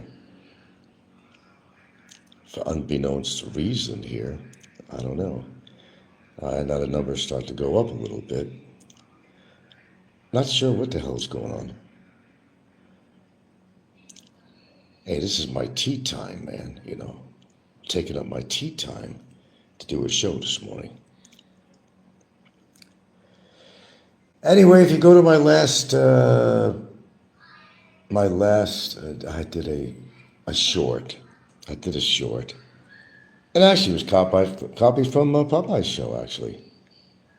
It's a very short thing where Jay Stillman is basically having a nervous breakdown. And the point I even bring that up, it's these very people, there we go, it's these very people that talk so much shit about me, but yet present them with some of the things they've done, then they clam up. Okay, yeah, I don't know what's been going on with my broadcast, Anthony, this morning. Usually a certain number of people showed up and they weren't. And all of a sudden the numbers went down, started to build up. Yeah, it has to be in blue. If the link was going to work, it'd have to be in blue, and you hit on it, it'll bring you right to, excuse me, but it's white letters, and somehow you'd have to copy that and then go to Google or something, or Facebook or YouTube and punch that in. Yeah. Just have copied it on my other phone or something. Yeah. I know whether if when I put that out, if it's not in blue lettering, it's not going to link up. Yeah, it does. Well, it just happened to be a video that Popeye did, of course. It's just a little short when Jay was living with Barry, and Jay, I think under that period of time, he was being attacked viciously. And by the way, the funny thing about this, or the interesting point on this, is that I actually defended Jay about this when he was being terribly attacked about his father's death and all that stuff. And Jay don't seem to remember that. He don't seem to remember that. When nobody stuck up for him, I did. His father had died. He's being attacked by Aloe and Popeye and everybody as usual. And I stood up for Jay. I stood up for him. I didn't have to, but you remember that? Anyway, the clip was Jay basically having a mental breakdown. Nervous breakdown. And what was the point of that, of even mentioning it or showing it? It's just that, Jay's been under the attack of me. Of course, he took his channel, put it on hide again, for whatever reason. Jay's the kind of guy that he's very sensitive. Anything you see, he's very sensitive. This is a guy that'll have a seizure, which he did before. He'll have a mental breakdown or something. He did. He did. You've seen it. When he was living with Barry, Popeye has a clip, because that was on Popeye's recent, whatever shows. A clip of that anyway. It was an old show or something. I don't know, Christmas special. I don't know what the hell it was. But I've seen it. And the point is that these people are so quick to point out fault with me when, voila, you know, they're just chock full of bad points and fault and this and that and this and that. It's easy to, I guess, talk about somebody, but most of these people can't back up what they say. I don't know what I'm having. I'm tired of having. Well, I'll have it. What the fuck? Sometimes I get tired of oatmeal, but I don't feel like. I just don't feel like cooking up anything big this morning. I just don't. I mean, I flavor up the oatmeal pretty well. Actually, this is not bad. This is actually whole grain rolled oats.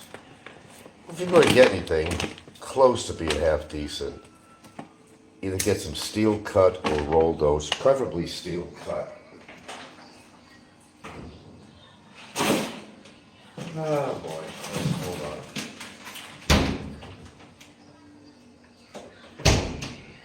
Yeah, my routine. Breakfast today was a boiled egg and blackberries. Oh, there you go.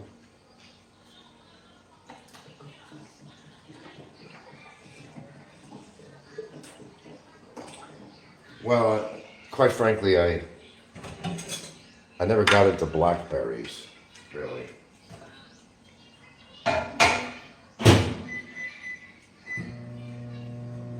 Blueberries and, you know, and strawberries.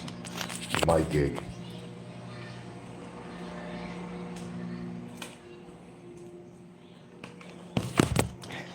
Okay, I'll wait for that. Piece of dry toast, huh?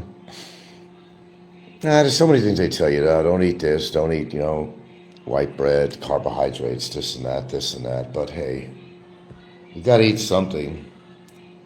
Or you can go do some fasting, which actually helps too. Yeah, I started the show earlier, and some people showed up and then they were gone. I said, what's going on with that? I thought I was having a signal problem or something, or the timing was just really bad. But I was basically going to do a show basically about how people try to find so much fault with everybody else when they're just overflowing with their own fault and they don't want to admit to it. You notice Barry's been pretty quiet, hasn't he? I wonder why. And I have a good idea, actually.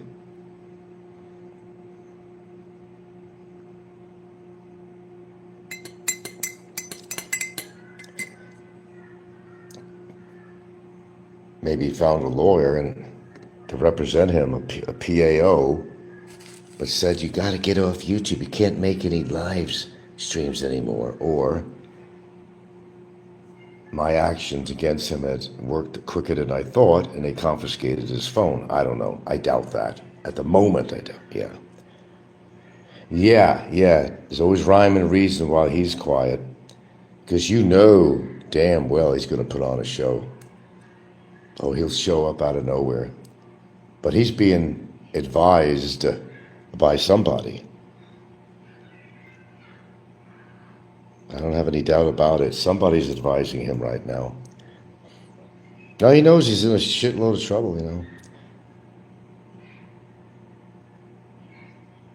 I don't know if he did or not.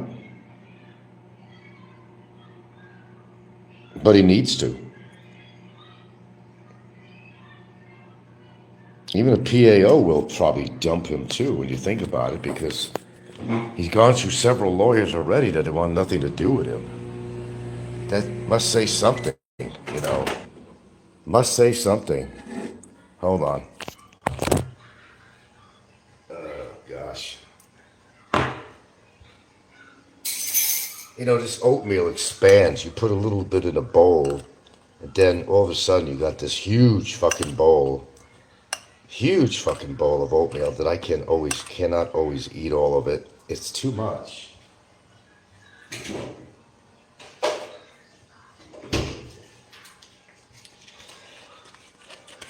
What I do is just to make it, I put a little butter into this thing, a tinge of salt, because I don't really add salt to any foods.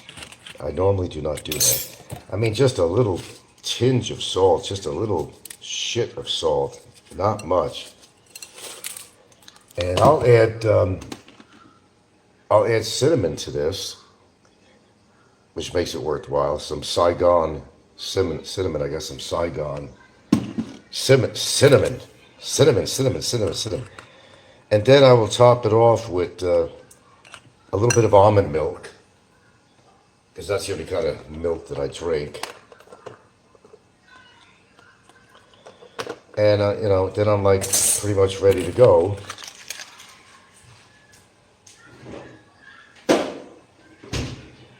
Okay, let me transport this. Ouch, ouch, ouch, ouch, ouch, ouch, ouch, ouch, ouch, ouch. God damn. Whew, man, that bowl almost went out of my hand. It was so hot to carry. Just made it to the table by milliseconds. Whew. Oh, okay, I know what I'm missing.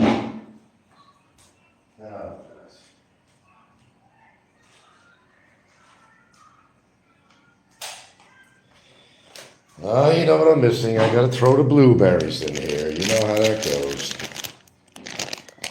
Yeah, hello, Popeye. What happened with Jay? Nothing I know of. No, I had a link on there on a short, but that link didn't come through. No, it was a link that Popeye, of course, originally had put on. But back in the day when, Jay was having a mental breakdown. He's being attacked, his father's death. It was a horrible thing, and I actually supported Jay.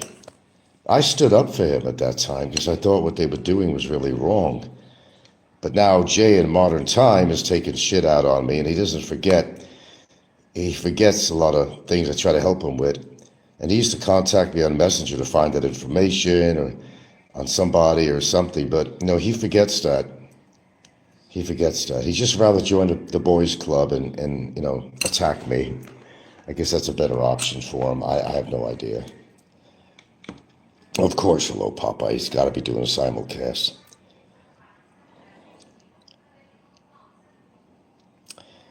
AJ Anthony says, Barry will be Barry. He drives away the very people who try to help him, and that was his big mistake, among many. Yeah, Jay's pretty sensitive. Especially, if he's drinking and stuff, Your emotions kind of fly off the handle when you're drinking,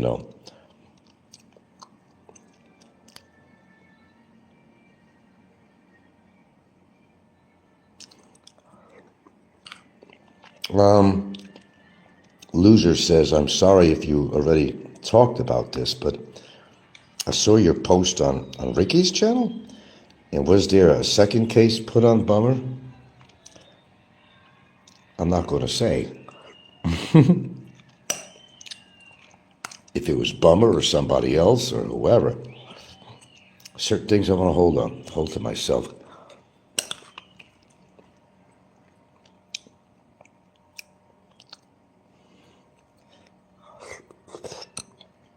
Some people,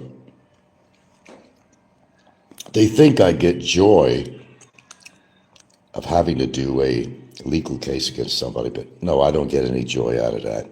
Only depending results, maybe, but no. It's really not my forte. It's really not my thing to want to have to go to court and all this other crap. I'm not into it. It's not my thing unless something I have to really do, but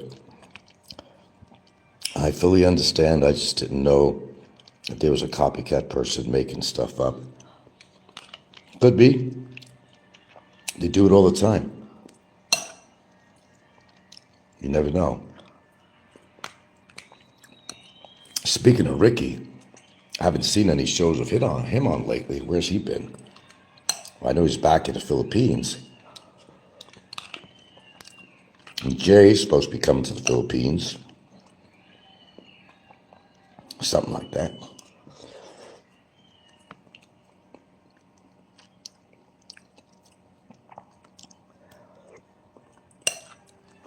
But just to make you understand something, no, it's not.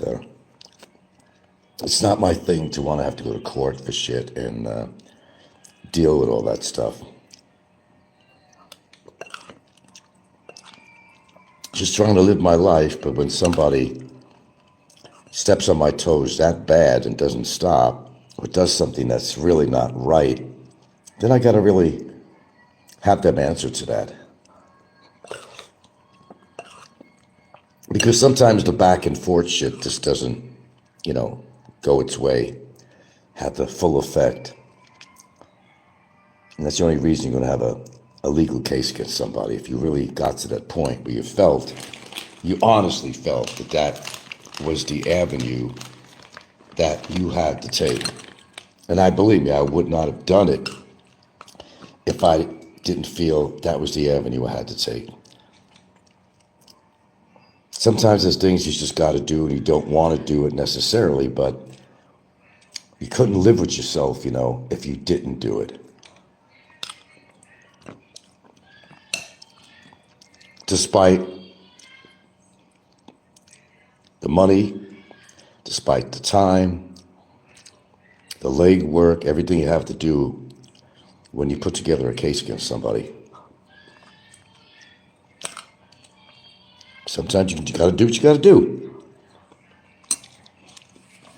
No one said you have to like it, but you got to live with yourself. You got certain values. We're all very self-protective of ourselves and people we love. And sometimes it has to come down to that.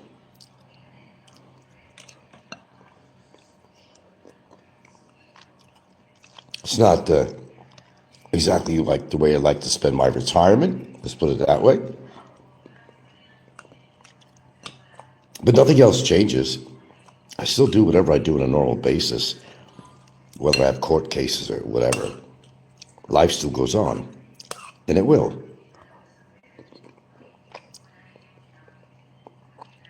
I'm getting kind of sick of oatmeal. Yeah. Enough. That stuff is so heavy on your stomach, it really is.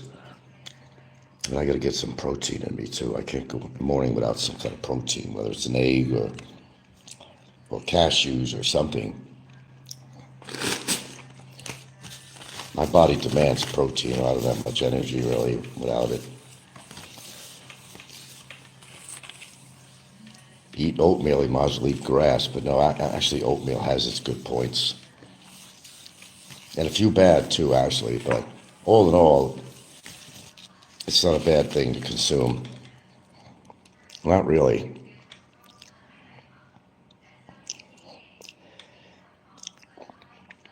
Yeah, well, Barry's been really quiet.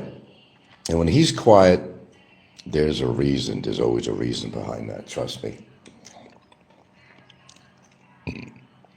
But it doesn't mean I haven't seen any comments in other people's shows or something, but he will make a comment. He's out there. Now, the ideal situation is if they do confiscate his phone and all that. And that's what we're working on right now. So I haven't heard anything from my attorney on this yet, but I know he's been putting this little package together, on this situation of his misuse of his phone and everything, and inciting violence and all this other crap. We'll see where that goes. Can't say I'm not making an effort. You gotta give me some points for that. I do the best I can do, and I just wait for the results. That's all you can do. It's all going to catch up with him in any way, no matter what. How long could you go on doing the same thing over and over again as far as he does and not getting the results that he wants? I mean, I don't know. Is he that far gone mentally? I don't know. I can't answer that question. I mean, you make your own assessment of that situation. Anthony says the reason Barry is quiet is that he's searching for a second brain cell to keep company of the one that's remaining brain cell. Well, I understand he's been very active on his Facebook channel, is what I heard. Yeah. And someone said that he was wearing, he put a picture on there of him wearing a tie. Maybe he had a suit on, a photo from years ago, I don't know, trying to look representable or something. Yeah, tie, yeah. Yeah. You can't put class in somebody that's classless, you know what I mean? You could put lipstick on a pig, but guess what? It's still going to be a pig. Do you know what I'm saying? I've always liked that expression. I'm getting hearts here.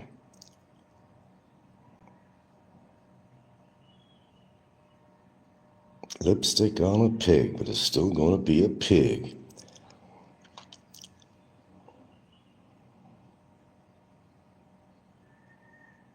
I used to get a kick out of it when I was growing up. And it would be the African-American crowd in my town. They'd be driving the Eldorados and all this shit. I don't know where they got the money, but drug money and shit in my town, I guess. They'd wear the gold chains. Guess where they were going? You walk down the block past the Department of Social and Health Services. And I kid you not when I tell you this. This is not a lie. They were going in there to apply or collect or whatever, welfare. And they had the gagnoles with big, thick gold chains on their neck and rings on their finger would go into the welfare office. I'm not shitting you. They'd be driving like an Eldorado or something, all pimped out and shit. Isn't that something? I've seen that. I've witnessed that. Then they would turn down some people. But the guys that were all pimped up with gold jewelry, they always had a relative working there or something. Hey, Evangelisa, how you doing today?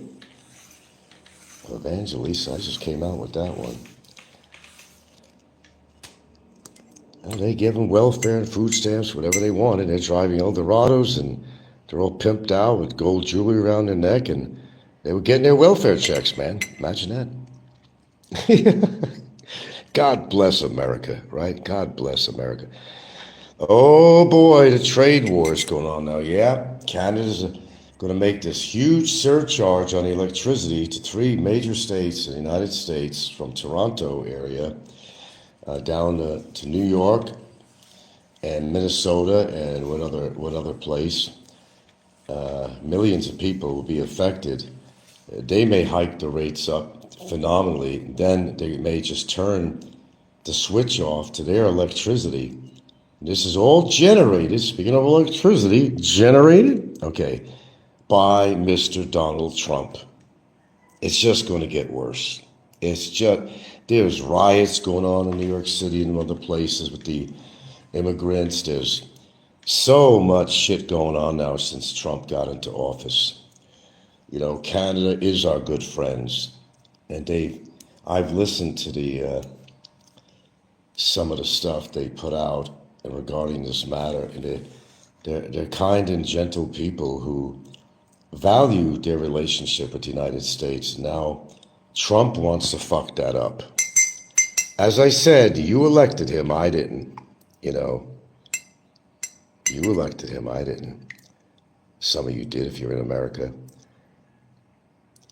Trump was going to be the answer to everything, but he's the devil in disguise. He's a dictator. When have you not figured that out, that he's a goddamn dictator, man? He's a power-hungry guy. He's part of the new world order that's been going on. You don't want to live with a new world order, what they have in mind. Oh, you don't. I understand why people are moving out of the United States. I really do. I wouldn't move back there unless I had to, but I'm telling you, man, that would not be the place to live. I don't blame people. You know, America is at unrest. Big time. Big time.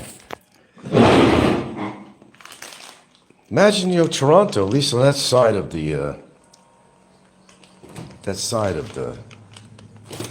coast over there. If Canada shuts the electricity, there's going to be millions of people affected by that on the eastern seaboard. And okay, of course, New York being one of them, that would be catastrophic. They are supplying a lot of the energy, or most of the energy, to that region. And Canada has every right, and they're very apologetic about it too.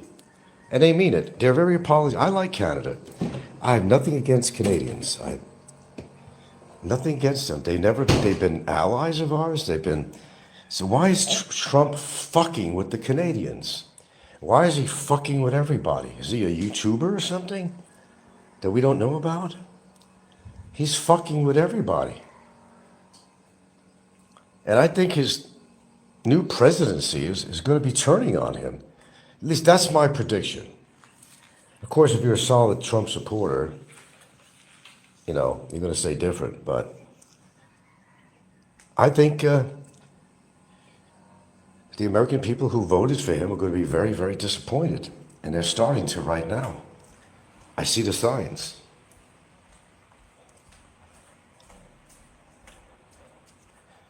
Hello again.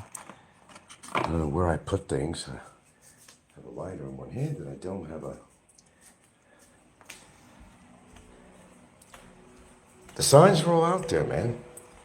The nation is at unrest in every possible way. They're at unrest. People can't survive as it is on their Social Security checks and so forth, or pensions, and Trump is just making it hard. Yeah, he says to suffer for a couple of years, but we're going to get everything on track, he said. We'll get everything on track, and you're all going to appreciate it. Well, that remains to be seen. I believe that as much as I believe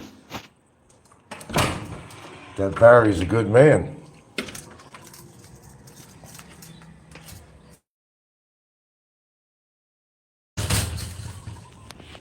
But I'm not living there. Canada imposes a 250% tariff on U.S. dairy products. Yeah, I think they did do that, didn't they? 250%. Like I said, I like Canada. I mean, I'm not well explored in Canada. I've been to Vancouver and I've been to Victoria, you know, and but I've never heard of problems with Canadian people, and I never heard of any Canadians really knocking Americans either. The Canucks or something, when it comes to, of course, sports. Of course, they're going to say, yeah, our hockey team is great. We're going to annihilate U.S. But just has to do with sports and competition. That's pretty normal. But this is some serious shit. I don't think a lot of you people are taking this that serious or understand the gravity of what's going on. European nations are siding with, they're starting to side with, certainly not Russia, but they're taking sides now, and also the war situation, but they're taking sides now with, with Canada too, and sanctions on trade with America. It's all going to blow up in Trump's face. Then what is he going to say? In 78, they did that?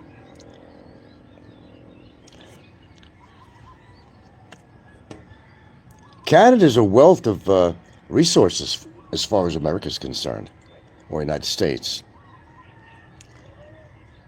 Oil, electricity, lumber, it just goes on and on.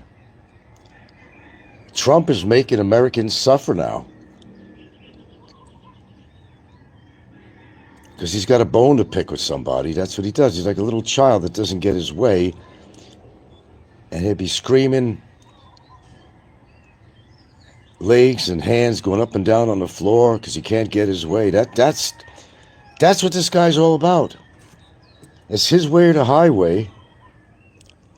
Hector says, X, formerly Twitter, is experiencing DDoS attacks with users experiencing login problems. And then there you got, one of the richest men in the world, Trump's new best buddy, Elon. Elon is dangerous to the world. He's going to push the AI stuff. And I think that's a danger. He's going to push a lot of things. They got him in a cabinet now. Elon Musk, because he happens to be rich. And he happens to agree with Trump, so now he's like part of the cabinet. Who would have thought? Personally, I get tired of looking at Trump's face. He's actually autistic or something. I forgot what it's called. He has a problem with I forgot what they call it. It's kind of like an autistic thing, but on a different level. Money hangs around with money. Okay? People with money, they support each other because they want to keep their riches.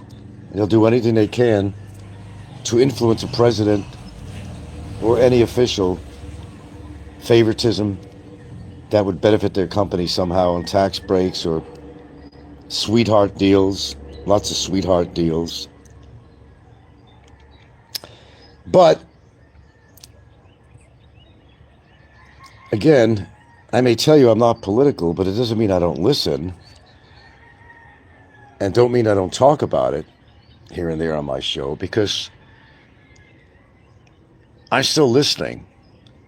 And I am predicting, I'm no prophet, but sometimes you think I am. I'm predicting a major disaster. And Americans are going to be moving out even more so. You think they've been moving out in droves, Bell. They just cannot afford to live in America no more. With the trade wars and all this shit going on, it's affecting people's jobs, both in Canada and the United States. They're grown men, but they act like fucking immature little fucking 5-year-olds, man. Think about it. Got some serious shit going on with this, but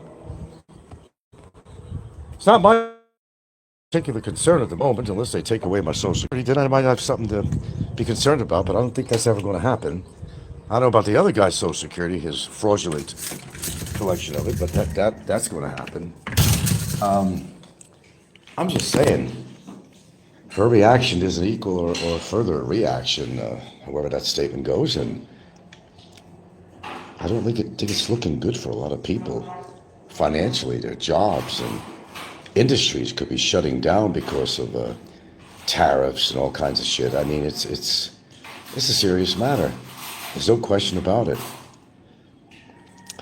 Most of California will be moving to Bantayan Island. No, don't come here. Yeah. Hopefully not. This town is growing, though, I will tell you that. They got a really big complex they're working on. They're on to the 9th floor now or something. I think it's supposed to be 11 stories. It would be the biggest structure of this town. God, it goes all the way back to, I don't know how many units it's going to have in this place. And I tell you what, sold out. You heard of pre-sales? This place is right near the ocean. It's going to have a little casino in there too. This place with a couple of hundred units or something is sold out before they even started building the place. That was a good investment at the time for anybody who bought into that. I didn't know much about it when they were advertising. People were coming around sometimes door to door. You don't even go to You want to get in on this, pre-selling and all that at the time. But anybody who has bought a pre-sale, unit there, they're going to benefit a lot because this town is growing. It's right off the ocean, really. It's going to have a casino in there, not a big one. The location, everything, man. It's going to be very beneficial for people who bought into that. It's going to be very beneficial. But, I think when they were pre-sailing this thing, oh, I see what's going on with you. Yeah, I think she's having her false pregnancy again, my dog. Sometime after a dog has a period, sometimes they have what you call a pseudo-pregnancy. I kid you not. How would I kid you on that? And they actually develop milk and everything, man. It's fucking incredible.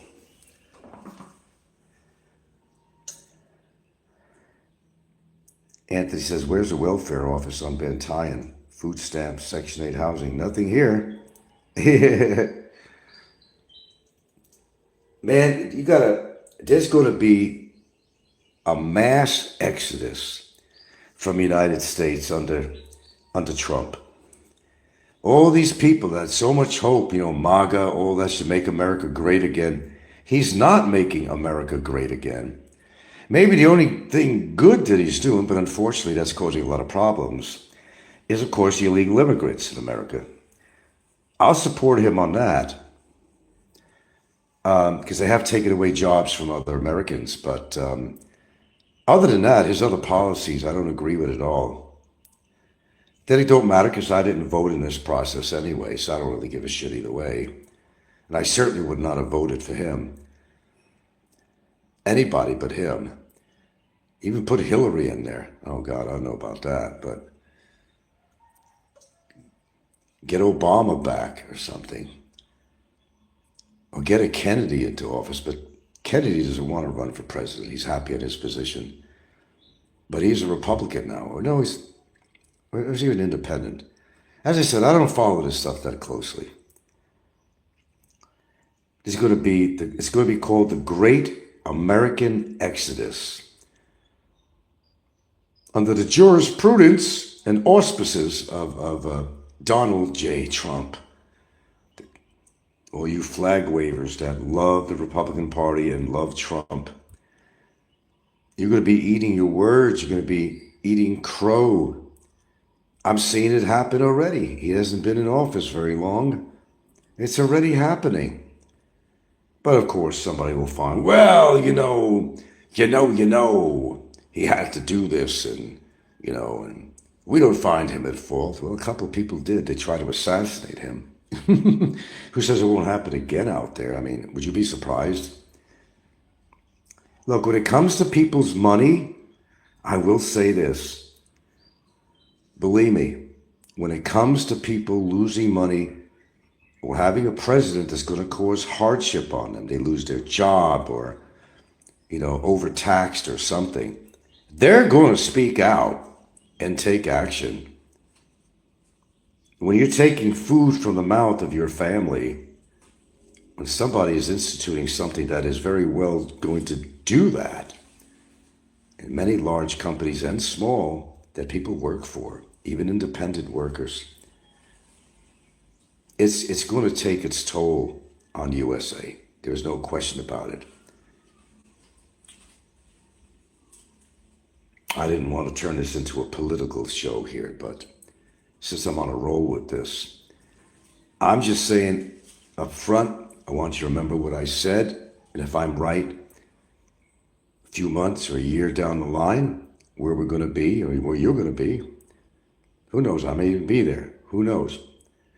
But I will tell you that it's not looking good. It's not looking good at all. It's getting worse. You can't lose Canada as our ally.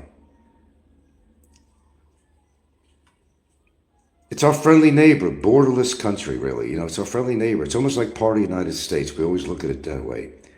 And get on Canada's side, of course. Canada has every reason and rhyme to put sanctions on America. They have every right to do so since Trump is doing that on them.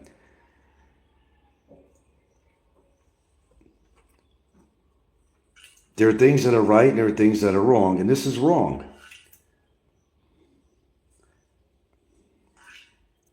Hold on a second, guys. Wait for about a minute or two.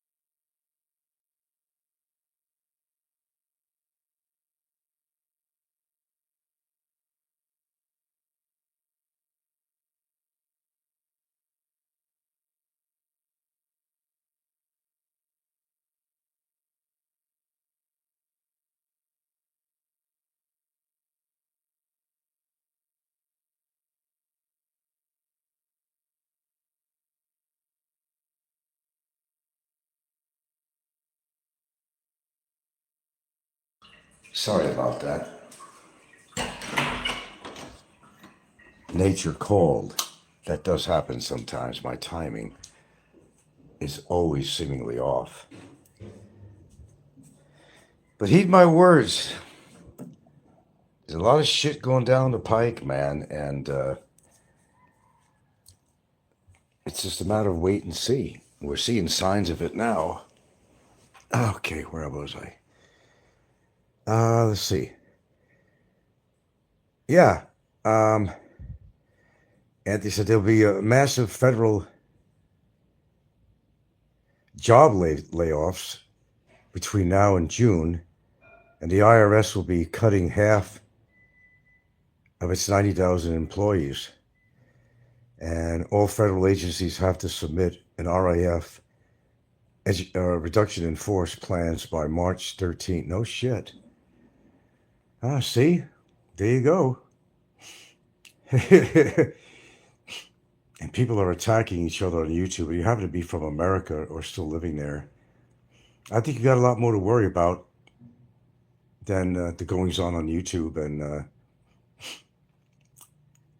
even good old Popeye's going to have his problems there. Yeah.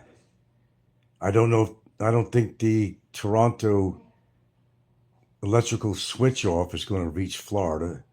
It only handles a certain region on the eastern seaboard, 3 major states, but it could have a longer reach than that in other ways. Nobody wants their expenses to go up, that's for sure, especially if you're on a pension or Social Security or something. Nobody. But that's going to happen whether you like it or not. And if you happen to be from the United States, well, there you go. It's going to be cataclysmic, Anthony. It's going to be cataclysmic. And a lot of people not understanding the severity of this, unless you're still a worker, you're a government worker or whatever, or in the private industry, where your product depends, for example, if you want to talk about Canada, what they export to our country that people need in the United States, timber, all kinds of stuff. I mean, oil, just so many products. And they cut that off. Well, then America's going to have to get it somewhere else, and might be paying a higher price for it. It means it's going to be, what they just said, if you want to build a house in the United States right now, you're going to be facing huge building fees for lumber and other things. So most people are going to buy pre-existing houses, pre-owned, but I think the building is going to go down, and big contractors actually are going to have a big problem with this. I told you, it's going to be cataclysmic. Cataclysmic. Anyway, I don't want to go on too much on the show here.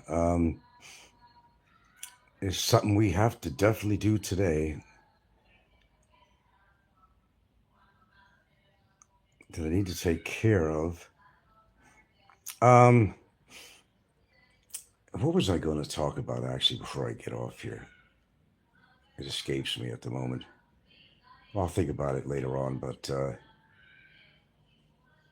I guess I started the show off talking about, I guess, people in general here on YouTube that are pitting each other against each other, and for what reason, really, when you examine it. Do they really have a beef with somebody, or what's the real reason everybody's under the attack of one another? Is it jealousy? What is it really? And as the economy actually affects your behavior too, because if you're hard pressed in this economy, all your bitterness will come out, and routinely it will come out on social media. Let me tell you something interesting about one thing about the Filipino culture out here. You'd have to live out here for a while to understand this, but they're very expressive on social media. Man or woman, but especially women, if they're having a bad day, they may not even express it to whoever might be involved what's causing their bad day, a partner, a husband, children, family, or some other thing, work, or they're very expressive on social media, and they will come on and use these GIFs, whatever, GIFs, or other ways of expressing themselves emotionally. And I know because my girlfriend has always done that in the past. And that's their way of expressing themselves through social media. It could be a song or some graphic, some, notable wise saying or statement or something expressed in graphic form or GIF form. But I've noticed that even with mine in the past that she would do that. And I've seen that happen all the time. Social media, people can't express themselves in real life as well as they can express themselves on social media. And that probably has something to do with a lot of the morons that are on YouTube, and they won't express it personally to anybody, but they'll certainly jump on a platform and they'll express themselves in any way they can, as vicious as it might be. I think people are becoming just more and more bitter with life, socioeconomical reasons and personal psychological reasons. I think people are changing and not for the best. I'd like to see the positive and stuff, but I'm not seeing a whole lot of positive shit going on, whether it's on social media or outside of social media. I just don't see it. Maybe I'm missing something, but I don't see it. I mean, the fact that Popeye is more likely simulcasting me right now, that says a lot. And I don't want to have to go into my own soliloquy on this about this guy. I think what he does speaks for itself. People have resigned themselves to live the kind of life that they're living. And they do that by choice. Nobody forces them to get on YouTube and be under the attack all the time. This is their own doing, their own responsibility. And there's always a reason behind that. Bitterness has to be one of the leading reasons. Bitterness, jealousy, envy, as among a few. But that's not my problem.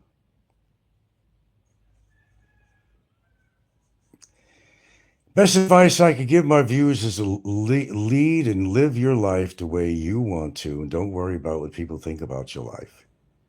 If somebody goes that far, and they have, not just to me, to research you, go into your real estate records, like Don C did, you know, they got a problem.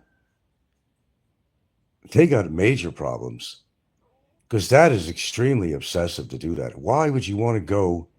You hate somebody that much that you want to go so deep into their records to try to find fault with somebody. Are they projecting? What is it really? You figure it out. I don't need to figure it out. They got too much time on their hands. There you go.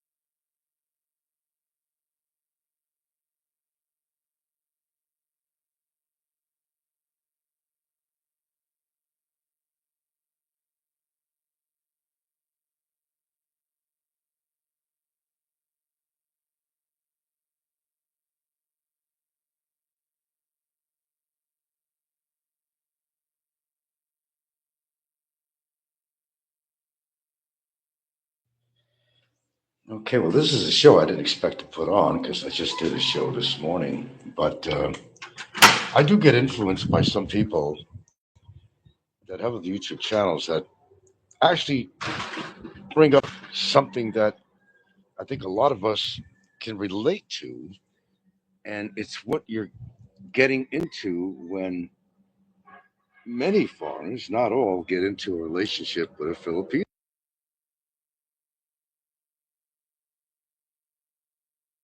And I'm going to give you some examples. I was listening to this British guy, Philippines, whatever, and that's actually what I should have been actually talking about today, really.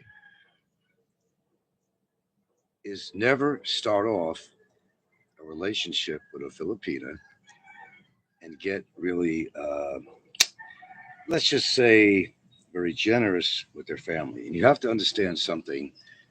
And I'm not knocking the Philippines. I'm talking about an actual cultural aspect.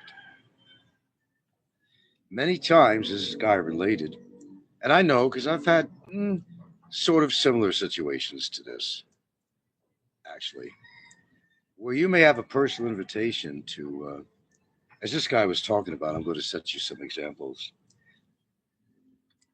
And he invited a Filipino friend over to out to have a couple of beers. Understand, a couple of beers.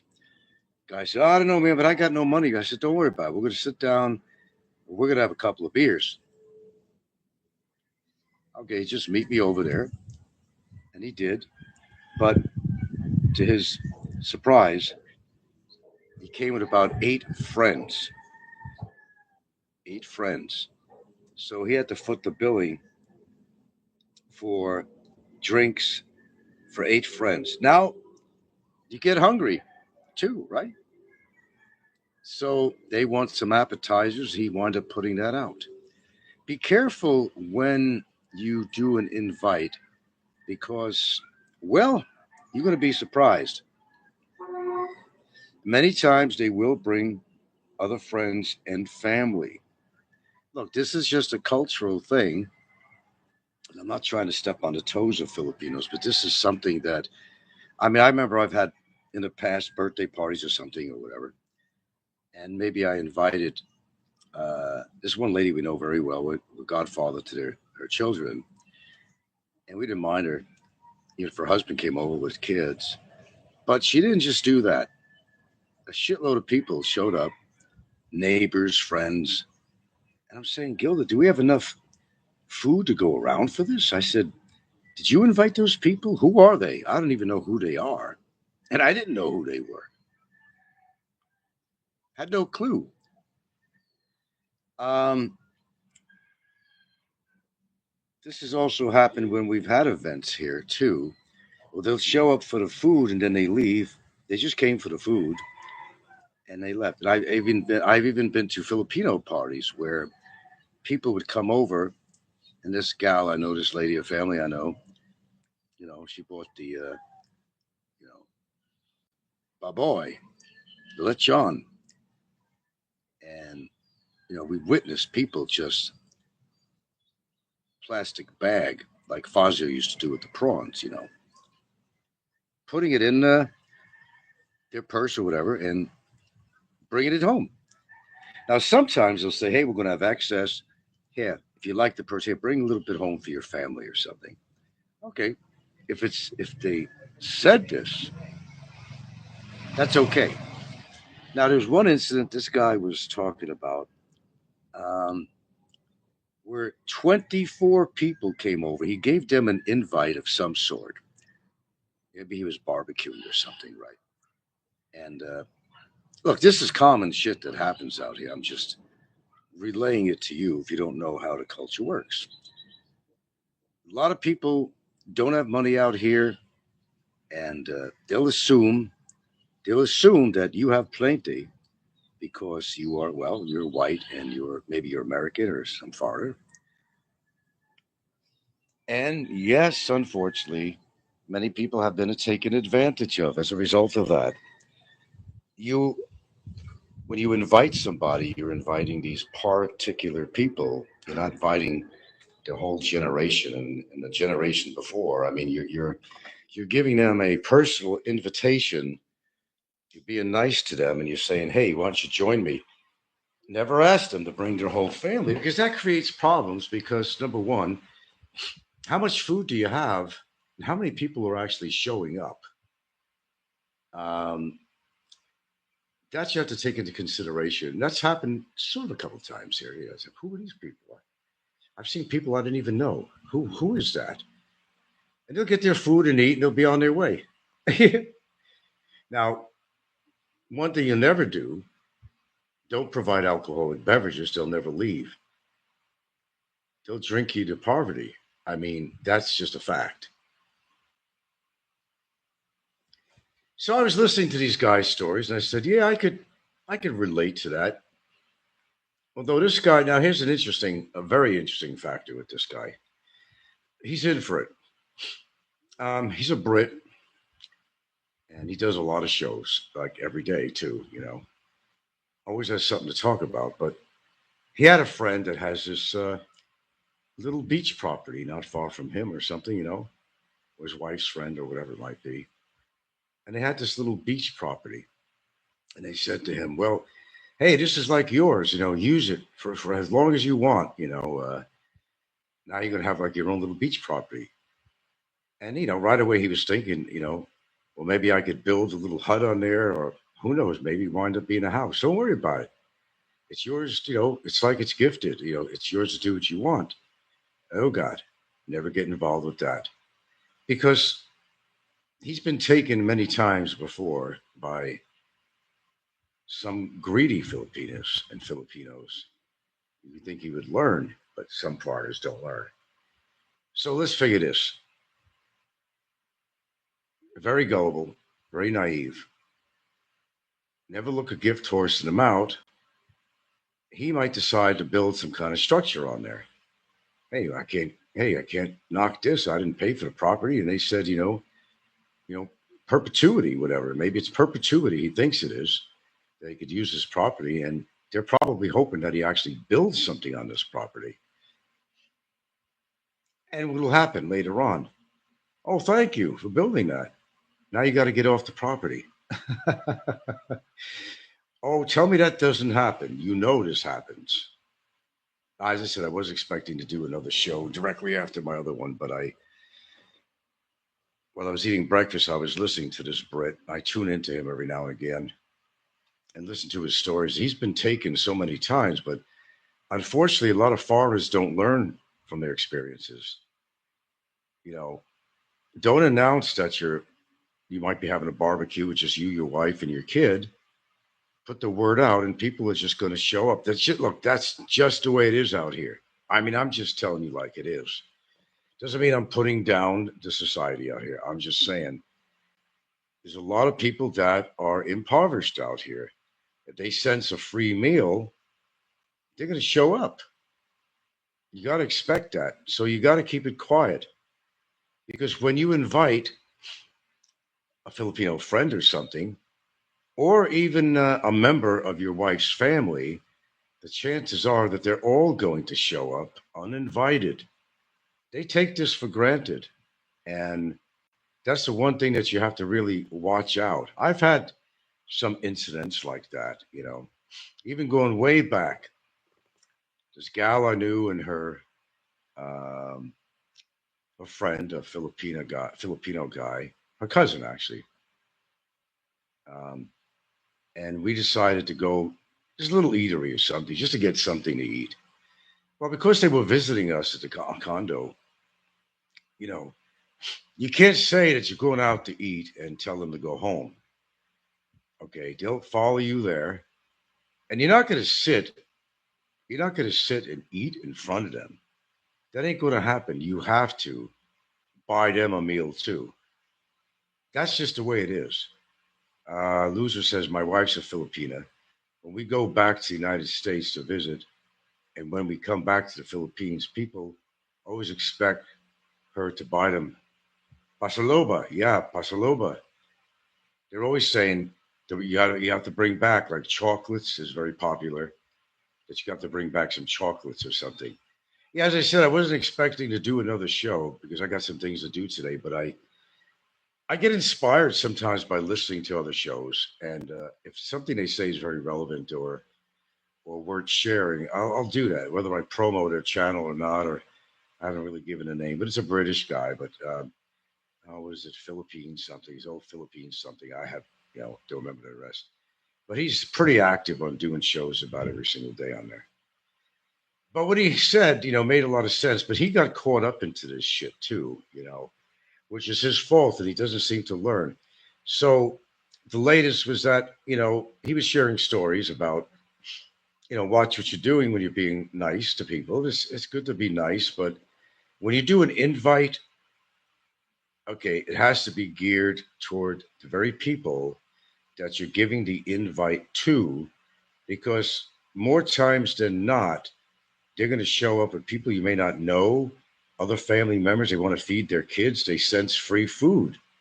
This happens at any event, really, that they are actually invited to. Okay. It doesn't have to be from a foreigner. I've witnessed it Filipino to Filipino, where they had events for their kid's birthday or something, and the whole neighborhood. Now, unless they said anybody can come and they got that much food, okay, that's cool. Especially the fact that the Filipina that was given a party, I don't think he even has a refrigerator. So it's best that people eat the food and it won't go to spoil. Okay, I could see that. I could understand that. But I've witnessed this too, even with Filipino families. The whole neighborhood uh, shows up. Hello. The whole neighborhood shows up. As I said, we've had it happen with me on a few occasions where I say, "Who is this? Do I know them? What are they doing here?" And I say to my girlfriend, "Do we have enough food?" You're not going to turn people away. It's kind of cruel, you know. You have to really understand the economy here. You have to really understand the struggle. You come here with, for example, we know one guy. We don't have to mention names again, cause a ruckus on here, but we know a guy on here, a very notorious guy, that makes between $500 and $600 a month, right? Now, that may not seem like a lot to you, but here in the Philippines, and they just gave raises. Actually, they're raising the minimum wage and something like that now, and even for government workers, it's not much, but it's better than kicking the ass. But you have to understand that, you know, they're not making good wages here. And if they get an opportunity to feed their kids, they'll bring the kids over, even if they're uninvited. What are you going to do? You shouldn't be here. You were not invited. Who the fuck are you? You can't really. You could do that, but you can't really do that. You got to understand that $500 or $600 a month a foreigner's making here might sound very attractive to a Filipino because that's like 30,000 pesos a month, and the average Filipina or Filipino don't make 30,000 pesos a month. So with that being said, you know, that's a catch to a Filipina. Now you and I know that's not a lot of money. And if you're going to be, you know, supporting a Filipina, and you as an American, you may have your own lifestyle and things you like to eat, and which may not include Filipino food, which is going to force you to spend the extra money on, your own comfort food that you actually like. I mean, I do that. You know, I get around what I call comfort food. Whether it has preservatives in it or not, it's frozen. If it's something I need, I'll buy it. You may not see it again. And that's the wise shopping. You have to do wise shopping. If it's available, you buy it. Try, of course, to eat, predominantly healthy foods, but sometimes you need that comfort food. But getting back on track here, I've heard, through all the years that I've been on YouTube, I've heard literally hundreds of stories about the same thing. And it's happened to me, not in grandeur, great grandeur, but it has happened to me where you just invite this person's immediate family because you're close to them. And then other people show up and neighbors. And like, I'd be saying to Gil, where did these people come from and who are they? This is very atypical out here. You got to watch what you say. Now, for example, this guy was talking about that one incident where he invited this one Filipino guy out. That's all right. Why don't you come out with me for a couple of beers? The guy says, I can't. I really don't have any money. That's okay. We'll have a couple of beers, have a good time. And okay, so all right. So he took him up on the offer, but unfortunately, he showed up with 8 other friends of his. This is a typical scenario. And what are you going to do? What are you going to do? You're going to tell him, hey, get the fuck out of here. I didn't invite you all. Maybe you should. I mean, in a polite way, of course, in a polite way. Say, look, I don't have that much money. I just invited Shlomo here, whatever. Uh, I really don't have the money to buy you all drinks. Sometimes you have to speak up, but then you're going to lose either way. If you don't speak up, they're not just going to drink your money out. They get hungry. They're going to want snacks. You're going to pay for it. You get hungry when you drink, right? You're going to pay for it. But then on the other hand, the other side of the coin, they're going to take it as being very rude to them. If you say, sorry, man, I didn't invite you. Get the fuck out of here. Nah, you can't do that. They will take it to heart and they will take it personally. They don't understand. Sometimes they do, but they don't always understand that they're making an assumption because you're white, you're all right, you got all this money. But you may not. But still, the principle of it is that uh, you invited one person, okay? Region 6 says your average expat dates Filipinas from lower income classes. That comes with baggage. Well, I can't say that my Filipina comes from low because they actually have some money from you know land from like my girlfriend's dad who died at a young age when Gilda was 11 years old. Actually, he got shot and killed.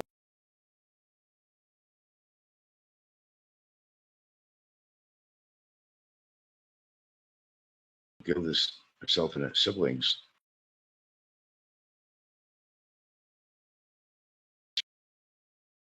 situation that applies to come up to us to ask, oh, kids, something from school or something.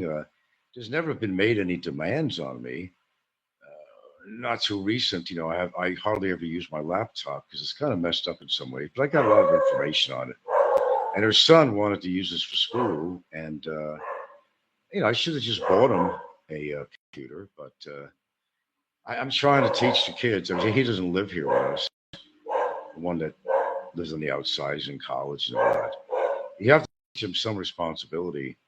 I can't be just giving in that easy and buying computers and shit like that because we've taken care of the kids with cell phones, or if we didn't buy them a new one, when we were buying one, we would give them our previous phones that they would make good use of, and that was cool. Or there's times we just outright bought them brand new cell phones, whatever, not laptops but cell phones. But okay, if that's something we wanted to do and so we agreed on, then that's fine. But the expectations, that's the problem. Region says, what I consider middle class in the Philippines the same as in the West. Own a decent home by Western standards, two cars, a driver, and a maid or two. That's true, middle class. Well, I was looking at this chart. God, I wish I had it in front of me. It decides what's a lower class, middle class, upper class, and rich. I think if you're making over, you're considered rich. I mean, actual rich in the Philippines if you're making 100 plus, 128,000 plus um, pesos a month. Downgrading if you're upper class, you're making from 85 to 100 and something thousand a month. Middle class would be um, where you're making, let's see, somewhere around 40 to 80 or something like that, thousand pesos per month. Then, of course, the lower class, yeah, they just raised. I guess they're just raising the. Now I think the average daily rate is about 700 pesos or so. They raised rates recently, minimum wage. It still doesn't help, but I mean, it doesn't hurt. Yeah, but you can't give in because then there's an expectation all the time. I can't emphasize this more, And we have a situation where her family is never really much in need. Really, they kind of got their own shit together. It's really amazing because we know a close sister of hers lives in you know the bowels of Cebu City in a very very not very impressive abode, okay? But they won't move from there. It's not that they don't have any money. They won't move from there because it's really hard to own a property in the middle of the city. It's expensive, the land. No matter how small the house is, the land is worth a lot of money. They don't want to let loose of that. They could afford to move to the province with the money they have, um, inherited money, but they won't do that. They'll stay put right there. In part because, maybe the husbands still have a job or something and bring an extra income. And, they want to be centrally located in Cebu where they could find that work and not live in a province and maybe struggle. Whatever reason they have, they stay there, but they won't give up a property. No. I'm surprised they haven't bought a vacation property. You know, I'm very surprised about that. But you could choose to be generous if you want. For example, I didn't know they had this kind of money. And one of her, her sisters, a very small place in the heart of the city, and it was so small. You walk in the door, that was it. There was, well, that tiny little area was the living room and kitchen. I mean, small. No living room. They had even the TV in the kitchen area where the table was. And they had steps to go upstairs. They did have another room he built that could accommodate a few people, a few beds. That's what they had. But um, I had volunteered to. I asked him because he does construction work. I said, "How much would it cost to?" I noticed you could expand this entryway here. That's all your property. What would it cost to expand this out? You're living in and I didn't really know how much money they had at the time. There's no problem though. He said, "Oh, about 10,000 pesos." Oh, okay, that's reasonable. Help them out a little bit, have a little more space. Because I used to visit there too with Gildo. We still do. Make some more room, create a little living room. As it turned out very well because Gilda's mom is there. She's been bedridden for over 3 years. She's 89 now, just turned 89. They needed that space, but they weren't willing to do it. But I was kind enough to offer. They did not ask me. They absolutely did not ask me. Region 6 says those charts are based off multipliers of the poverty line. Poverty line in Philippines is very low. PSA says rich is north of 220,000 a month. That's really more like middle class. Is it really? I don't know. Maybe I'm reading some old charts or something. I don't know. There is old information on the internet. Perhaps you might be right. Yeah.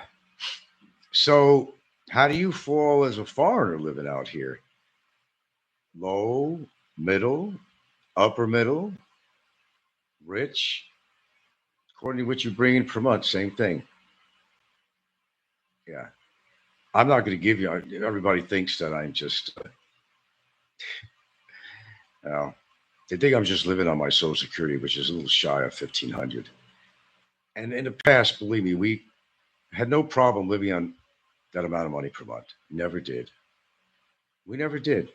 We always got by, and even had a couple of pesos to put in the bank.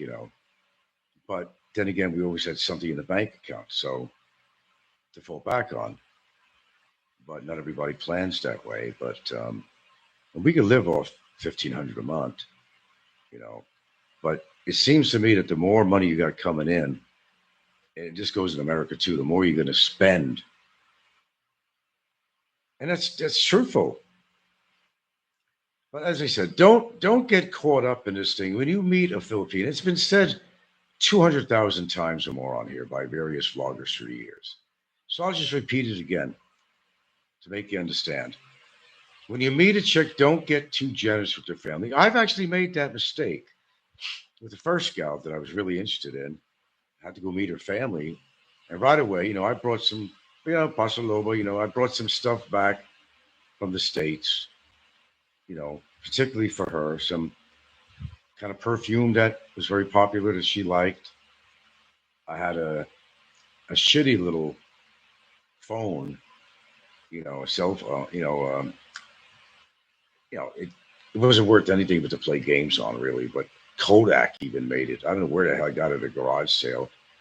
I gave that to her because, her kids could play with it and play games on it or something.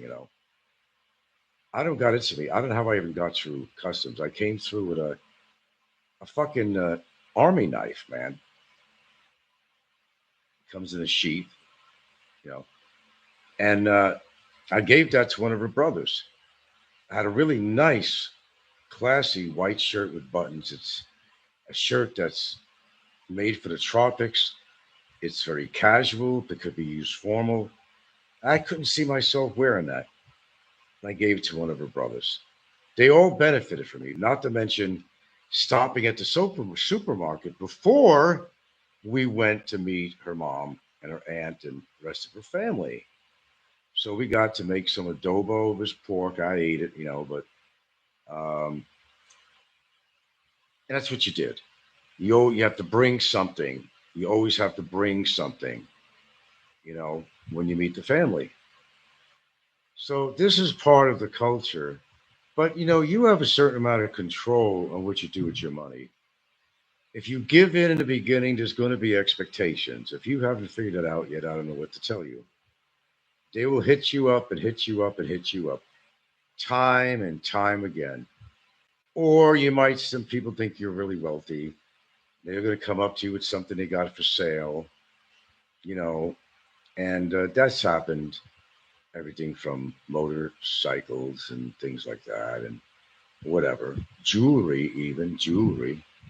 And, I'll consider the jewelry if it was a fair price, but, you don't want to let that get out. Oh, because I made a mistake back in, oh, God.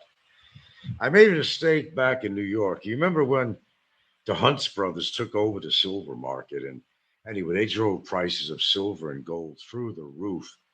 You could get like $40 for a sterling silver spoon.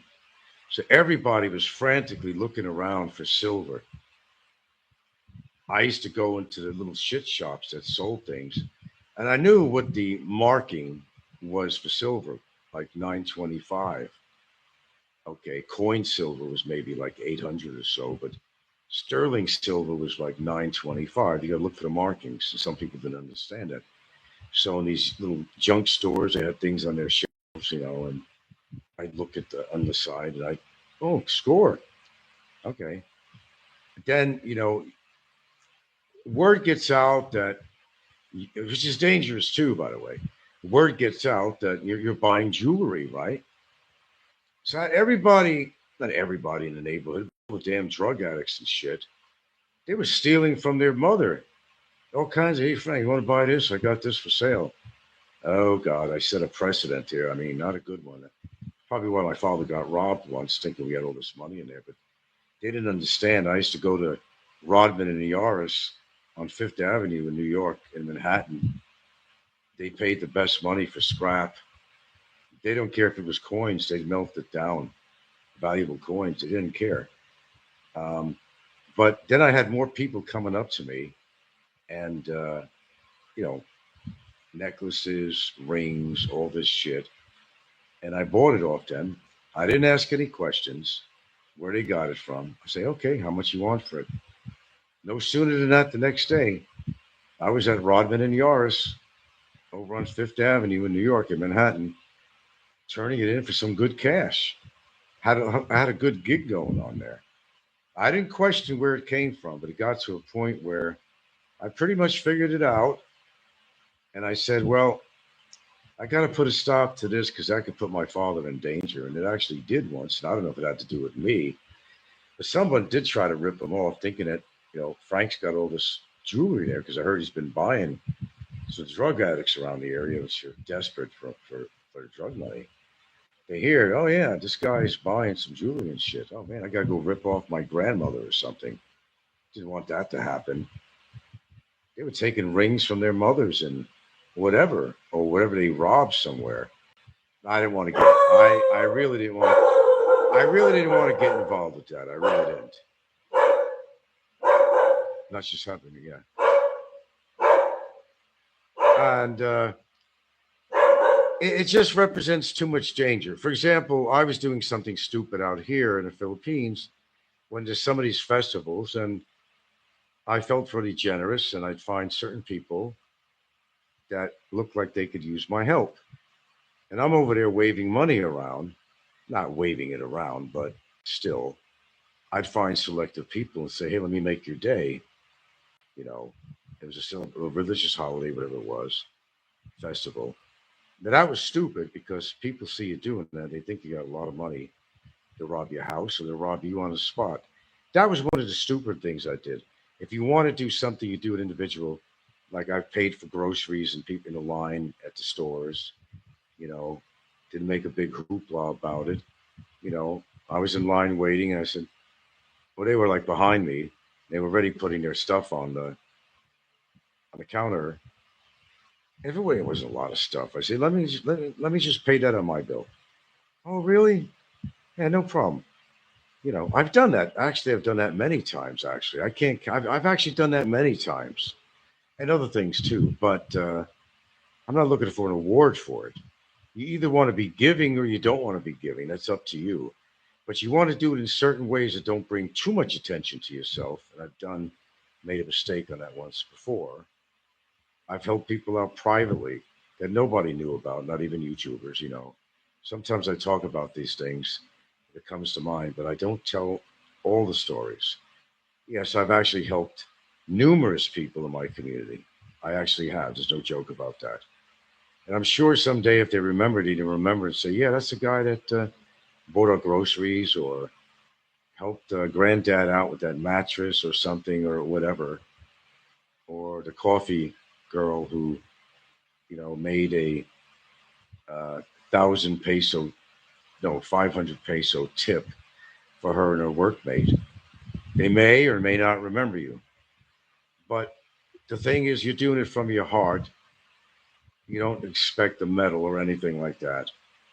There's a lot of things I do very quietly I don't talk about on here. But yes, I've been generous to my community. And to be ever be labeled as an undesirable, that's a fucking joke. I'll tell you who's fucking undesirable. I'll make a list of it, but you know who they are. I've done good for my community. But getting back, and let me see if I'm not reading stuff here. Did you buy an annuity after sale of the house? Many Americans do that. No, I did not. Alan says to Mr. I'm a loser. It's not just happening to you. The Viking says you have a good, generous heart. Well, I think I do. Because I did grow up in a poor family, you know? And I'm not rich by not even by Filipino standards. I'm not rich. I don't know what people think I have. When you know, I will allocate certain money for things that I deem as important to me.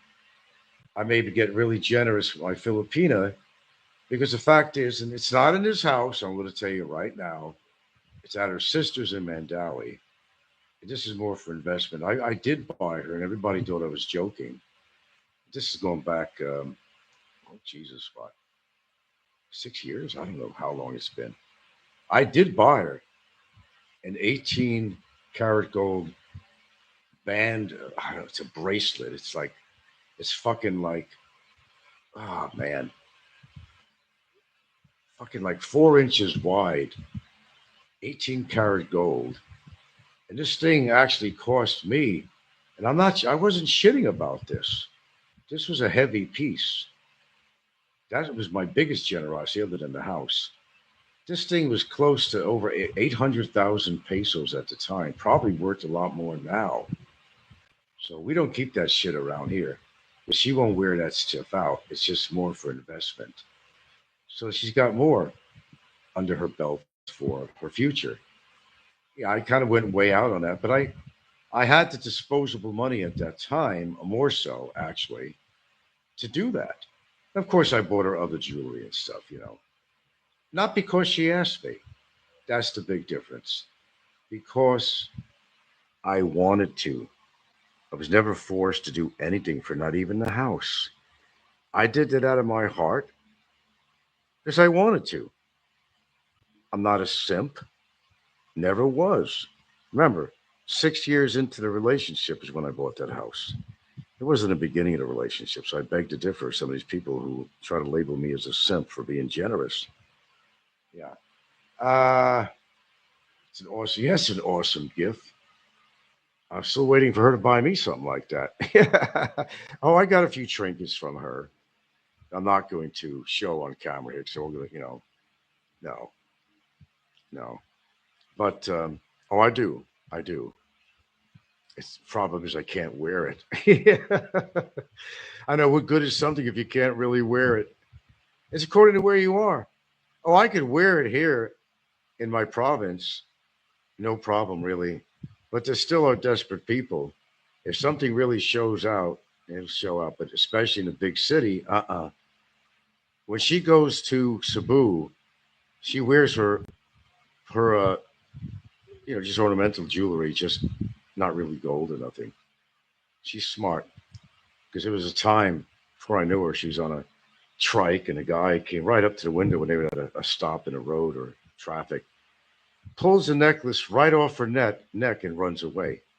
Yeah, this happens. In fact, one of her daughters, more current times really, was ripped off over in Cologne district, of her phone or something they took from her. I forgot what it was. You got to be careful, man. People get desperate out here. That's why I said I'm no more. I'm not. I'm very selective, but I've kind of calmed down on being Mister Generous out here because you know you don't know what's going to happen with the economy. You don't know who might think that you are a very wealthy person, that you have jewelry in the house or something like that, to assume that we do. And we're a little smarter than that. As I said, any jewelry that Gilda has is more investment than wearing. And her sister in Mandawi is the one that holds on to that shit. It's simply for investment. Her sister does the same thing, buys jewelry when she can, and she holds on to it for its value. So you got an emergency, you've always got gold to sell. That's the one thing good about gold jewelry. You could always pawn it, sell it, whatever you want to do with it, and just make payments on it if you have to get down to that point. It's like almost a creed out here. I mean, yes, Filipinos and Filipinas they like to get, especially women, like to collect jewelry because when an emergency comes up, could be medical, I don't care what it is, they're always going to have that jewelry to pawn, and it's a great idea. It's a great idea. Yeah. Let's see, Heminger. I got to scroll down because this thing is really. Then I got to go to another town right now. I got to. There is no such thing as pyramiding down with a Filipina. Yeah. Whatever you decide to spend from the onset, you are locked in to forever for that rate. No such thing as pyramiding down on discounts later on. Well, I don't know if you're talking about. If you're talking about jewelry or something, it's just more like a bank account. I mean, what you paid originally for your jewelry, you're not going to get that back for quite a while, because you bought it at a certain percentage higher than its value when you bought it from a pawn shop or something, which most people get the jewelry from. And it takes a while. Unless gold really spurts up really high, then you'll profit. But the whole idea is you just hold on to it for emergencies. And it is investment because if you hold it onto jewelry long enough, I look at the people who held on to jewelry when it was only $500 an ounce. And what the fuck is it now? I don't even know what the hell it is. Over 2,000. I don't know what it is now. You hold on to it. You hold on to it. Of course, you're going to pay more money when you buy it from a pawn shop. It's business. It's called business. They got to make a profit on it, or why sell it? And you would think you'd get a big break because somebody couldn't make their payments. They pawned their jewelry, so they're going to resell it. The pawn shop is going to resell it, but they're not going to give you a big break just because it was returned. No, they're going to sell it, for the high price. Or you do another option that Filipinos do. They don't want to sell it to a pawn it to a pawn shop.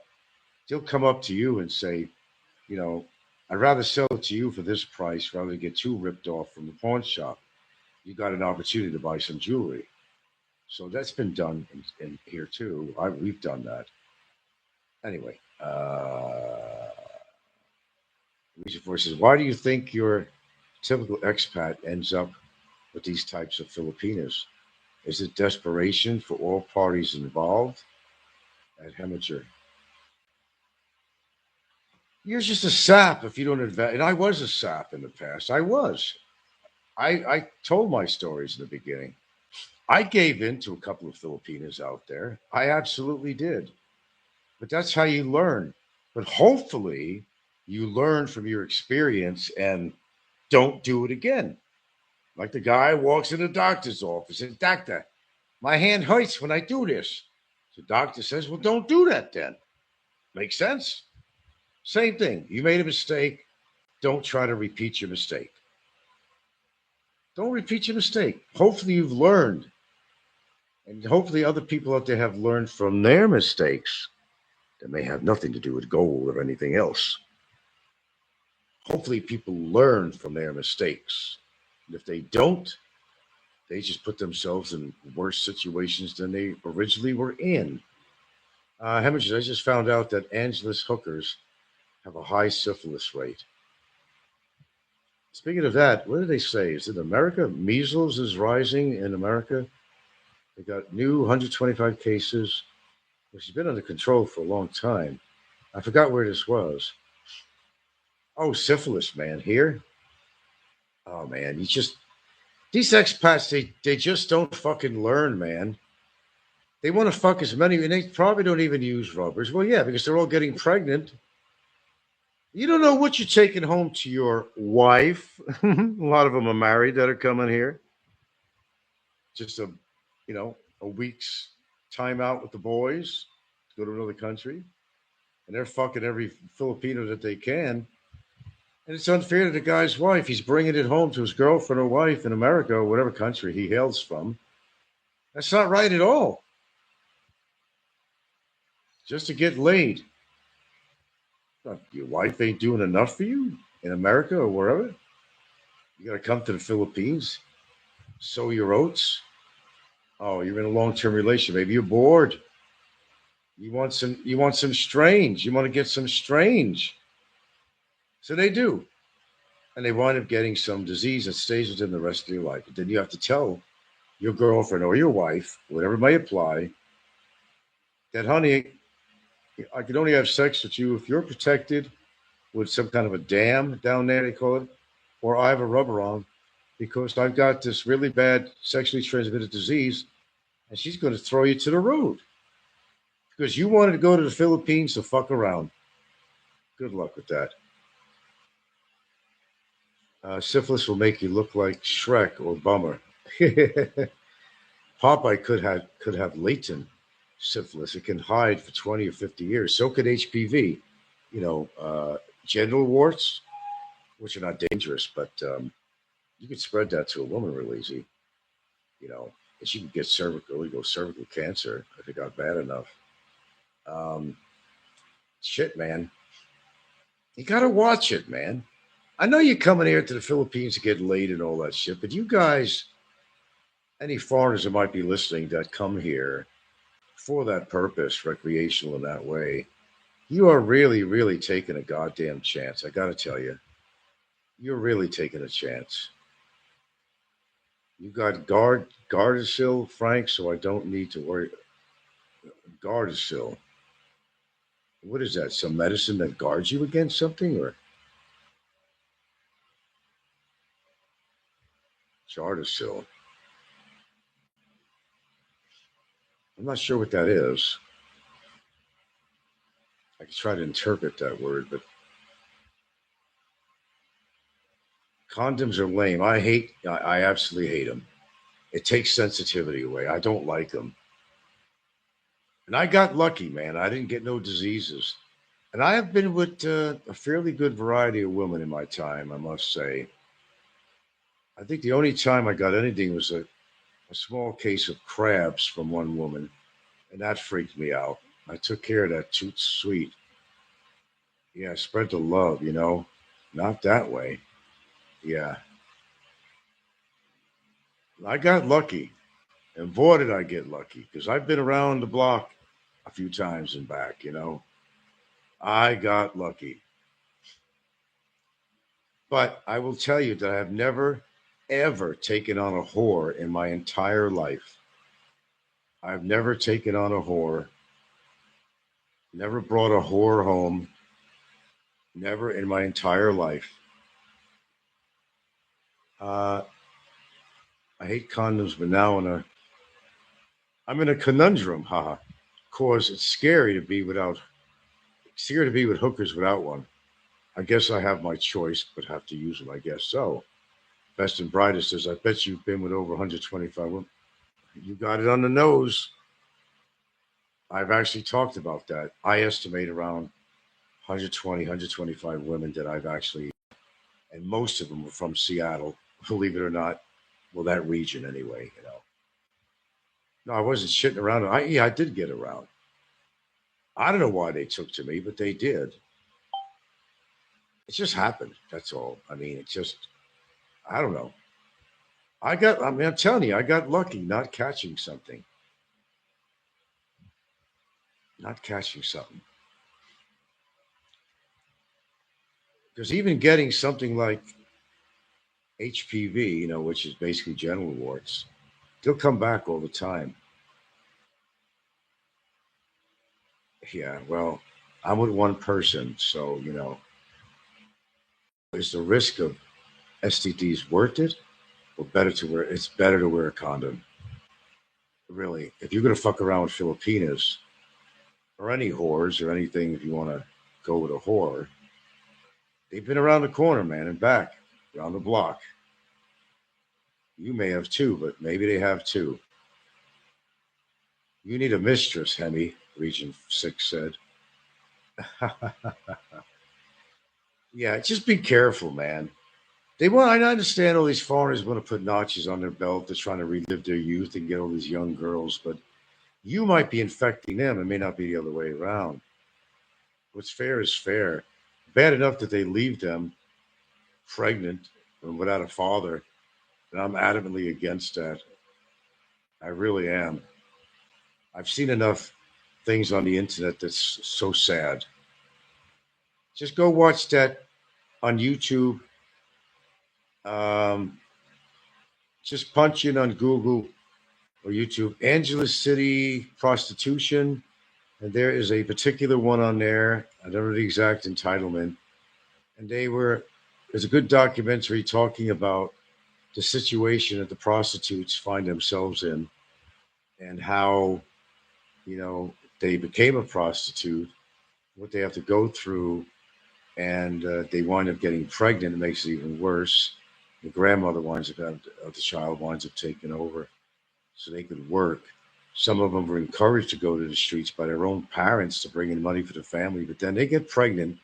And in this documentary, the father never, the kid will never see his father. And there was one sad moment down there. My dad's name is John or something, and I'm going to meet him someday. I'm going to meet him. I've got a dad. It's so sad to watch that, just in that particular episode, that the kid was never going to see his father ever again. But they do have a show that's devoted to this. I mentioned it before. That's that Leah and what's his name? It's Leah and something, Leah, Leah and I forgot the guy's name. And he's British or something.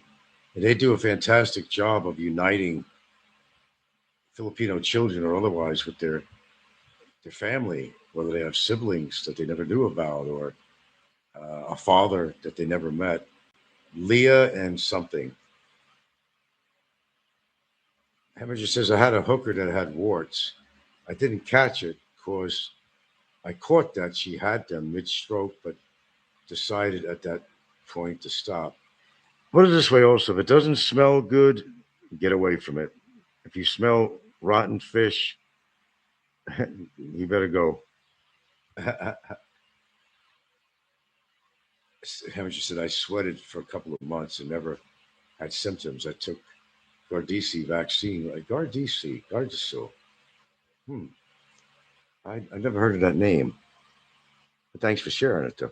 Okay, I do got to go. I mean, enough is enough this morning with the YouTube shows, and it's just making me procrastinate on a couple of things that actually we need to go. We need to go today. So, I, as usual, appreciate you coming by, and I appreciate the dialogue. Keep the faith, folks, and do what's right here on YouTube.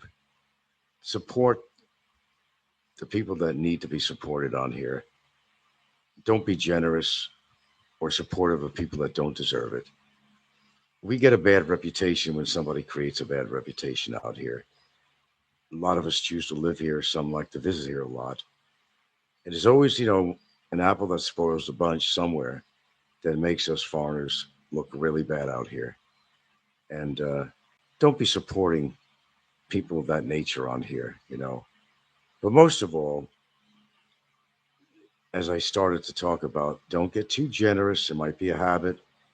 There's certain expectations that Filipinos have from you, and you start off that way, it's going to end off that way. You're going to go to the poorhouse.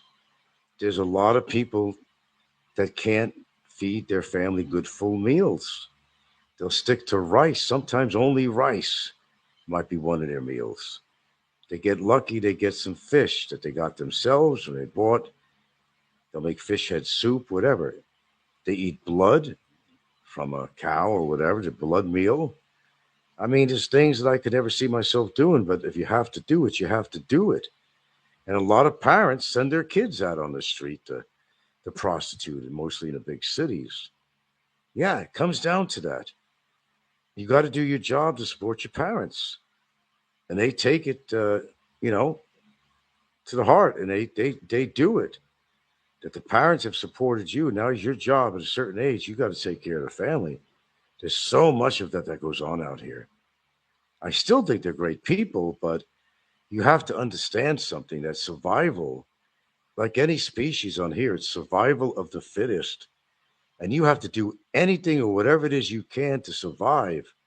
And sometimes that means doing things that you would not normally ever do or ever think of doing, like hurting another person, stealing from them, even killing them, or going out for prostitution, or contacting foreigners in the false pretense that you're single and don't have a husband or anything else, where the husband is actually working in on this deal. And you're contacting 20 different foreigners, the Filipina is, and they all think that they're exclusive to foreigner. But not only is he sending her money, but 20 other guys are sending her money. Imagine how lucrative that is. And they do that. I don't know about 20 people at a time, but I'm sure they do. And you might have been one of the saps one time. You got to understand, man, how they operate out here. Not all of them. There's great Filipinos out there. There's great Filipinos, period. But there's always going to be some element out there that's going to scam you somehow. Just be aware of your environment. Be aware of who you with. Research it a bit. Don't be too generous. Sure, take them out for dinner or something. But if you're going to invite them, you make it very clear, sweetheart, I invited you out to dinner. I did not invite your family.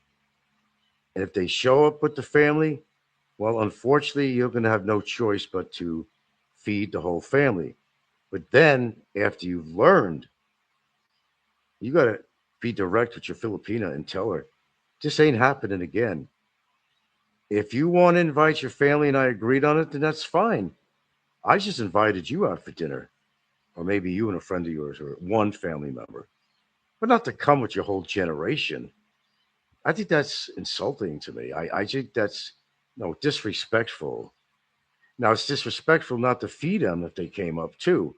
It's not a win-win situation. That's what I'm saying. Yeah, Frank, how are we going to get nude videos without sending money? That's between you and them. You know. Yeah, that's what they do. You want to see a little bit of me? It's going to cost you more. It's like a peep show. They used to have this shit over in Times Square, the old days.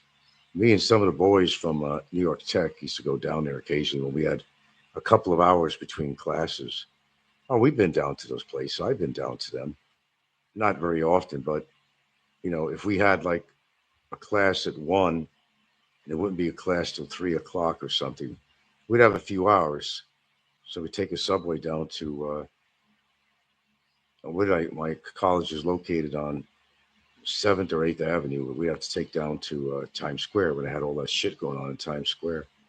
Oh yeah, we went to these things. It was nasty places. I just didn't like to go in them because let's just say they were nasty. Okay, they were nasty places. That wasn't my element. It really was. I felt very uncomfortable going to these places. You know, very uncomfortable. It's just unsanitary, and I'm not going to say why. It's just too gross. Oh, come on down. Let's go down to the. Okay, you know, you might be looking at a movie and some queer guy comes in. He thinks he's going to get some action from you. I've had that happen. So get the fuck out of here. That was just it's that seedy element I just don't like, man. Just like I said, I don't like seedy bars, and that's just not who I am, man. Maybe I'm a rarity among the foreigners out here, but I just don't go for that underlife. That you know, it's just not me. It's just not me. Yeah, peep shows and sending money to Filipinas for NWD. Guys will be guys. Sometimes it happens. Happened to Pee Wee Herman. Yeah, he was in the movie theater with a raincoat on him, right? Matthew Spencer says, "You said you live in Manhattan?" No, no, I didn't live in Manhattan. I went to school. You lived in Gramercy area? You must be rich. Gramercy is very expensive. Yeah, I used to go around Gramercy all the time. My friend has a brownstone. It's not Gramercy per se. He's actually on East 17th and Union Square. My friend Mel. He has a brownstone's rent control for like 50 years. He's been living in it. But Gramercy Park, man, damn. Hemmershey says, make American peep shows. You don't need them. You got them right here on fucking internet, man. You put a coin in it. Yeah, yeah, yeah. Something like that. No, I don't live in Manhattan, Matthew. I live in Manhattan, the Gramercy Park area, 3rd Avenue in the 20s. Gramercy Park, what do you do for a living, dude? Before I go, please do tell. Gramercy Park. That's pretty ritzy, man. Well, it was then, sort of, and it still is now. Yeah. Gramercy. That's high rent district. I still want an answer because I'm curious, Matthew. I'm curious. Okay. Okay, I can't stay on here much longer, but it's 2 shows today. We got to stop meeting like this. That's the bottom line of all it. We got to stop meeting like this, folks. Because there's no reason I should be posting a lot because as long as things are quiet on the Western Front, I have no reason. So we're going to get off here in a couple of minutes. Quiet on the Western Front, other than Popeye mouthing off and doing what he does best. Uh, yeah, that's a good one. Make America Great Again. Make America's peep shows again. Good one. Good one. Good one. Good one. Yeah. Nah, I can't explain. That was never my element. It was never my element. Anything that made sex or anything to do with it make it ugly, to make it ugly, I didn't like. Sex could be a beautiful thing.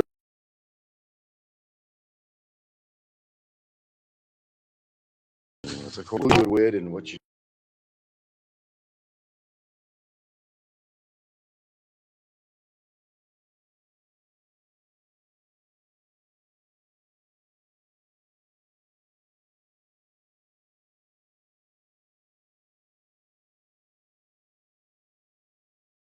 Okay, sorry about that glitch. Make America's peep shows again. Maps. Make America's peep shows. We'll wear a Maps hat. MAPS. You should create that. Maybe you'll make money on that, Heminger. All right, listen, anything anybody wants to share with me. I think I made my point on here today. Watch out with your generosity out here because, as good as people as they are, they're very vulnerable people, very naive themselves, besides the foreigners. Um, but they're very smart too in the way of survival. I mean, a cockroach survived the ice age. Filipinos will survive, and they'll do whatever they have to do because they got a family to raise, and most people will do what they need to do to, you know, be able to support their family. And sometimes people do things that are not really righteous, but they have to survive. It's called staying alive. And it's not a song from the Bee Gees. It's reality. Staying alive. You got to do whatever it is you have to do. Boy, it's breezy out here. Okay, I got to make a short trip today. A very short trip. So I got to go and prepare. Anyway, thanks for the dialogue. No, this will be my last show for today. And as I said, we got to stop meeting like this. Yeah, I am getting a little burnout. And it gets to be a little bit too habitual. I'd say 10 years is pretty habitual when you, yeah. When do you actually put your phone down and just say enough? Like right now, will be tomorrow, another year. You got to ask yourself that question. You got to make a choice. Do I choose to be on YouTube and stay and don't want to deal with all the nonsense, or are you getting any enjoyment out of it in some way? Maybe some people get enjoyment from that adversity. I don't really get enjoyment from adversity. I really don't. God, there was something I had to buy today, and I just can't remember what it was. It's one of the reasons I got to make a small, a tiny little road trip. It's not not into town here, but another town. But there's something else I needed something else I needed to buy. Um, well, let's hope everything stays quiet on YouTube. I've been trying to tell Barry for a long time he needs to get off YouTube. Something's going down right now with him, so or it will if it ain't now. But I already told him what me and the attorney did, and I don't think that's in effect yet. But it might be. But I think he got some advice from somebody. You know, maybe he got a PAO now, state appointed lawyer or something. I don't know. But he's being awfully quiet. He's being awfully quiet. So somebody maybe tried to talk some sensibility into him, which everybody's been trying to do for years. A little bit too late, I would say. The damage is already done. I would definitely say, wow, what a nice breeze. Nice. Nice. Okay, well, remember, you can't force anybody to do something that they don't, and don't even try. As a human, you make mistakes, and you got to fess up to your mistakes. That's what it comes down to. Remedy your mistakes if you can, and if you're willing to. But like I said, there are things you have to do in life that you don't always want to do. I can't emphasize that more. Where you have to do it because you couldn't live with yourself if you didn't do it. If you get my drift, okay. All right, man. I got to buzz out of here and get dressed and do what I need to do for the day. No, I won't have any other shows on today, so just enjoy what I had already put on this morning and go on from there. I just really don't know where I stand on YouTube as a whole right now. I think there's certain things I gotta start. I'm doing some good things for myself personally too, actually. But I think that has to extend out even into social media. I really think it does. I've been saying this for years and shit, but here I am, right? There's no reason I can't enjoy myself just listening to some shows on here instead of putting them on, because you're always going to be attacked no matter what. And they're not wearing me down. Otherwise, I wouldn't have been on for like 10 years. If I was worn down from all the assaults on here and all the bullshit, I would have been gone a long time ago. I think every now and now things come to a head sometimes. You got to say enough is enough. So is this going to be my last broadcast? All right, you're laughing. I don't blame you. Who knows? I guess you'll find out if you don't hear me doing any more shows. If you do, it'll probably only be something that's worthwhile saying. Like Trump fucked over America, it got even worse, or somebody went to prison, or something like that. That'd be worthwhile doing a show on. But I've been supplying Poopsie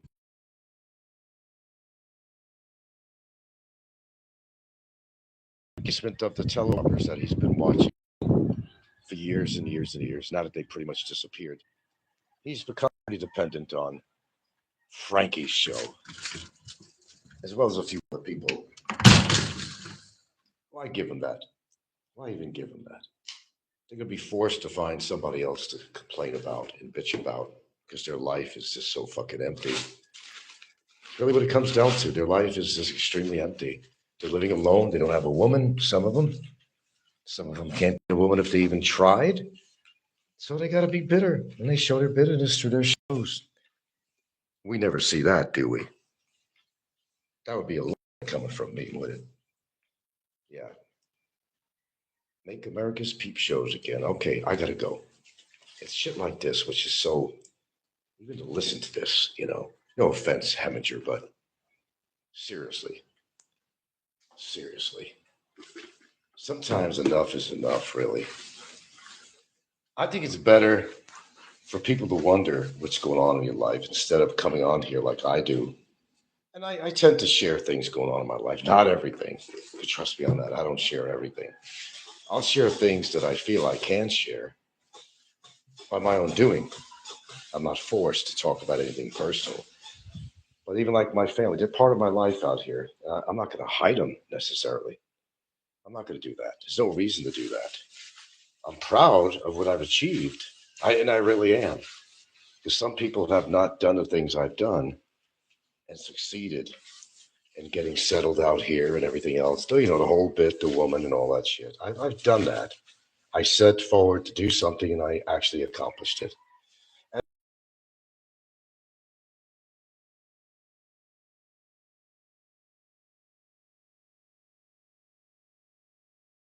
First of all, nobody has ever forced me off YouTube. That's never happened in 10 years. If I got off for some periods of time, I said, fuck it, and I got back on again. But nobody's ever in the history of me being on here has ever been forced to get off YouTube, no matter what the fucking adversity was. Oh, I hear some cats screaming here. Damn. Okay, guys, as usual, I do appreciate the dialogue on here. I want to thank you for listening, and we'll catch you another time, but certainly not the rest of today, and who knows what happens after today. Maybe it's actually time to just put a cap on it. I get tired of talking about all the legalities on here. I just really do. Because it's not a courtroom on YouTube. The courtroom is in the courtroom where it belongs. And talking about all this legal shit all the time. It's probably not a healthy thing to do, actually. Although you're getting some enjoyment out of it. That somebody's been, rightfully put in a certain position that they deserve to be in. But I think it's a point where it's like, keep it to yourself for the most part. And, whatever happens, happens. And you deal with it, or the person will deal with it, or whatever. I think that's the way it actually should be. Okay.